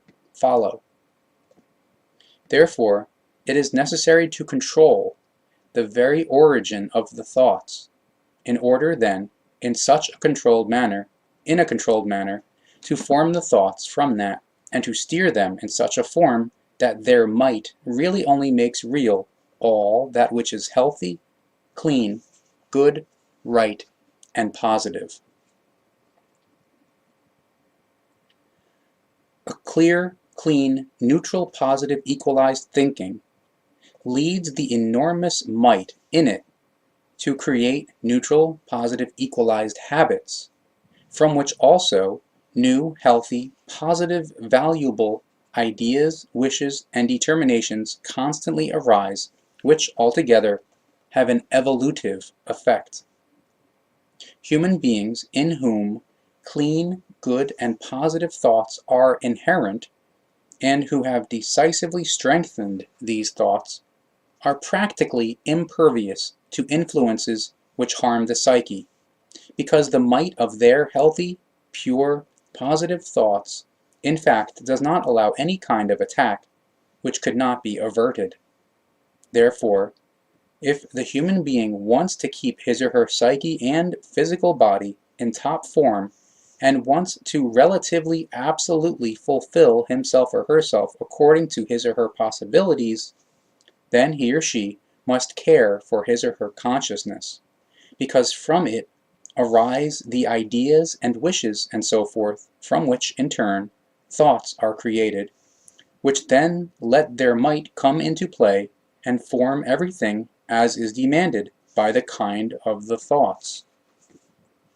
Therefore, if the human being wants to change and brighten up his or her psyche, and, in a certain wise, also his or her body, and the appearance of his or her physiognomy, and his or her entire form of expression, then he or she must care for his or her consciousness and have it create, in a neutral, positive, equalized form, those thoughts which in every regard and wise are affirming of life. Thoughts with a negative form, thoughts born of maliciousness, envy, addiction, and vice, of disappointment, lovelessness, and hate, as well as thoughts born of an absence of courage, of selfishness, and unpeace, and all other thoughts of a negative, ungood, unpure, and wrong form, bring the same kind of effects for the psyche and for life in all its variations. Therefore, the joyful or sullen facial expression does not come about by chance, which does not exist anyway. Rather, it comes about solely by means of the might of the joyful or sullen thoughts, which form the feelings and the state of the psyche, which is inevitably reflected in one's facial expression. In this form, also disfiguring wrinkles often come about in faces through which the human being's inner life and life of thoughts become obvious. And naturally, these kinds of wrinkles have nothing to do with those which come about as a result of natural aging processes and so forth. However, the truth is that many such wrinkles emerge through the misuse of thoughts, through foolish thoughts, through manifold kinds of self-created suffering, and through completely wrongly understood and wrongly expressed pride, and so forth. The faces of human beings are formed in this way. Thus, in old age, one can have a face which, in its appearance, is like that of a young and still unspent human being, while others, in their early years, already display a face which shows extraordinarily disharmonious contours and furrows, which are alarming. With the first, it is the product of a bright, happy, and harmonious world of thoughts, and a bright, happy, and harmonious psyche. With the second, the effects of wrong, negative, and self-pitying, unsatisfied thoughts. Just as a human being can have no lovingly furnished, well-ventilated, bright and harmonious living space, and space which is beneficial to him or her, if he or she does not, as is necessary, lovingly arrange it, harmoniously form it, and air it out, and let the sunshine radiate in and warm it. A healthy body and a glad, happy, or bright face are only possible when one's consciousness is filled with thoughts of joy, peace, love, and harmony. These are the thoughts which then, in this form, also form the feelings, by means of which one's good will and peaceful and loving cheerfulness then enters the psyche, which then forms in accordance with these thoughts and feelings, and, in turn, radiates the same kind of impulses into the consciousness, from which, in turn, new thoughts of the same kind evolve, in a progressive, constructive rhythm of life-affirming development. When the faces of human beings are regarded, then whole life stories can be recognized by those who see, recognize, and are knowledgeable in this respect. And the older the human being is, the more his or her practical experiences which he or she has lived express themselves in his or her face. But all variations of the impulsations and processing procedures of the feelings, psyche, emotions, and naturally of the thoughts are also written in faces. Consequently, those knowledgeable about physiognomy are able to read them like a book. And exactly this is not possible with the faces of old human beings. And exactly this is not only possible with the faces of old human beings, rather also with those of young human beings.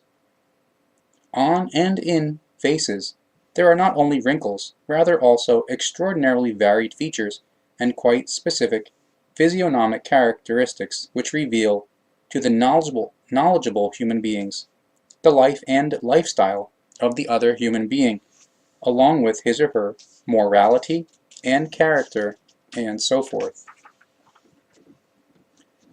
On the faces of human beings there are, for example, wrinkles and features which express the human being's feelings for fellow human beings, or however characteristics which express feelings for lower creatures.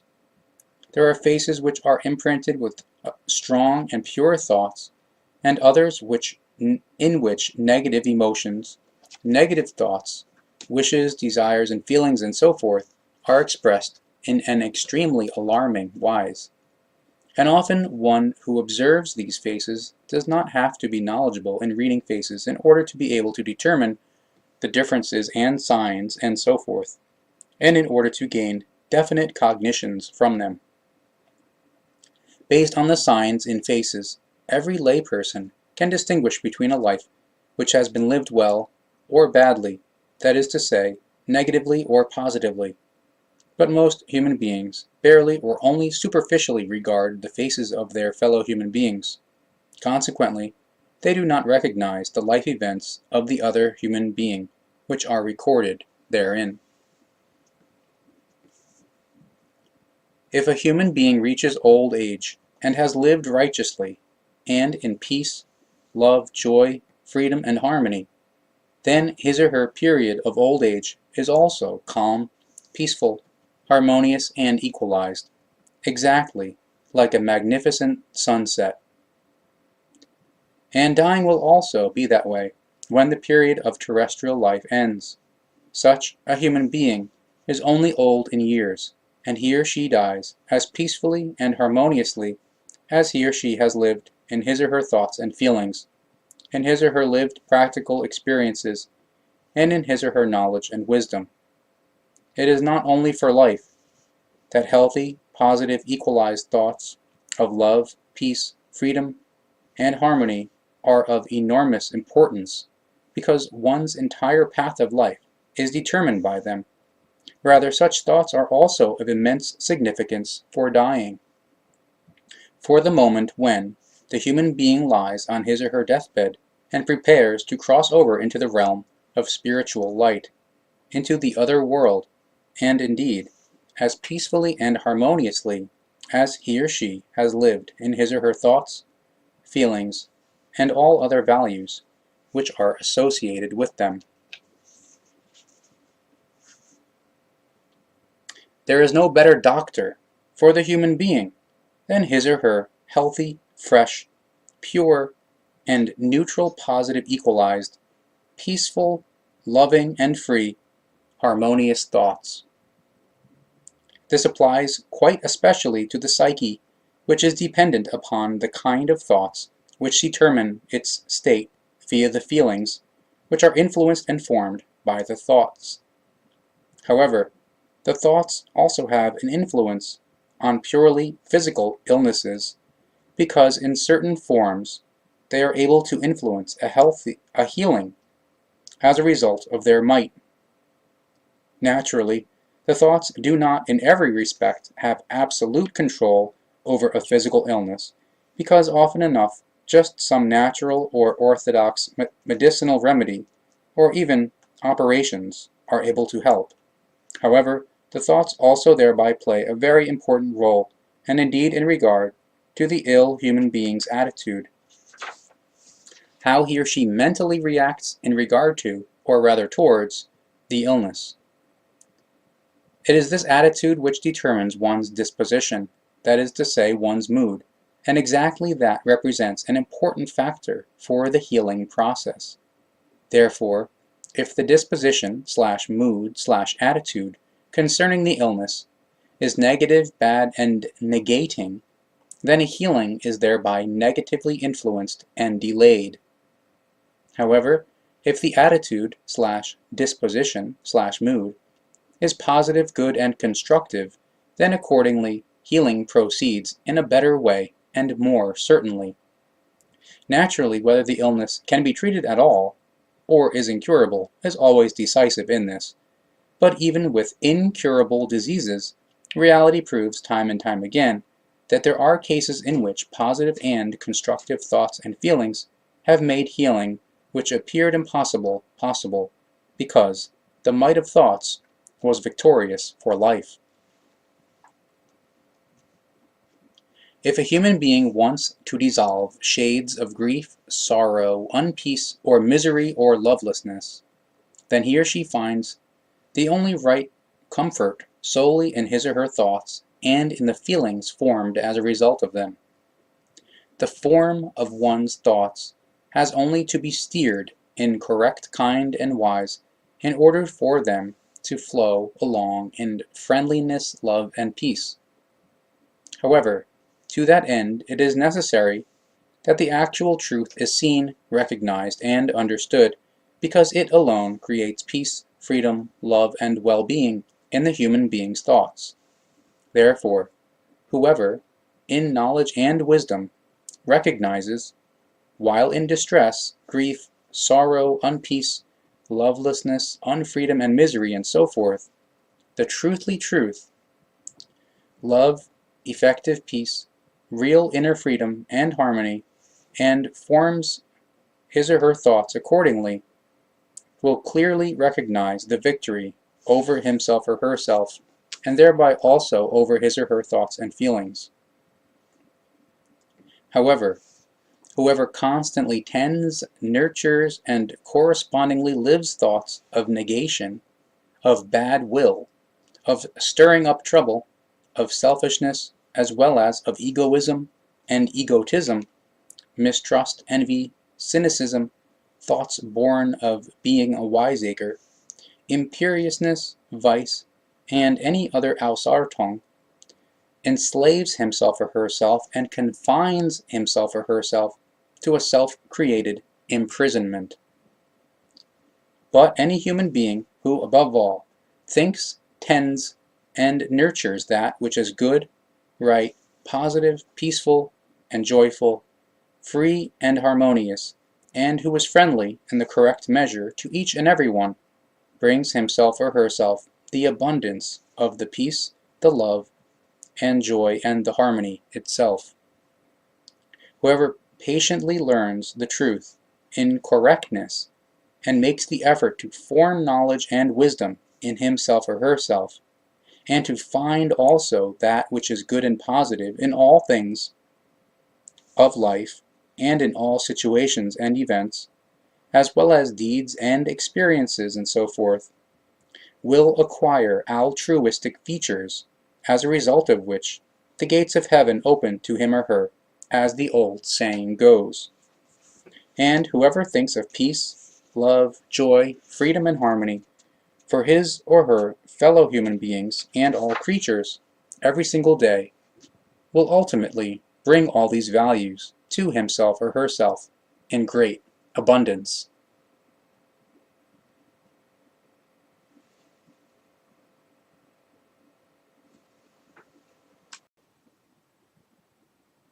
Page 160, Part 12. The word Ziel, spelled Z-I-E-L, is a German word for goal or end culmination point, an ultimate destination. Ziele is the plural of seal. Only a conscious or unconscious purposefulness is able to bring one's thoughts to fruition. Therefore, the might of the thoughts is only effective when there is a definite intention, indeed a setting of a Ziel, connected with the thoughts. This intention or setting of a Ziel can thereby be created completely consciously or also unconsciously. What is thereby important is only that such a setting of a Ziel exists, because a thought can in fact only be intelligently fulfilled and brought to fruition when there is a definitive intention, that is to say, a definitive setting of a Ziel. The fact that not only conscious strivings toward a Ziel, rather also unconscious ones are thereby able to come to fruition is due to the nature of the might of the thoughts. Once the thoughts are actually created, then they also very quickly gain power and indeed might, if they are repeatedly thought. And it is finally the might of the thoughts which allows the thought's intentions and setting of Ziele to become reality. But for the human being, that means he or she should control his or her thoughts in every phase, and indeed consciously, so that uncontrollable, unconscious, automatic thoughts do not become the driving might and do not fulfill unconscious intentions and the unconscious setting of Ziel, which are able to bring about psychical and physical harm, as well as material harm. Unfortunately, most human beings allow their thought boats to drift unchecked on the ocean of conscious and unconscious intentions and unconscious setting of Ziele, without becoming aware of the enormous might of the thoughts. Their intentions and setting of Ziele are in truth a destructive purposelessness, a vice of senseless drifting which leads to having no success, to ill humor, moodiness, unfairness, egoism, and to many other bad, wrong, and negative aspects which are extremely unworthy of human beings. But truthfully, no human being should allow such drifting to come about if he or she wants to live, have complete freedom to act and think in the right way, as well as prevent psychical, physical, and material harm. With the might of correct, healthy, and positive thoughts, in righteousness, the human being is even able to prevent catastrophes and destruction. Unfortunately, it is characteristic of many human beings that they do not see, let alone have, any central and evolutive sense in their lives. A serious reason for why they fall prey all too easily to petty anxieties and problems, as well as to wretchedness, grief, sorrow, worries, and self-pity, and so forth, as the booty of their own weaknesses. These indicators are indeed often perceived, but only superficially, and consequently such that they are not recognizable, whereby the entire terrible thing can then take its course. That all then leads to failure, unfortune, disadvantage, and loss, as well as to many kinds of harm. A forward striving is thereby prevented, because that which is negative, wrong, and bad, and so forth, hinders progress. But exactly this hindering leads to destruction and annihilation, and, in fact, because it is weak. But weakness can never survive, because, in a universe which mightfully demands evolution, everything weak must inevitably go under. For that reason it is necessary that every human being sees, finds, and fulfills a legitimate sense in his or her life. According to the creational laws of evolution, in order to fulfill this sense, it must, by means of striving, be made the central point of one's thinking. One's striving for the fulfillment of the evolution can thereby be very manifold, and can have a purely spiritual foundation, as it can a purely consciousness-based or purely material foundation. Thus, in one moment, striving can therefore be a spiritual or consciousness-based matter, or, however, a purely material one, depending on the present nature of the human being. However, it is important that the human being sets a conscious Ziel, controls it, and works towards it, and indeed, above all, in his or her thoughts, because their might realizes the Ziel which is striven for. But no matter what the Ziel is, the human being should constantly align the powers of his or her thoughts with it. That means that once the human being has set its Ziel, he or she must purposefully concentrate his or her thoughts on it, if he or she actually wants to consciously fulfill it. Each human being should make the sense of life, as such, a Ziel, his or her highest obligation, along with the conscious fulfillment of the Ziel, and therefore he or she should entirely dedicate himself or herself to the conscious reaching of his or her Ziele, if these are of a good, positive, right and healthy, constructive kind. If the human being wants to live in a right, healthy, upright way, and according to the creational laws, then he or she must not allow himself or herself to stray or slip into firm or fleeting fads and wrong wishes, yearnings, and imaginings, or into desires and the like. This self-control belongs to the ideal way of self-control, which every human being should exercise completely consciously over himself or herself. And it also belongs to thought concentration, which is absolutely necessary if the might of the thoughts is to be correctly used and is to be effective. Naturally, not everything can always succeed straight away, because so many things do not allow themselves to be so easily brought to fruition.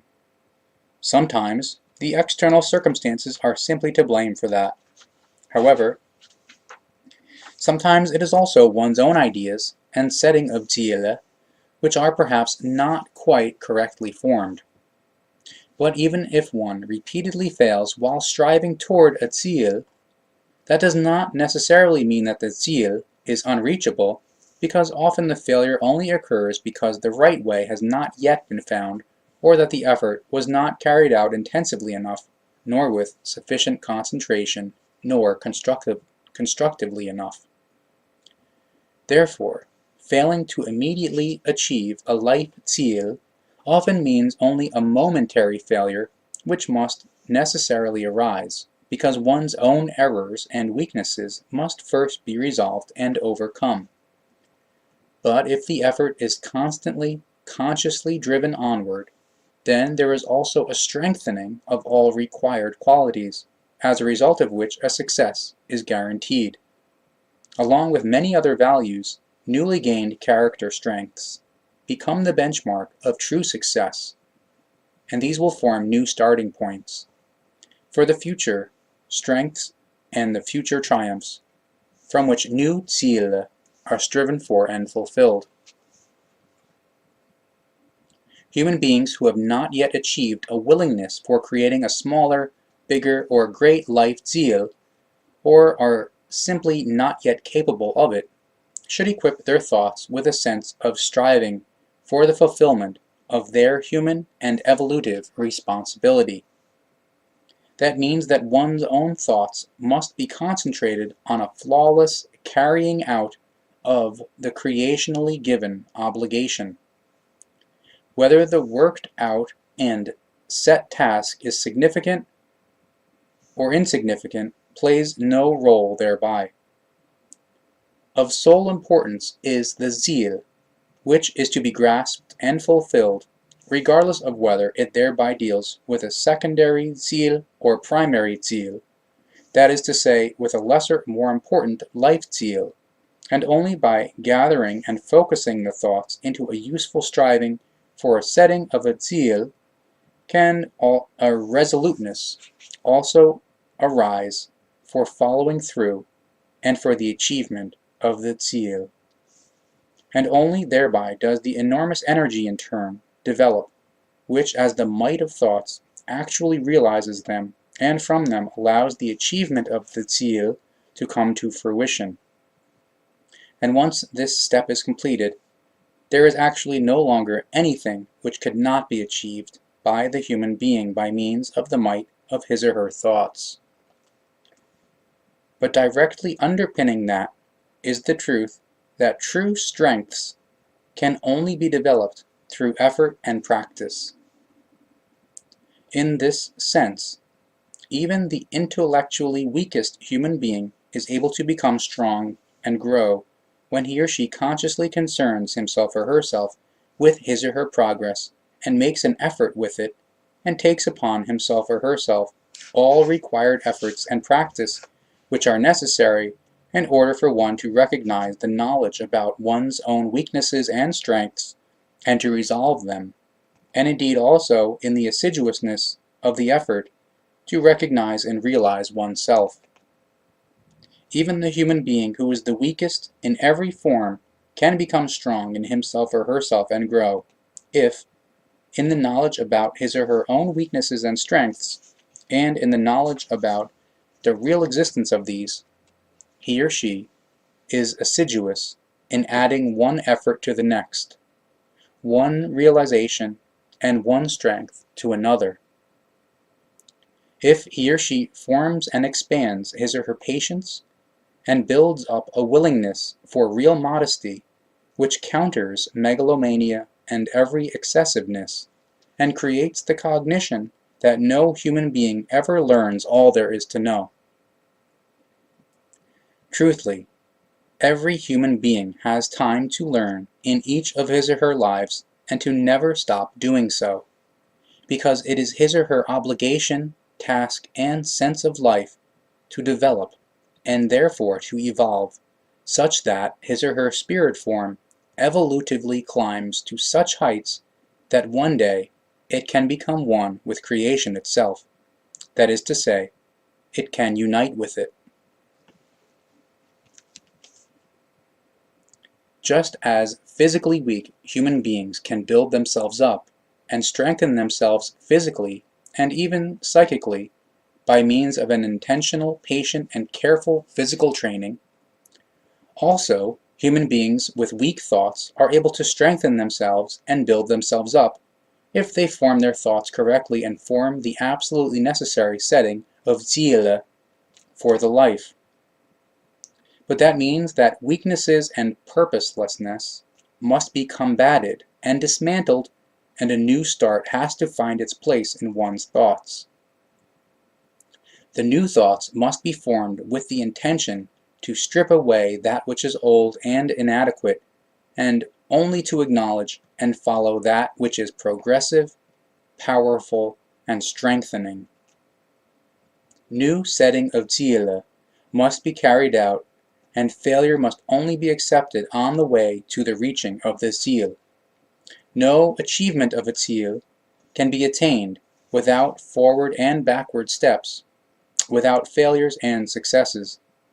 In fact, on every way of a setting of a Ziel, and on the path of effort for achieving the Ziel, there are steps which lead forward or backwards again for a distance, because an achievement of a Ziel is inevitably also bound with learning, and with learning, errors must in turn inevitably be made, because this is the way of the evolution. In turn, one learns, namely, through making errors. Consequently, new results and new successes become evident. But one must accept only those errors which serve evolution, and therefore also errors which are inevitably bound up with the achievement of the Ziel, because the setting of a Ziel effectively also indeed represents an evolutive Ziel. Therefore the human being must also make use of the circumstances of his or her failure, so that he or she becomes discerning and strong and knowing in his or her thinking, in order to stride fearlessly towards his or her evolution, determinations, and future, with constant efforts to achieve mastery in the forming and management of his or her thoughts. Once the human being has found his or her very own sense of his or her life, as well as the creational sense of his or her life, he or she is then able to manage himself or herself such that, for the sake of the achievement of the recognized sense, he or she mentally follows a straight way and makes an effort to make as few errors as possible. In this form, the human being makes an effort to swerve as little as possible left or right, and makes an effort to look as little as possible in the directions which are devolutive and not evolutive. But that is bound with the necessity of rigorously excluding anxiety and doubt, because they are evil elements of disintegration, which are able to break or bend every straight line, or of every evolutive effort, and can make all efforts useless, ineffective, and can ruin them. Anxious and doubtful thoughts never lead to progress and success. Consequently, nothing which has a positive value can ever be achieved as a result of them. Rather, at all levels, only that which is negative. Anxiety and doubt are as negative as hate, unpeace, absence of honor, unfairness, and unhonesty, and so forth, because they always lead to failure and loss in some form. If any of these aspects arise, whereby especially anxiety and doubt play an especially negative role, then all good thoughts end and lose themselves in a chaos of unfulfillable purposelessness.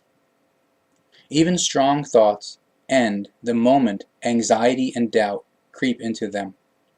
The active power, as well as all other energy of the thoughts, is thereby lost, as is the achieved cognition concerning one's very own sense of the life and the creational sense of the life.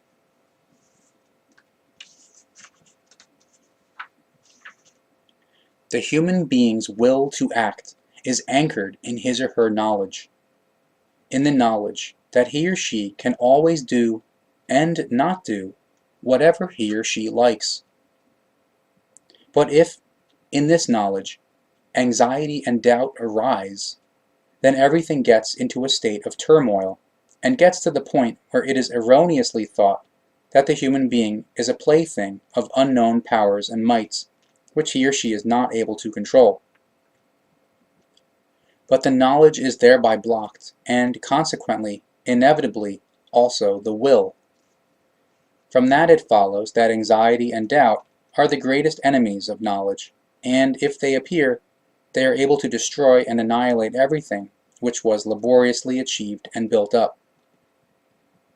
if the human being lets in anxiety and doubt, and encourages them to appear and take effect, instead of knocking them down, then he or she not only thereby reduces his or her entire world of thoughts, rather, step by step, also his or her true personality and desired personality.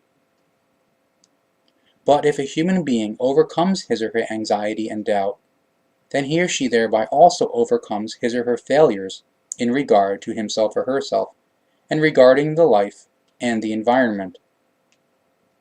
Once anxiety and doubt are overcome, and once the world of thoughts is directed at confidence, constructiveness, health and success, and so forth, then every thought is connected with such a power that it becomes the realizing might, which absolutely nothing at all can resist. In this state, the human being bravely confronts all difficulties and overcomes them by means of his or her knowledge and by means of his or her wisdom. Thereby, the evolution, and with that also the sense of life, are fulfilled. Consequently, knowledge, lived practical experience, and wisdom can continue to bloom and form fruit which no longer prematurely falls to the ground and rots. A healthy, positive thought, which is fearlessly held and formed, and is clearly created, and is connected with an effectively valuable life zeal, becomes the creating power, the creative might, which can in fact no longer be countered by any opposition. And human beings who know that, and have made that knowledge their own, are always ready to turn towards that which is higher and is more evolutive, and thereby to also develop themselves to a higher degree. They are no longer merely frivolous and irresponsible human beings who are purposely whirled around by the wind of life, because they no longer have any senselessly wandering thoughts or uncontrollably fluctuating feelings, as a result of which they could still be thrown off track. And all those human beings who live this way connect their thoughts fearlessly with a sense and a life zeal, in order to become increasingly conscious and intelligent leaders of themselves and of the might of their thoughts.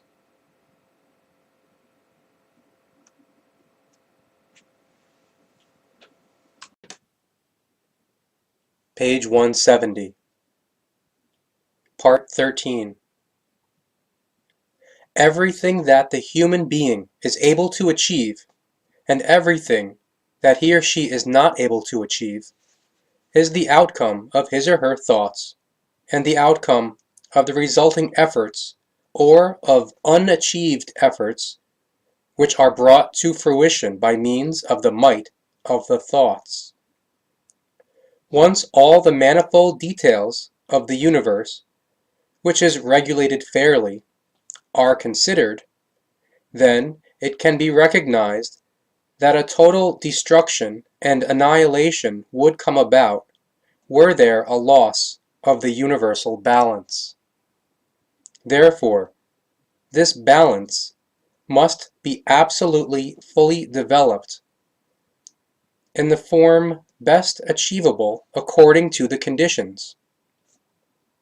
Indeed, that is always to be seen as relative according to the present highest possible state of evolution, but everything has its validity in this regard. This applies both to the entire universe as well as to everything which moves, crawls, and flies therein. Especially affected thereby is the human being, who must remain in constant balance in order to be able to actually persist in the fullness of his or her entire life. However, if he or she loses this balance, then the life collapses for him or her, resulting in misery and destruction. For that reason, for the human being, the maintenance of his or her balance means a very great responsibility, which must be individually fulfilled. in particular.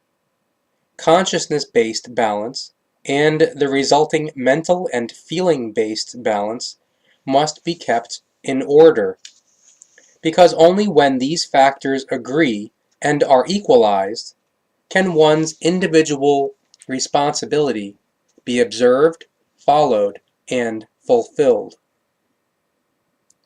The human being, himself or herself, creates his or her strengths and weaknesses, his or her purity and impurity, logic and unlogic, love and hate, his or her right and unright, and everything else conceivable.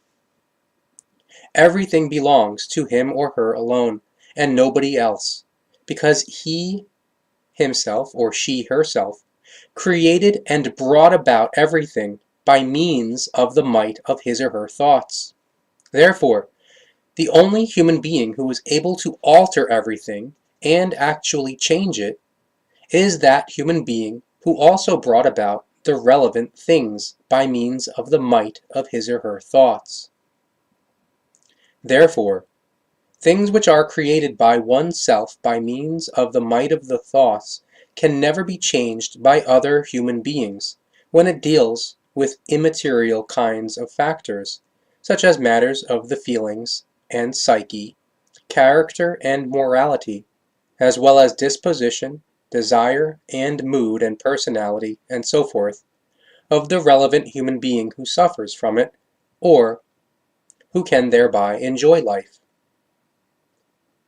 The entire circumstances of life, which are individually related to the psyche as well as to the character, morality, and personality, belong, as a product created by oneself, only to that human being who created them, himself or herself, by means of the might of the thoughts.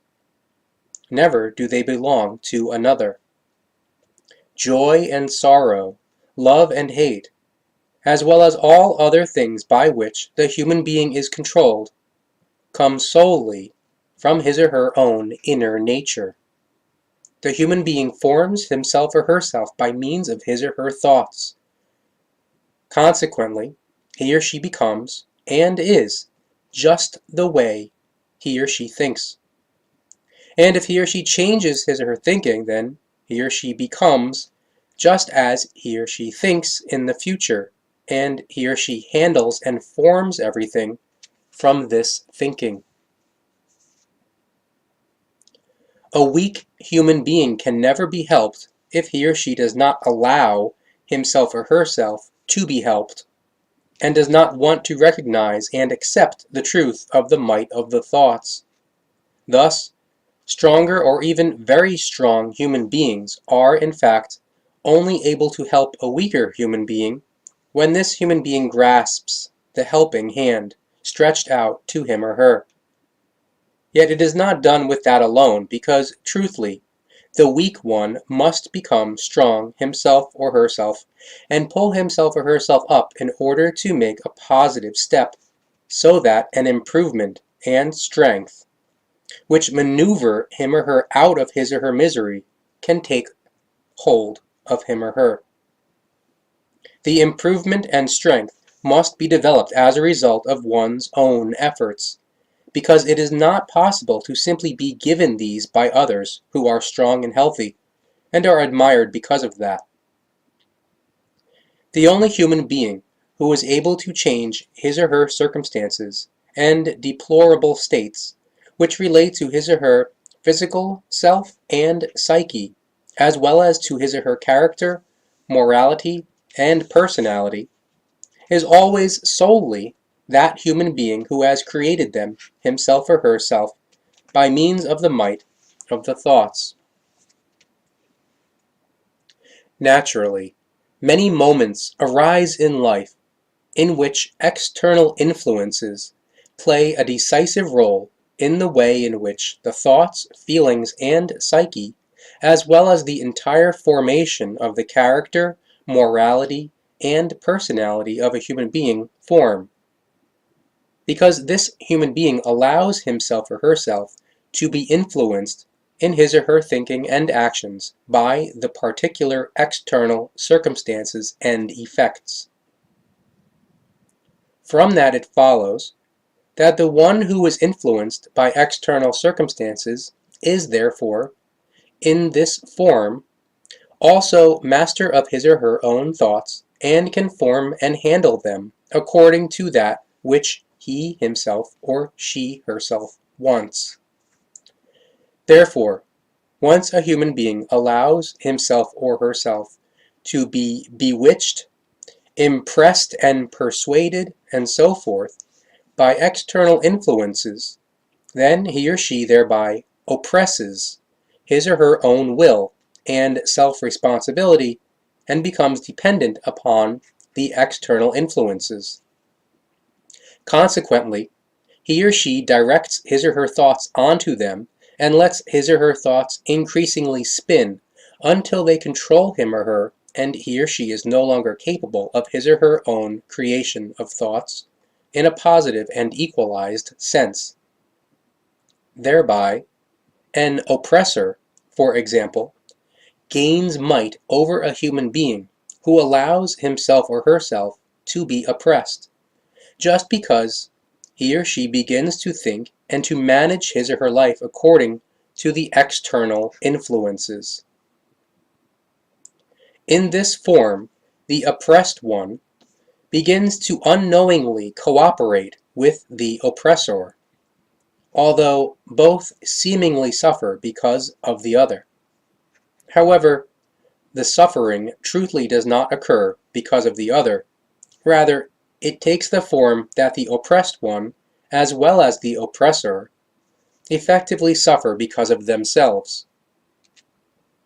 However, this fact is misunderstood and misinterpreted by both sides because there is an absence of the relatively, absolutely, fully developed knowledge which enables the recognition of the truth that the weakness of the oppressed one is just as destructive as the used might of the oppressor.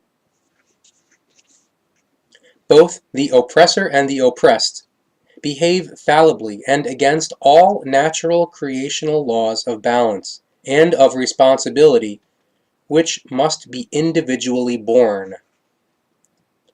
But this gives no reason for the condemnation of the one or the other, because, truthfully, clarification is appropriate and is demanded by that creational law which states that no human being should simply leave the other to go on living his or her errors. Rather, each should help every individual live. Thus, the erroneous saying, quote, "live and let live," is in no wise valid. Rather, that which is valid is the word of truth which says, quote, "live and help live."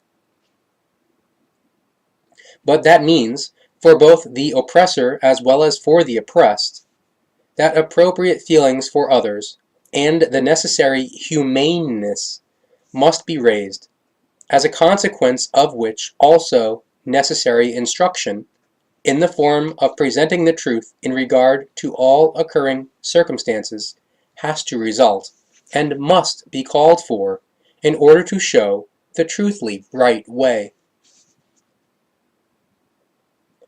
Human beings who overcome their weaknesses and free themselves from, and can rid themselves of, any content of their thoughts which is based on selfishness, imperiousness, egotism, overbearingness, greed, arrogance, haughtiness, and boastfulness, and many other things which are of the same kind or are similar, are soon no longer included among those who are regarded as oppressors or as oppressed ones. They are in fact, then, free in themselves.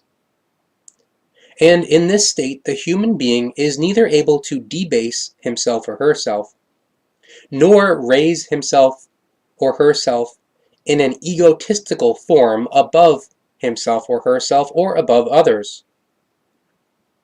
A raising of oneself only occurs in the evolutively appropriate context, in the knowledge of being successful, if the thoughts are neutral, positive, equalized, and react and behave constructively in order to be progressive in their might.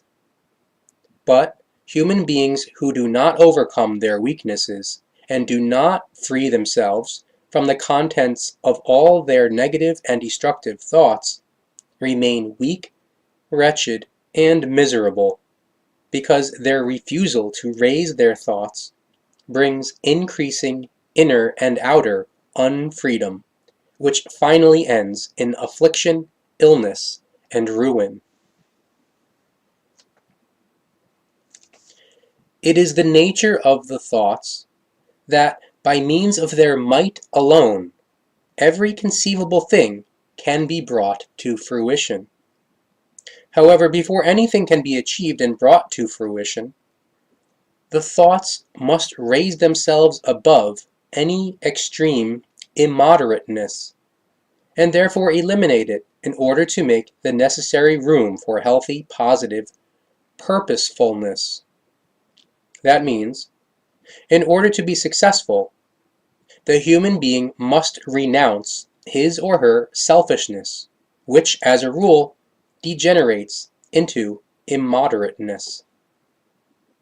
And once the thoughts are controlled by immoderateness, then neither can a clear thinking nor a methodical planning can come about, resulting in every determination having to therefore fail. Therefore, selfishness and immoderateness must be dissolved and eliminated in order to discover and develop one's latent resources. Only thereby can real, healthy, and positive determinations and endeavors be created and brought to fruition. Only thereby do any kind of undertakings succeed, and only thereby are Ziele achieved and fulfilled. If the human being does not begin to effectively control his or her thoughts, then he or she also never gets into a position of really controlling his or her intentions and affairs. Furthermore, there is then also no opportunity to adopt and actually bear and fulfill the responsibility for oneself and the responsibility for one's life, as well as the responsibility for all external and internal circumstances and for the environment, and so forth. If the human being does not nurture his or her thoughts in a conscious and controlled kind and wise, and if he himself or she herself does not tend in a conscious and controlled form to the bringing about of his or her own setting of Ziele and the fulfillment of them, then he or she is not capable of acting independently and standing effectively on his or her own feet, as well as coping with life itself. In fact, he or she is then constantly dependent on the help of others who are creative and constructive in their thoughts, feelings, and deeds. And since that should not, however, be so, because every single human being of an intelligent and rational kind should live and manage his or her life himself or herself, and therefore also be independent in his or her thoughts, feelings, and actions, and should bear full responsibility for them, it is necessary that the very rudder of one's life is taken in hand and that one's thoughts are formed in a conscious and controlled way. One's thoughts must be free and open, creative, positive, and constructive, and indeed in a form which is conscious, which sets Ziele, and which brings Ziele to fruition. But if that is not done sufficiently, and if low thoughts are consequently maintained, then the leading of one's life is constrained, as is one's innate well-being and one's evolution.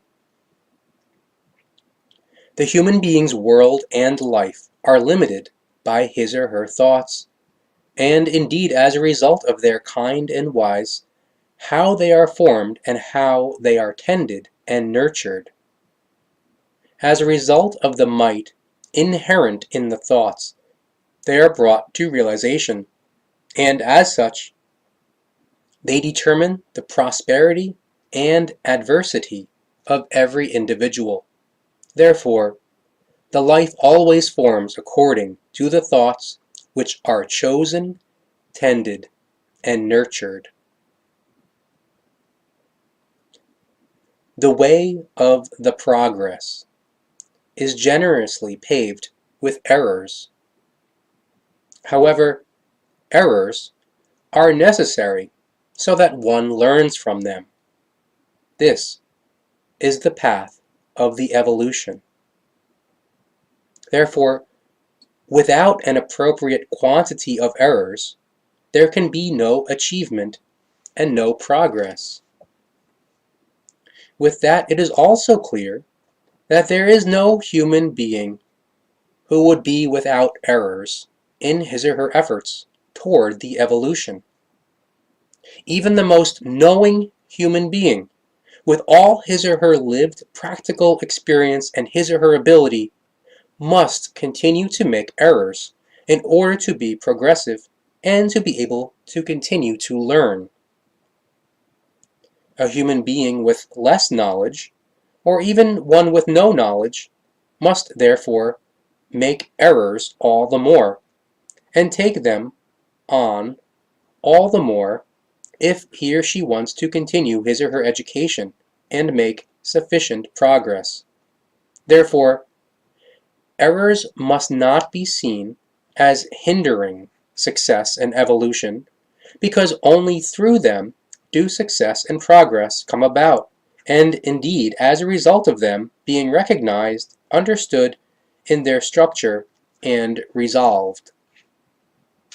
On the one hand, this leads to the expansion of the knowledge and the progress, and on the other hand, to the ability to avoid similar or different errors.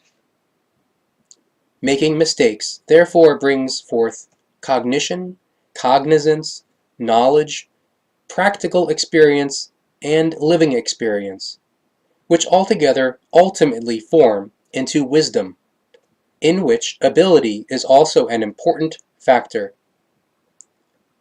Therefore, the fact is that whoever makes no errors also does not learn anything, and cannot become knowing, wise, and able, whereby also the life and learning cannot be mastered to their full extent. The making of errors is a fundamental essence of one's learning and one's progress. Yet it must never be seen such that the exact same errors are permitted to be made over and over again. In fact, it is the case that a specific error should only arise once, to then never be made again, in precisely the same form. Therefore, it is not rightful when a human being neither fathoms nor resolves an error once made, leading to him or her consequently making it in the exact same kind and wise again and again. Truthfully, an error, indeed, exists in thousands of different variations. Consequently, it normally emerges again and again in a different form once it is fathomed and resolved, in the form in which it was made. But that does not mean that the errors should continue to be made unchanged in the same form. So, for example, if an error consists of 1,000 variations, and if it appears in any of these forms, then at least one variation fades away once this part of the mistake is recognized, understood, and its structure and resolved. In its structure and resolved. That also guarantees that the error can no longer appear in the exact same variation, rather only in one of the remaining 999 forms. If the error appears again in this form, then naturally it bears an extraordinary resemblance to the first error, yet it is actually an iota different to that. And again, if this second mistake is also recognized, understood in its structure, and resolved, then 2 of the 1,000 variations are already cleared up and eliminated. Consequently, the next error, of a kind which is related in the same way, is different, in turn, from the 2 preceding ones, and once more a further variation of the error is eliminated when this error is also resolved. Therefore, in this exemplary case, there are 1,000 variations of the error to make, to recognize in their structure, and to resolve, if the entire error is to be resolved. But since the entire error consists of 1,000 different variations and details, the erroneous impression arises that the same error appears over and over again, which, however, is actually not the case, because with every new error of the same kind, it is not to do with precisely the exact same one, rather with a different variation of the same one. Excluded from evolutive error-making are those errors which are made again and again in exactly the same kind and wise, because the human being does not make the effort to recognize them, to understand them in their structure, and also to resolve them. Such errors can be very manifold and exist in forms which are conditioned by the thoughts and feelings, and thereby also by the psyche. But they can also be errors to do with entrenched habits, or errors which are based on imperiousness, egoism, irresponsibility, overbearingness, egocentricity, religious belief, or some sort of fanaticism, and so forth. Errors which are not evolutive and appear again and again in unchanged form not only have a constrictive effect on the entire world of the consciousness and world of thoughts, rather also an inhibiting effect concerning one's evolution and the formation of one's character, morality, and essential personality, quite aside from the fact that they also exert extremely negative influences on the human being's social behavior, as well as on effectively being human, on interpersonal relationships, on uprightness, on the bearing and fulfilling of responsibility, and on very many other weighty things which make up the actual life and fundamentally belong to it. Without an appropriate quantity of error-making, there can therefore be no progress and no achievement.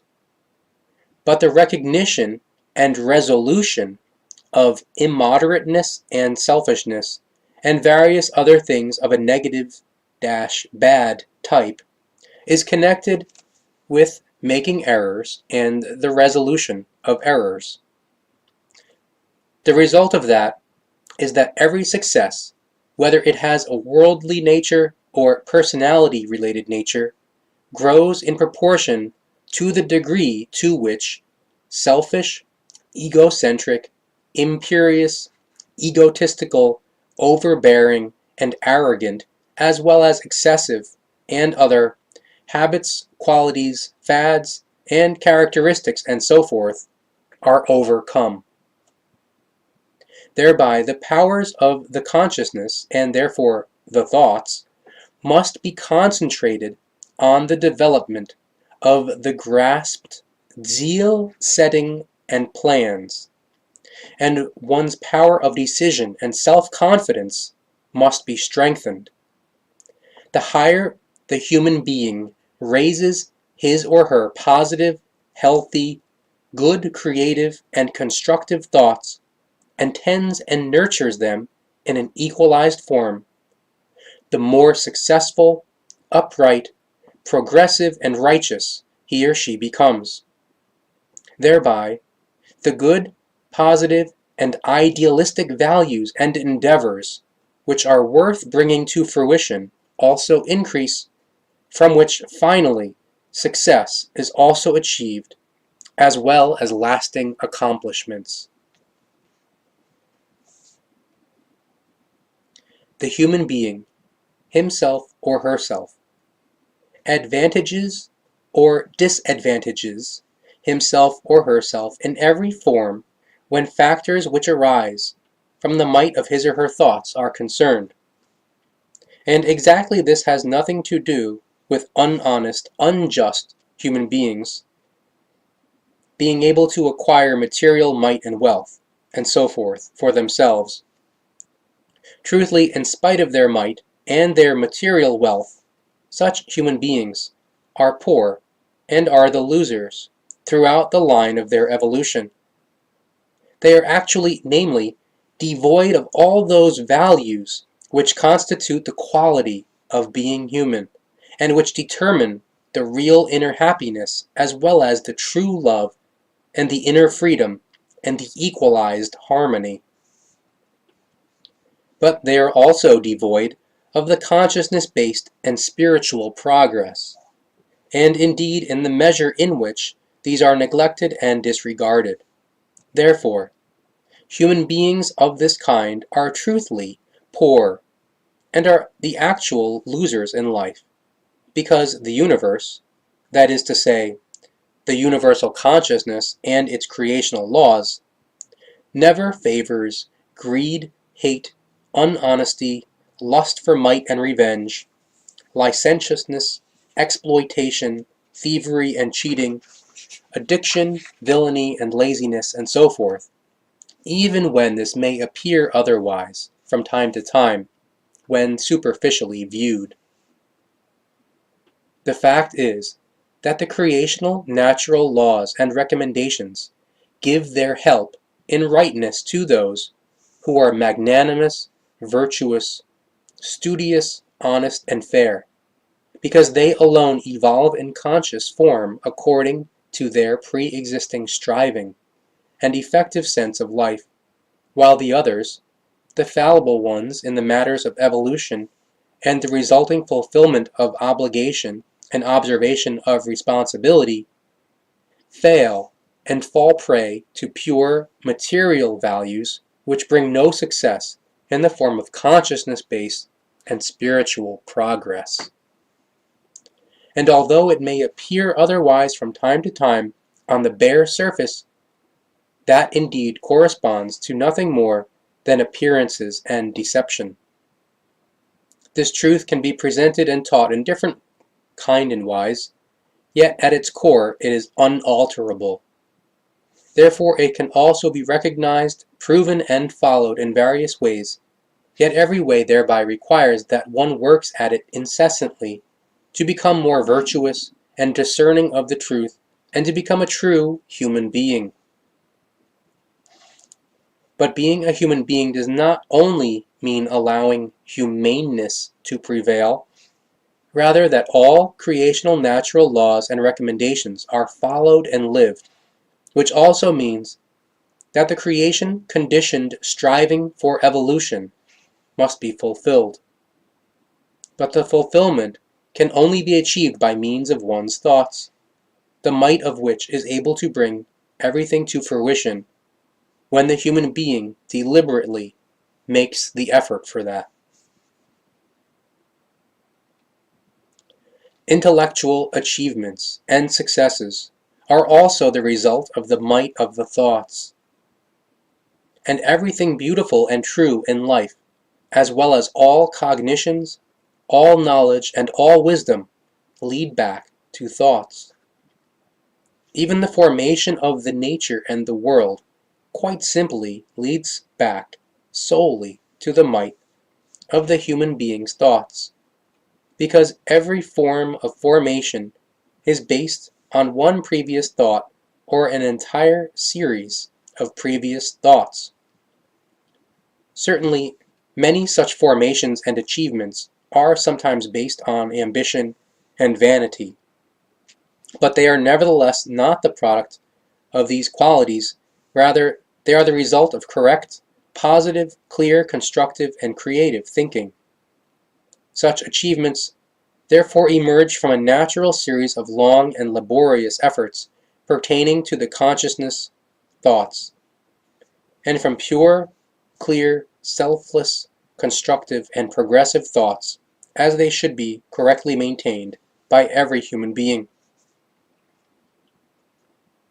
Consciousness-based achievements, which concern factors related to character, morality, and personality, and consciousness-based works, such as poetry, music, painting, and fiction, and so forth, are the fulfillment of controlled and conscious, as well as zeal-setting efforts, which are established and brought to fruition by means of thoughts. But such bringing to fruition can only succeed when there is an existing selflessness, and with that, the understanding that the endeavors are not realized from the viewpoint of a reason which one must appraise as personal and egotistical, rather for the sake of the matter itself. Therefore, if a human being lives constantly with pure, noble, and exalted thoughts in mind, which only ever linger with that which is pure, positive, healthy, and selfless, then he or she also builds in himself or herself a pure, noble, healthy, and positive character, a corresponding morality and disposition and personality, and indeed he or she does this as certainly as the sun reaches its zenith. Whatever the human being strives for and completes is always based upon mental efforts. The bringing to fruition of the efforts and endeavors is the crown of the thoughts, and this testifies to the character of the thoughts.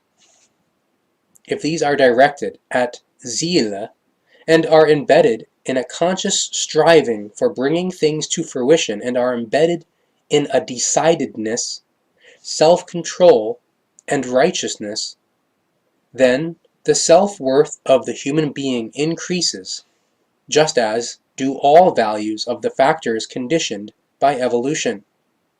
But as a result of laziness, an absence of self-control, an absence of decidedness, unproductive and confused thinking, and as a result of an absence of interest and neglect of responsibility, the human being falls down into the abyss of depravity, misery, affliction, and all other terrible things. The human being is able to raise himself or herself to a high level of success, not only in himself or herself, rather also in his or her external surroundings and out in the wide world. In the consciousness-based realm, he or she can even climb to elevated heights when he or she lives rightfully and follows the laws and recommendations of the evolution. Nevertheless, however, he or she is able to very quickly plunge into severe weaknesses and wretchedness, if he or she allows arrogant, selfish, and corrupt thoughts to grasp possession of him or her and come to fruition by means of their might. Therefore, constant and uninterrupted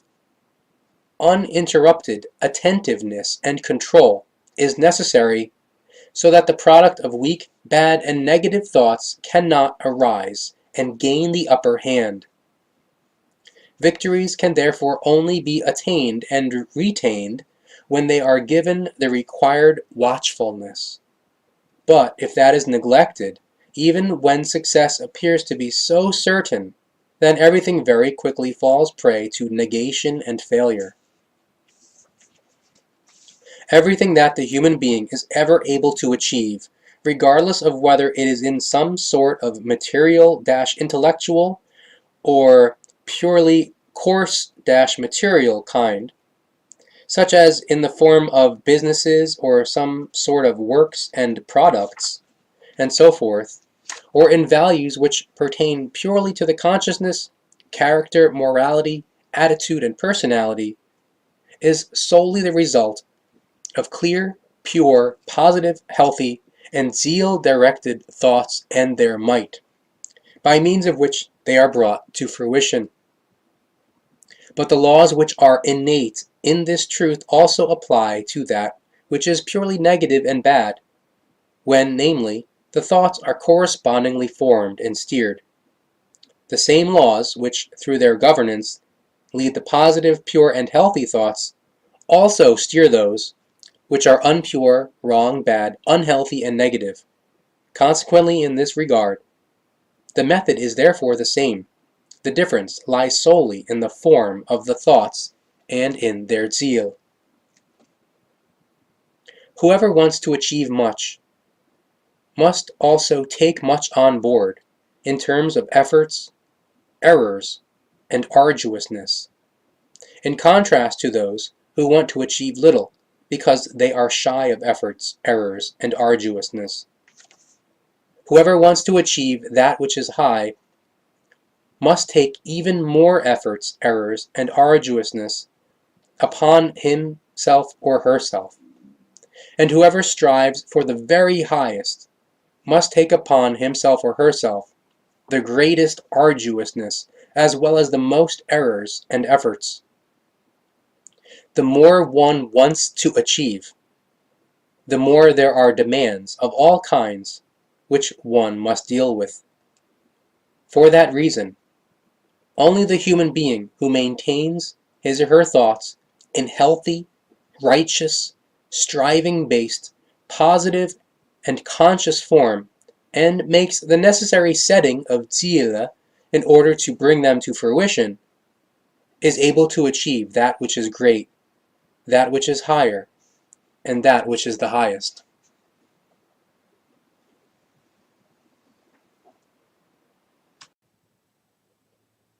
Page 188, Part 14. Among all the earth's human beings, there exist many who simply live from day to day, and do not think at all about the general progress and about the future. They also do not engage in fantasies, ruminations, visions, and dreaming, which ultimately lead to the evolution actually being sufficiently fulfilled because, due to the necessity of the evolution, that which is new and progressive is devised, and indeed both in the purely knowing realm of the consciousness, with its material intellect, as well as in the realm of the consciousness which is responsible for the inner evolution in every regard, and in the realm of the purely material of every kind. Were there no human beings who occupied themselves with dreaming, visions, and fantasies, then progress would stop, whereby there could also be no learning for those who do not themselves make an effort for everything, but only draw the benefit from the successes, the lived practical experiences, and the knowledge and achievements of those who creatively and constructively engage in visions, dreaming, and fantasies. Thus it is effectively the dreamers, visionaries, and fantasizers, as well as those most enthusiastic about the evolution, who are the saviors of the world. They invisibly carry the humanity evolutively forward and bring forth knowledge, wisdom, humaneness, and the state of being human in the true sense, but also the formation of personality, morality, and character, as well as uncountable intellectual and material achievements. The visible world is carried and caused to evolve by the invisible powers of the universe, and thereby by the creation. The human being also lives from these powers, but, in the broader sense, also by means of himself or herself, by means of his or her own creativity. However, only few consciously perceive this and act accordingly, for which reason, as a rule, bringing the world and human beings progressively forward is action only characteristic of those who understand that they must take upon themselves many attempts, errors, and efforts, and often very much suffering when they engage in progressive dreaming, fantasizing, and visions. That is a significant and important point as to why humanity should never forget or insult its dreamers, visionaries, and those gifted with imagination, because it is actually their ideals which bring progress and success for all. Ideals, works, and values, which no longer fade and are immune from dying and passing away. And humanity adopts these ideals, works, and values and makes them its own, whereby it likewise lives in the fantasies, visions, ruminations, and dreams of those who conceived them and brought them forth, and therefore of those who awakened them, and awakened them into the life. In the realization of the thoughts of those who have a rich imagination, and in the realization of the thoughts of the dreamers and visionaries, humanity recognizes the reality which it has already lived, or which it lives, or which it will one day see and live. Enthusiasts, ruminators, architects, designers, poets, composers, painters, philosophers and prophets, writers of all kind, sculptors, inventors, and many others, are the true creators and producers for posterity. They think up and create all those things which the human being is able to think up and bring forth. And although, since time immemorial, they have created many things which have a malicious effect, and things which are negative and bad, which brought an extraordinary amount of affliction, misery, and terror over the earth and over the humanity, indeed that which cannot and must not be disregarded and overlooked is the enormous number of manifold, positive, good, healthy, and truly pure and evolutive things, as a result of which the world and humanity have become progressive, and the planet and its manifold life have had their beauty preserved. This is a fact which cannot be doubted, although the destruction of the planet, as well as of the flora and fauna, moves ever onward, as a result of the incessantly increasing overpopulation and its consequences. But an extraordinary number of good, beautiful, healthy, pure, and valuable things have been created by the dreamers and visionaries, as well as by those with a gift for imagination, and have proved themselves to be of great and evolutive benefit for the entire humanity.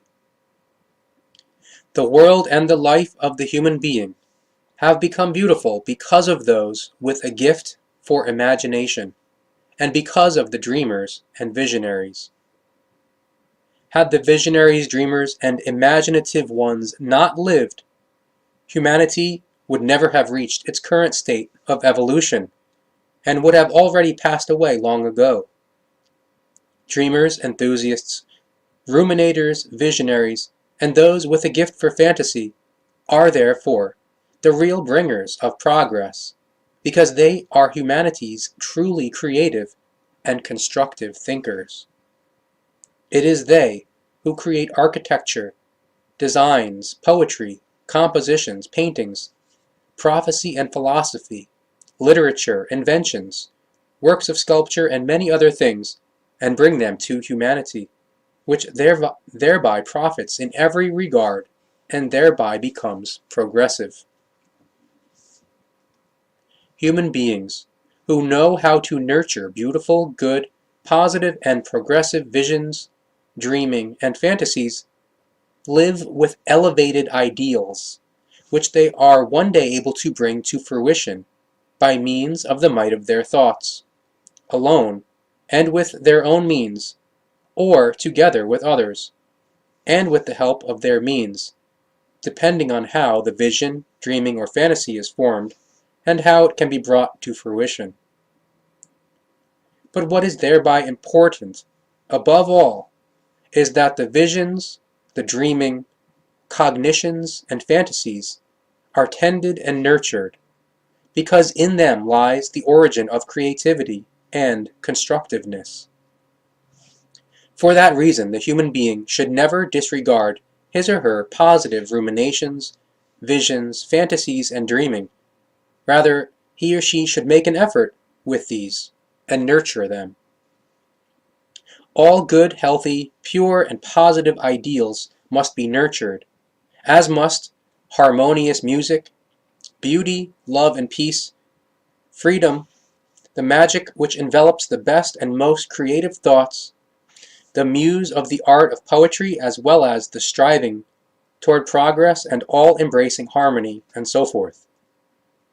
The evolutive circumstances of life grow from these, for which reason every human being should remain true to his or her good and positive ruminations, visions, dreaming and fantasizing, if he or she can call such his or her own, because ultimately, not only is his or her own world erected from them, so is the world of the entire humanity. To ruminate, to be enthusiastic, to be visionary and to fantasize, means to sustain, and it means to create the new. Included in rumination and enthusiasm, as well as in visions and fantasies, are imaginings and wishes which must be realized and achieved by means of striving. And these are the imaginings and wishes which allow the human being to progressively think, act, and create. These are imaginings and wishes which are created in the thoughts by means of the consciousness, and which are realized by means of the might of the thoughts. But the lowest desires should not thereby receive the highest level of confirmation and realization, with the result that the pure and purest striving goes hungry or is even allowed to starve due to a lack of good, healthy, positive, and equalized nourishment. That, namely, is not the creational law, which is why such a condition can also never be victorious. Therefore, once the human being constantly proceeds on his or her way according to the creational laws and recommendations, he or she also forms his or her thoughts according to the creational guidelines, which demand that the human being and his or her body of thoughts should be evolutive. But being evolutive means being progressive in every regard. Thus, in regard to education, knowledge, wisdom, love, peace, the forming of character, morality and personality, and so forth, as well as in regard to material values of all kinds. But in order to gain this progress, there must be human beings who are willing to nurture elevated dreaming, ruminations, visions, and fantasies which are enlivened by wishes and imaginings. And these human beings must really be great in these imaginations and wishes of theirs, and in the ability of rumination, of enthusiasm, visions, and fantasizing, and not only consider themselves to be great. This is also an irrevocable law of the universe. Visions, ruminations, enthusiasm, and fantasies are always the promise of that which the human being will one day be, and what he or she will have achieved in every regard. Thus, the human being's ideals are also the prediction of that which he or she will ultimately reveal. Ideals, imaginings, and wishes, visions, ruminations, and fantasies arise, and are brought forth and nurtured in the thoughts. Consequently, the thoughts must be given all necessary attention in due form and correctness. And the fact is that, before it was brought to fruition, every single small or great or greatest achievement was first, in every regard, only a rumination, a vision, an enthusiastic urge, or a fantasy. Every achievement is the work of pensive, enthusiastic, visionary, or imaginative thinking, and these thoughts are the seeds of the reality which one day comes into being. For this reason, it is necessary for the human being to search out ideals, imaginations, and wishes which must be striven for and achieved in order to form himself or herself in his or her inner self and external self, just as much also be done with the external world of that which is purely material. Therefore, there must always be thinking, acting, and creating for both forms, thus for the inner self and the external self. Therefore, it will not do for the human being to be on the move in his or her inner self and be at a standstill in the external self or to be on the move in the external self, and yet be at a standstill in his or her inner self. If everything is correctly handled, then both the internal and external factors must be simultaneously borne in mind, considered, and progressively formed. Therefore, regardless of which kind of personal circumstances there may be, an ideal must always be searched for and striven for, so that it can be achieved and brought to fruition. And once this truth is followed, then regardless of how unpleasant, bad, unhealthy, and negative all the circumstances may be, they will not remain so for long. When one considers disadvantaged human beings, upon whom the burden of poverty is imposed, or who must cope with long working hours in unhealthy workplaces, human beings who have no education, and for whom the fine arts of refinement, grace, love, freedom, beauty, and peace, and so forth are foreign, one ascertains that one such human being remains disadvantaged in himself or herself, while the other raises himself or herself above his or her circumstances. However, those who raise themselves above their circumstances use their circumstances in order to build upon them, for example, by imagining ideal life circumstances. Pensive, visionary, or full of fantasy, and perhaps equipped with a useful enthusiasm, they imagine a more elevated life of freedom, harmony, and beauty, with greater possibilities for development, and all those things which are worth striving for. The ideals, wishes, and imaginings, which are created by means of the thoughts, awaken a certain restlessness in them, by which they are driven on to action and to the realization of their thoughts. Consequently, they even use their free time and all their consciousness-based and material means, regardless of how small they may be, in order to develop and bring their wishes and imaginings to fruition.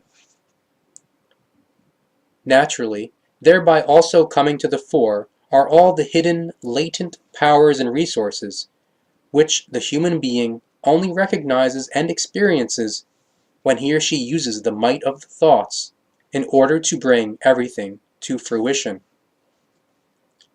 The activity of the consciousness on the thoughts very quickly changes, and all the poverty and all kinds of problems can no longer be maintained.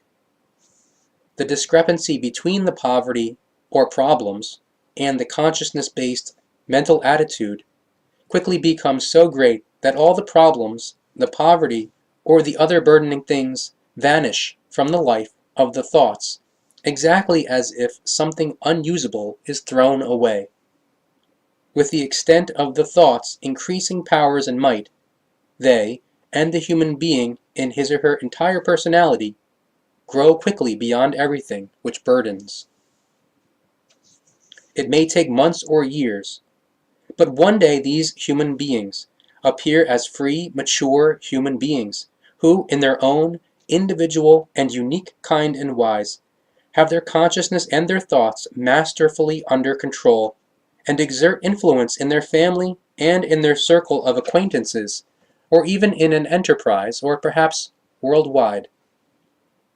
Initially shackled by poverty, or by problems which almost overwhelm them, and by other negative things, they work themselves up high by means of their new, creative, and constructive thoughts, imaginings, and wishes, and suddenly hold in their hands the reins of gigantic responsibility. Suddenly their world is taken as a command, and when they say something to themselves or to others, it is immediately followed. They themselves become the ideal for others who, whether men or women, hang off their every word, and take those human beings as their model in order to progressively reshape their own characters, their own moralities, and their own personalities, in order that they can also achieve and live the experience of higher purposes and norms. New ideals of a higher form and of the highest form are conceived and brought forth, which, like fixed points, form radiating centers from which new creative and constructive things continue to arise. And the human beings who work themselves up into these heights by the might of their thoughts also become radiating centers around which many human beings gather with many destinies, because from the centers emanate light, warmth, love, peace, freedom, and harmony, for which the human being searches longingly, and all of which he or she wants to make his or her own. In this form, human beings realize their wishes and imaginings, which, often disregarded, are fostered as ruminations, visions, and fantasies. Thus, sooner or later, human beings, alone and by means of their own power, or by means of the power and ideals of others, become one with their own ideals, imaginings, and wishes.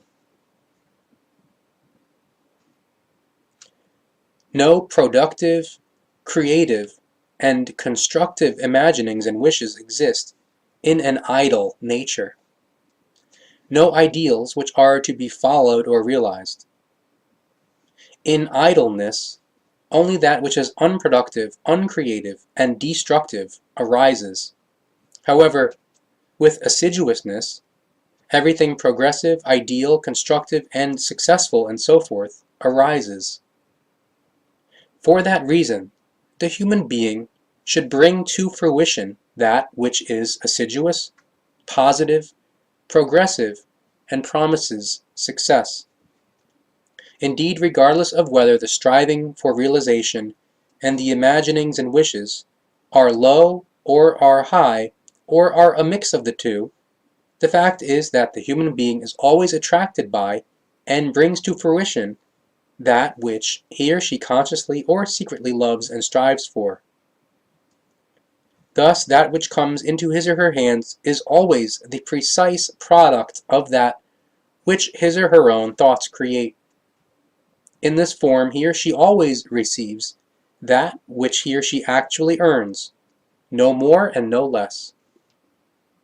With every human being, and with every one of his or her undertakings, the might of the thoughts is the decisive point which leads everything to become reality, regardless of whether it is in negative and bad form or positive and good form.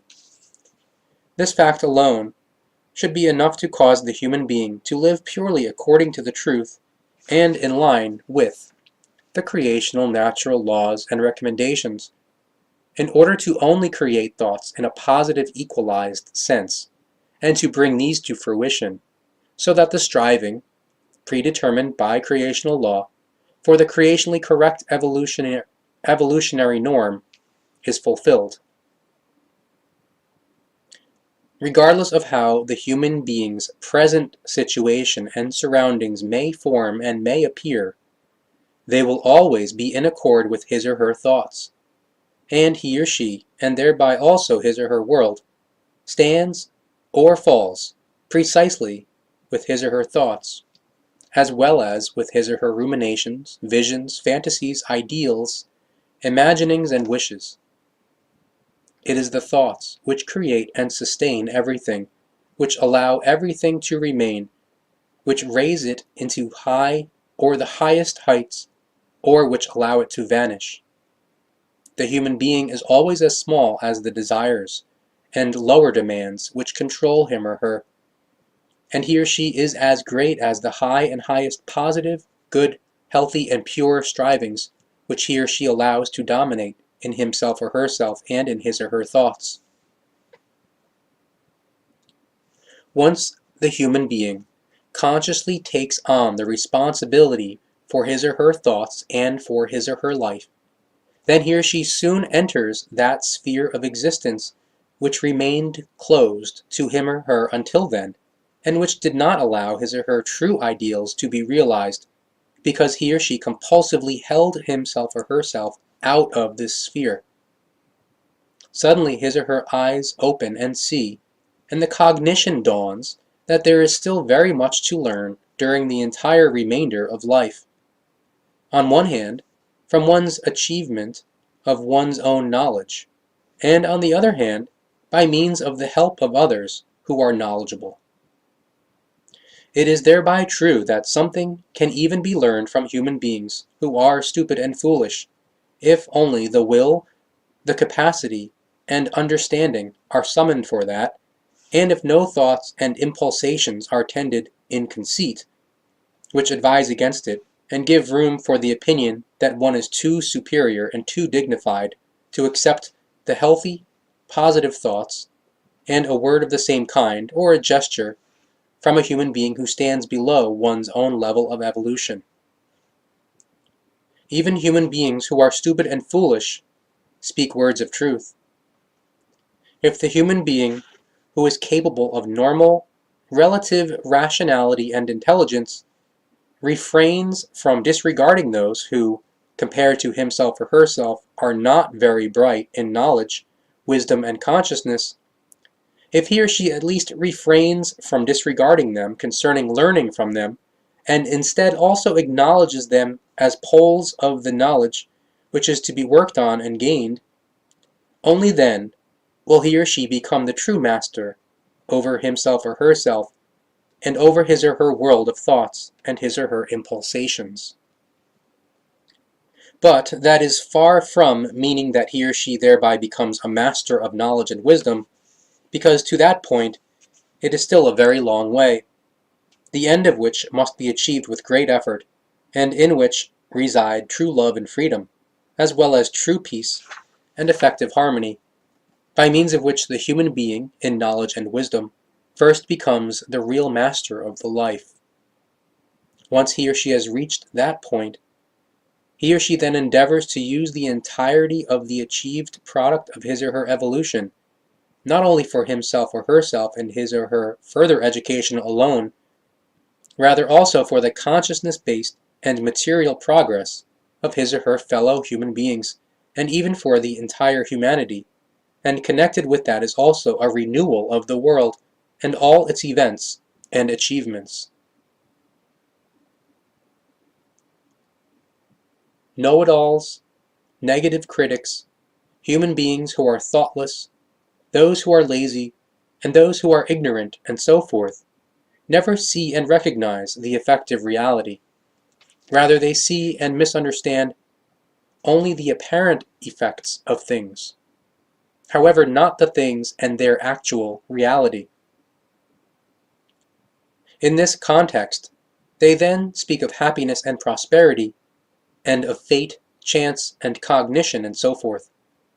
However, they do not see the true reality and its actual facts which it contains.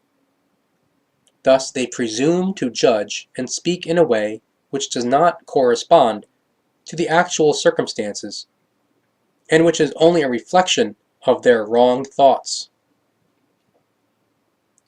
If, for example, the incapable and unknowledgeable ones thus see a human being who has achieved a certain prosperity, or even wealth, through honest and hard efforts, then they feel justified in making envious comments such as, quote, "What luck he has!" If, in their limited horizons of knowledge and understanding, they see and notice another human being who has laboriously worked himself or herself up to being an academic or a top scholar, and has a certain standing and a good income and livelihood, then again jealousy and envy emerge, which, for example, are expressed with words such as, quote, "He has it damned good."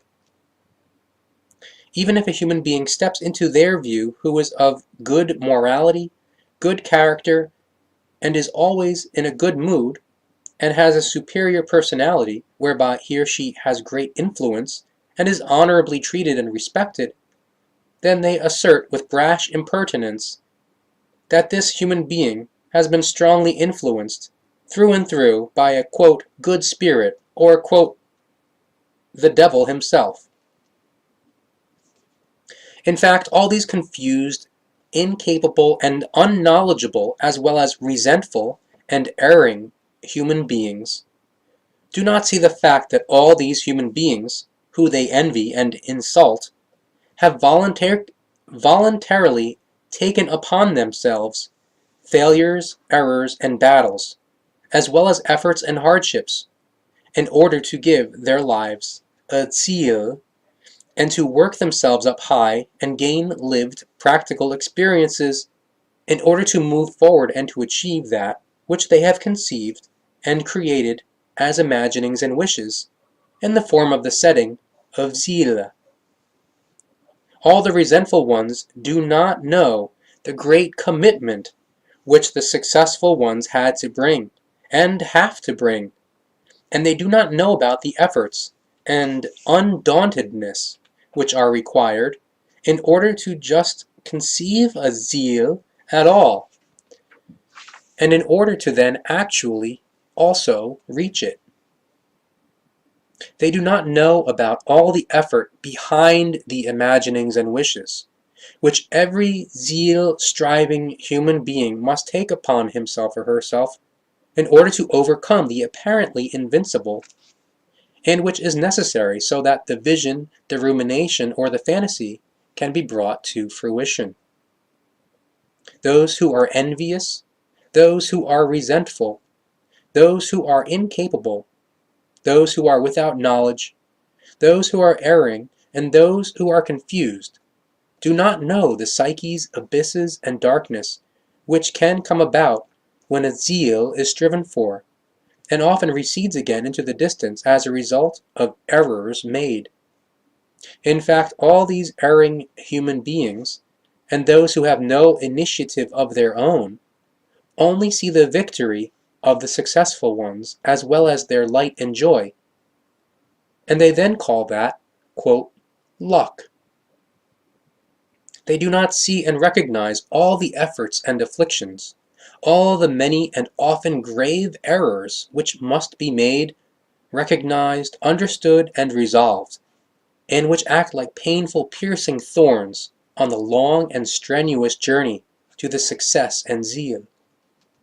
The erring human beings only see the reached pleasant zeal, which they then label as, quote, lucky chance, or, quote, lucky foreordination, or as the work of the, quote, devil, and as the result of the successful one being, quote, unfairly favored, and so forth. But truly, all these envious ones and resentful ones, as well as those disloyal to the truth, understand neither the sequence of events nor the sense of the life and the fair activities of the creational natural laws and recommendations. Resentfully, they solely perceive the result, which they label, quote, chance, or foreordination, or, quote, luck, or, quote, the will of a higher power, or as, quote, the work of evil, and, quote, the work of injustice, perhaps in association with the, quote, power of the devil himself. No iota of rationality and recognition is able to gain a foothold in them in order to get to the basis of the truth and in order to grasp it, the truth being that there are namely no kinds of results which are achievable by human beings, and no matters which would not have to be achieved with hard, laborious efforts and with constantly appearing arduousness and affliction, as well as with errors which must be recognized and resolved. The intensity of each endeavor and effort is actually the measure of the result and the zeal which is striven for. Therefore, a success and result are never a matter of so-called chance or a foreordination of an unjustified nature and so forth. There is certainly no chance, because that only corresponds to a fallacy which is adopted by human beings who do not know the law of causality, and therefore do not know that every effect is based on a preceding cause. Therefore, in the entire universe, everything develops according to the law of cause and effect, the result of which is also that so-called, quote, gifts from heaven, as well as the human being's own powers and the foreordinations being granted to him or her and so forth, are the product of his or her own efforts, and indeed the product of his or her mental and manual endeavors, whereby the thoughts in particular represent the most important factor of the whole thing, because every imagining, every wish, and every conscious effort in regard to the setting and the achievement of the Ziel stands or falls as a result of the might of the thoughts.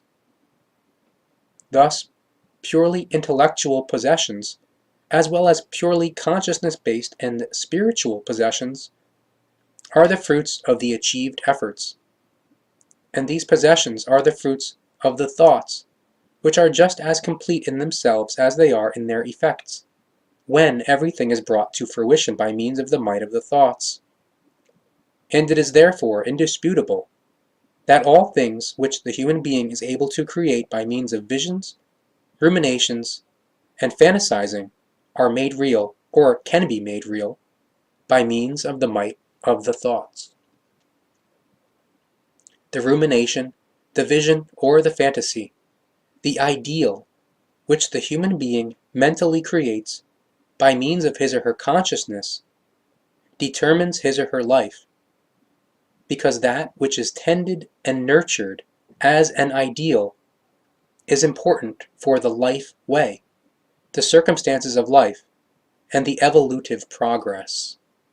Therefore, that which applies yet again is, that which the human being thinks, he or she becomes, or is. The might of the thoughts determines that.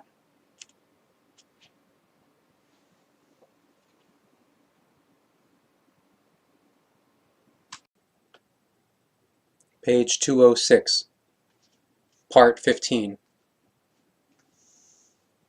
The true jewel of knowledge and wisdom is a consciousness which is equalized in calmness, peace, freedom, love, and harmony, and a psyche of the same kind. But wisdom is the result of a long period of learning and knowledge gathering, as well as the lived practical experience of it all. Therefore, everything is also the result of a very long and patient practice of raised self-control, and, therefore, one's life in the present is the indicator for the lived and matured practical experience of knowledge, by means of which the norm is surpassed, about the creational natural laws and recommendations, and about the thereby resulting effects and actions of the thoughts and their might. Consequently, great successes and results are only able to form as a result of that lived and matured experience of knowledge. The human being creates calmness, joy, peace, love, freedom, and harmony in himself or herself as he or she begins to understand himself or herself as a Wesen. Wesen meaning an independently living life form or created creation. The knowledge about that develops from the thoughts which, in their processing of facts, determine the result and the extent of that knowledge. And once the knowledge is formed as a result of cognition, cognizance, and lived practical experience, it then also leads to the understanding that, concerning the state of his or her psyche, and in his or her acts and deeds, as well as in his or her character, morality, disposition, and entire personality, every human being is the result of his or her own thinking. And once the correct understanding is developed, then the conditions of the inner things which come about from the law of causality, that is to say, the principle of causality, are recognized increasingly clearly, being that namely every single occurrence, and therefore every single effect, has a cause, and that in turn, every effect, that is to say, every occurrence, is cause for other further occurrences/effects, and accordingly, like causes have like effects, and therefore call forth like occurrences. And once the human being recognizes all these things, and understands and follows them, then he or she ends and eliminates all those unvalues which prompt him or her to fume, quarrel, worry, and grieve, and he or she directs his or her basin accordingly, so that it remains firm, bright, and happy, and lives in peace, joy, and love of equalized harmony.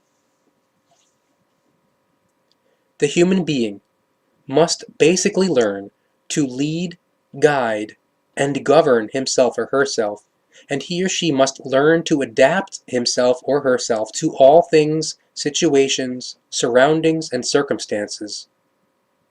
And once this is learned, then the human being is able to be pleased with himself or herself, and therefore he or she can have great respect for himself or herself, and indeed, in all modesty and righteousness, without thinking of himself or herself as something special. And in this state, the human being is able to be pleased about the equalized composure, joy, love, freedom, peace, gladness, calmness, and harmony of others, and he or she recognizes and accepts that very much can be learned from many other human beings, and that they can also be relied upon. Whether the others are lower or more highly positioned in terms of profession, society, or knowledge and evolution, thereby plays no role at all, because that which is decisive is the stuff of learning which can be achieved and conveyed by them. The more calm, peaceful, joyous, loving, free, and harmoniously equalized the human being becomes, the more comprehensive his or her potential for thought becomes. Indeed, also creativity and constructiveness grow with it to the same degree, whereby the might of the thoughts continually accumulates, by means of which imaginations, wishes, and efforts are then brought to fruition. But all kinds of successes also grow with that, as does one's influence on the environment and on one's fellow human beings who willingly accept constructive help of an action-based, material, or purely advisory kind and wise, from those who are knowledgeable and wise and have a good amount of lived practical experience. Thus the might of the thoughts becomes the might of the action and the might of the creativity and constructiveness. Thus even the simplest human being becomes a mightful factor, and indeed, both for himself as well as for the environment and fellow human beings, if he or she forms and increases his or her potential for thought in the neutral positive equalized form demanded by the creational natural striving for that which is higher. Even the simplest human being, the slightest and the weakest, can reach the highest heights and achieve prosperity in every regard if he or she develops a greater and better self-control, composure, and cheerfulness, and allows the creational nature in himself or herself to come to the fore.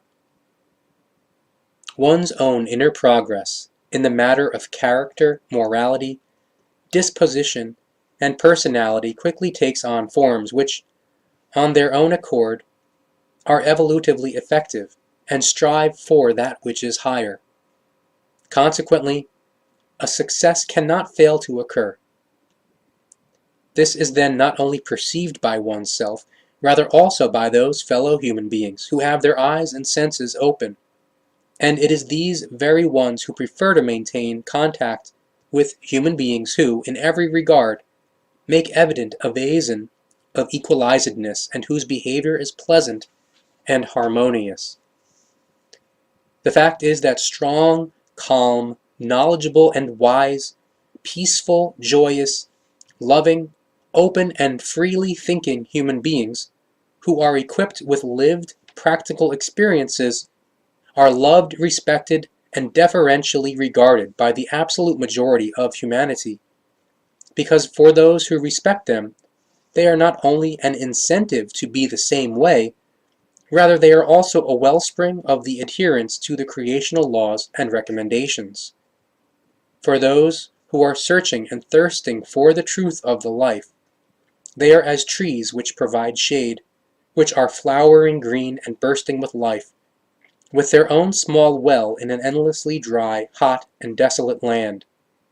For those who are searching for the truth, they act as protection against unknowledge and against being the living dead.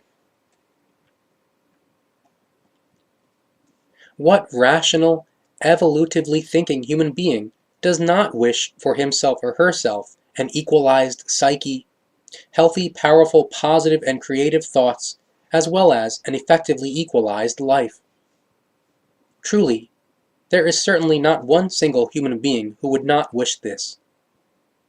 And in fact, for those who have at their disposal all these values, and have real love, joy, peace, freedom, and harmony, it never matters whether the sun shines, whether it rains, whether it is stormy, it snows or hails, whether droughts or floods, volcanic eruptions, or wars draw across the land, or whatever changes may come about, they always remain calm, friendly, cheerful, and equalized. This attitude corresponds to an outstanding characteristic which represents an extraordinarily important lesson on the human being's way of the self-realization and the evolution. And the cheerfulness is actually one of the most valuable blossoms of the life, and it is the fruit of the might of the thoughts, which they are progressively tended and nurtured in a neutral, positive, equalized form. But to that end, it is required that all necessary changes are carried out, which every individual must carry out himself or herself. And in this regard, every human being is this individual. And directly concerning this, the truth is that no individual human being can afford to simply live from day to day and wait until someone appears who carries out the necessary changes for him or her, only because he or she will not do it himself or herself.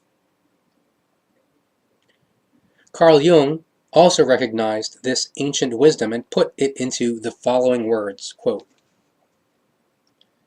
"The change must begin with the individual. Each of us can be this individual. Nobody can afford to simply look around and wait for someone who is supposed to do that which one will not do oneself."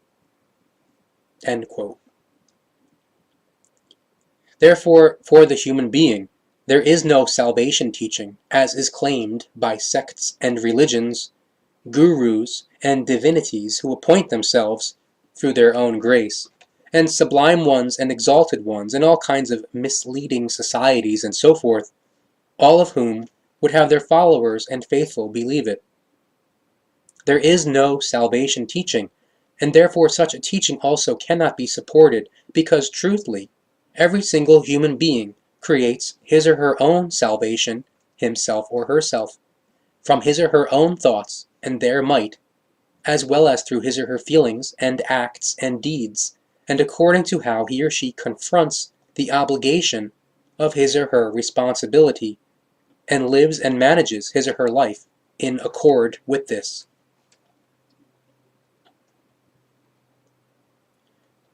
The cheerfulness is in a lived form is more valuable for the human being and more desirable than gold, platinum, or diamonds. It is a work of knowledge, of wisdom, and of lived practical experience. All that which pertains to the joy, the peace, the love, the freedom, the fairness, the righteousness, the humaneness of the knowledge, the wisdom, and the equalized harmony is concentrated in the cheerfulness. However, this kind of cheerfulness has nothing in common with an artificial cheerfulness, which is presented as an illusion for purely societal reasons, or which is called forth by alcohol consumption or abuse of drugs and medications, because genuine cheerfulness is actually a state which is based in achieved knowledge as well as in lived practical experiences and in wisdom, and which expresses that which wisdom contains in itself as the life-sustaining essence.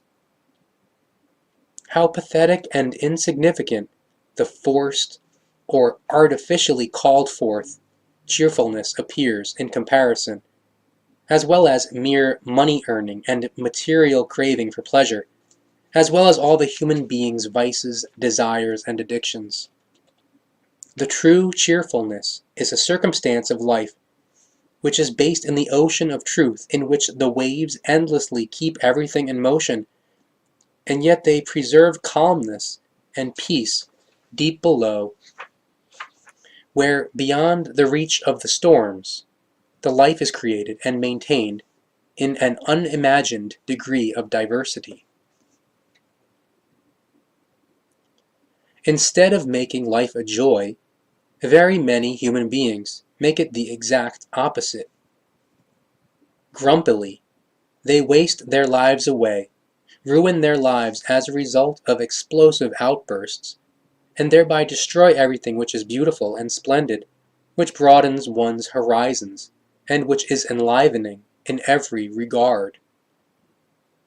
A great many simply go on existing in this form without really living. They destroy their own power for the forming of their character, morality, and personality, and they create for their own psyches and for their fellow human beings devastating sheer problems through hate, envy, unpeace, egocentricity, and many other bad and negative factors. And in fact, the justified question arises whether indeed the human beings who constitute the great majority of terrestrial humanity are sick with this negativism, and have more or less ruined their entire lives and disregarded and destroyed their evolution as a result of a considerable lack of self-control, lack of understanding, and lack of obligation-based feeling of responsibility. It is effectively, indeed, the case that when human beings are observed, appraised, and assessed, it is, as a rule, always only a few and real exceptions who, in every regard, lead an equalized life with an equalized character and a morality and disposition and personality of the same kind, and who possess that exquisite attitude which is the distinctive mark of actual adherence to the creational natural laws and recommendations, and with that, of the conscious evolution.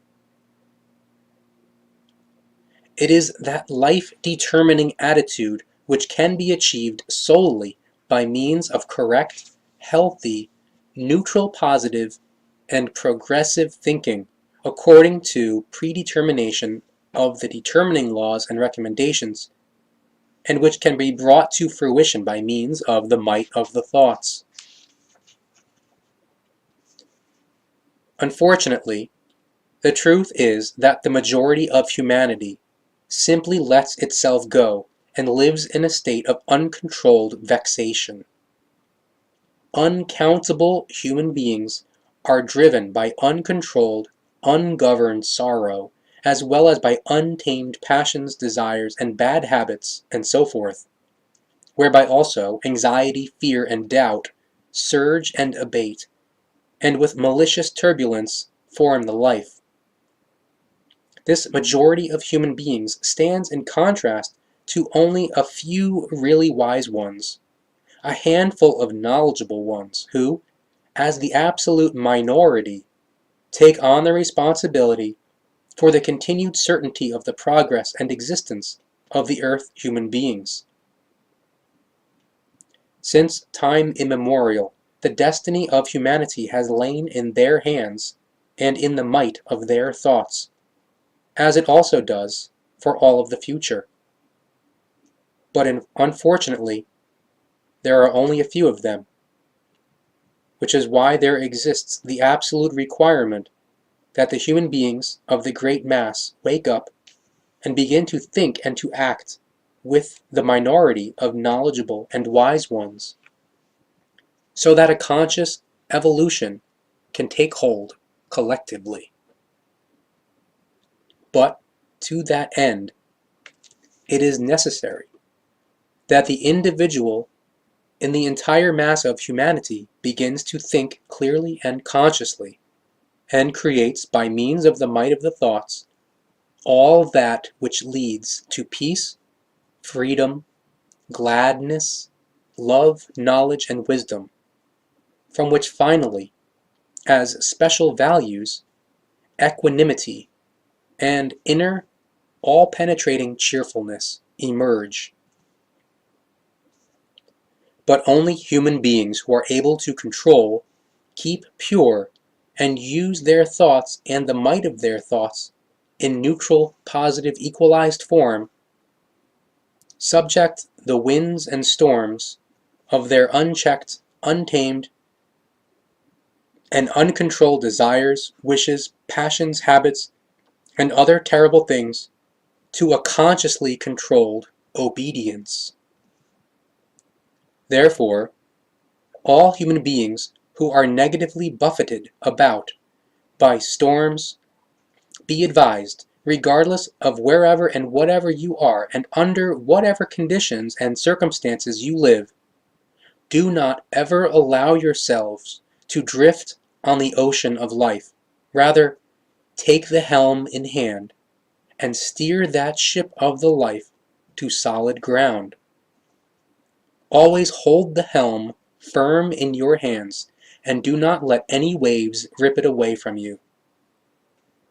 But the thoughts are the ship of the life, and the helm is the kind and wise in which the thoughts are determined, and the might by means of which they are brought to fruition. On the ship of the life, every single human being is his or her own captain, who must not sleep, who rather must always be awake and control and steer everything.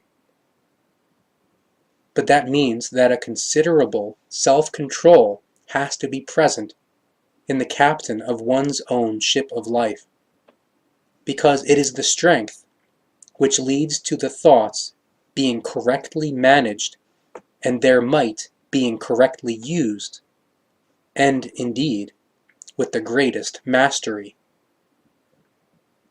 Thoughts themselves are mastery, calmness, peace, freedom, and might, when they are nurtured and used in the correct form.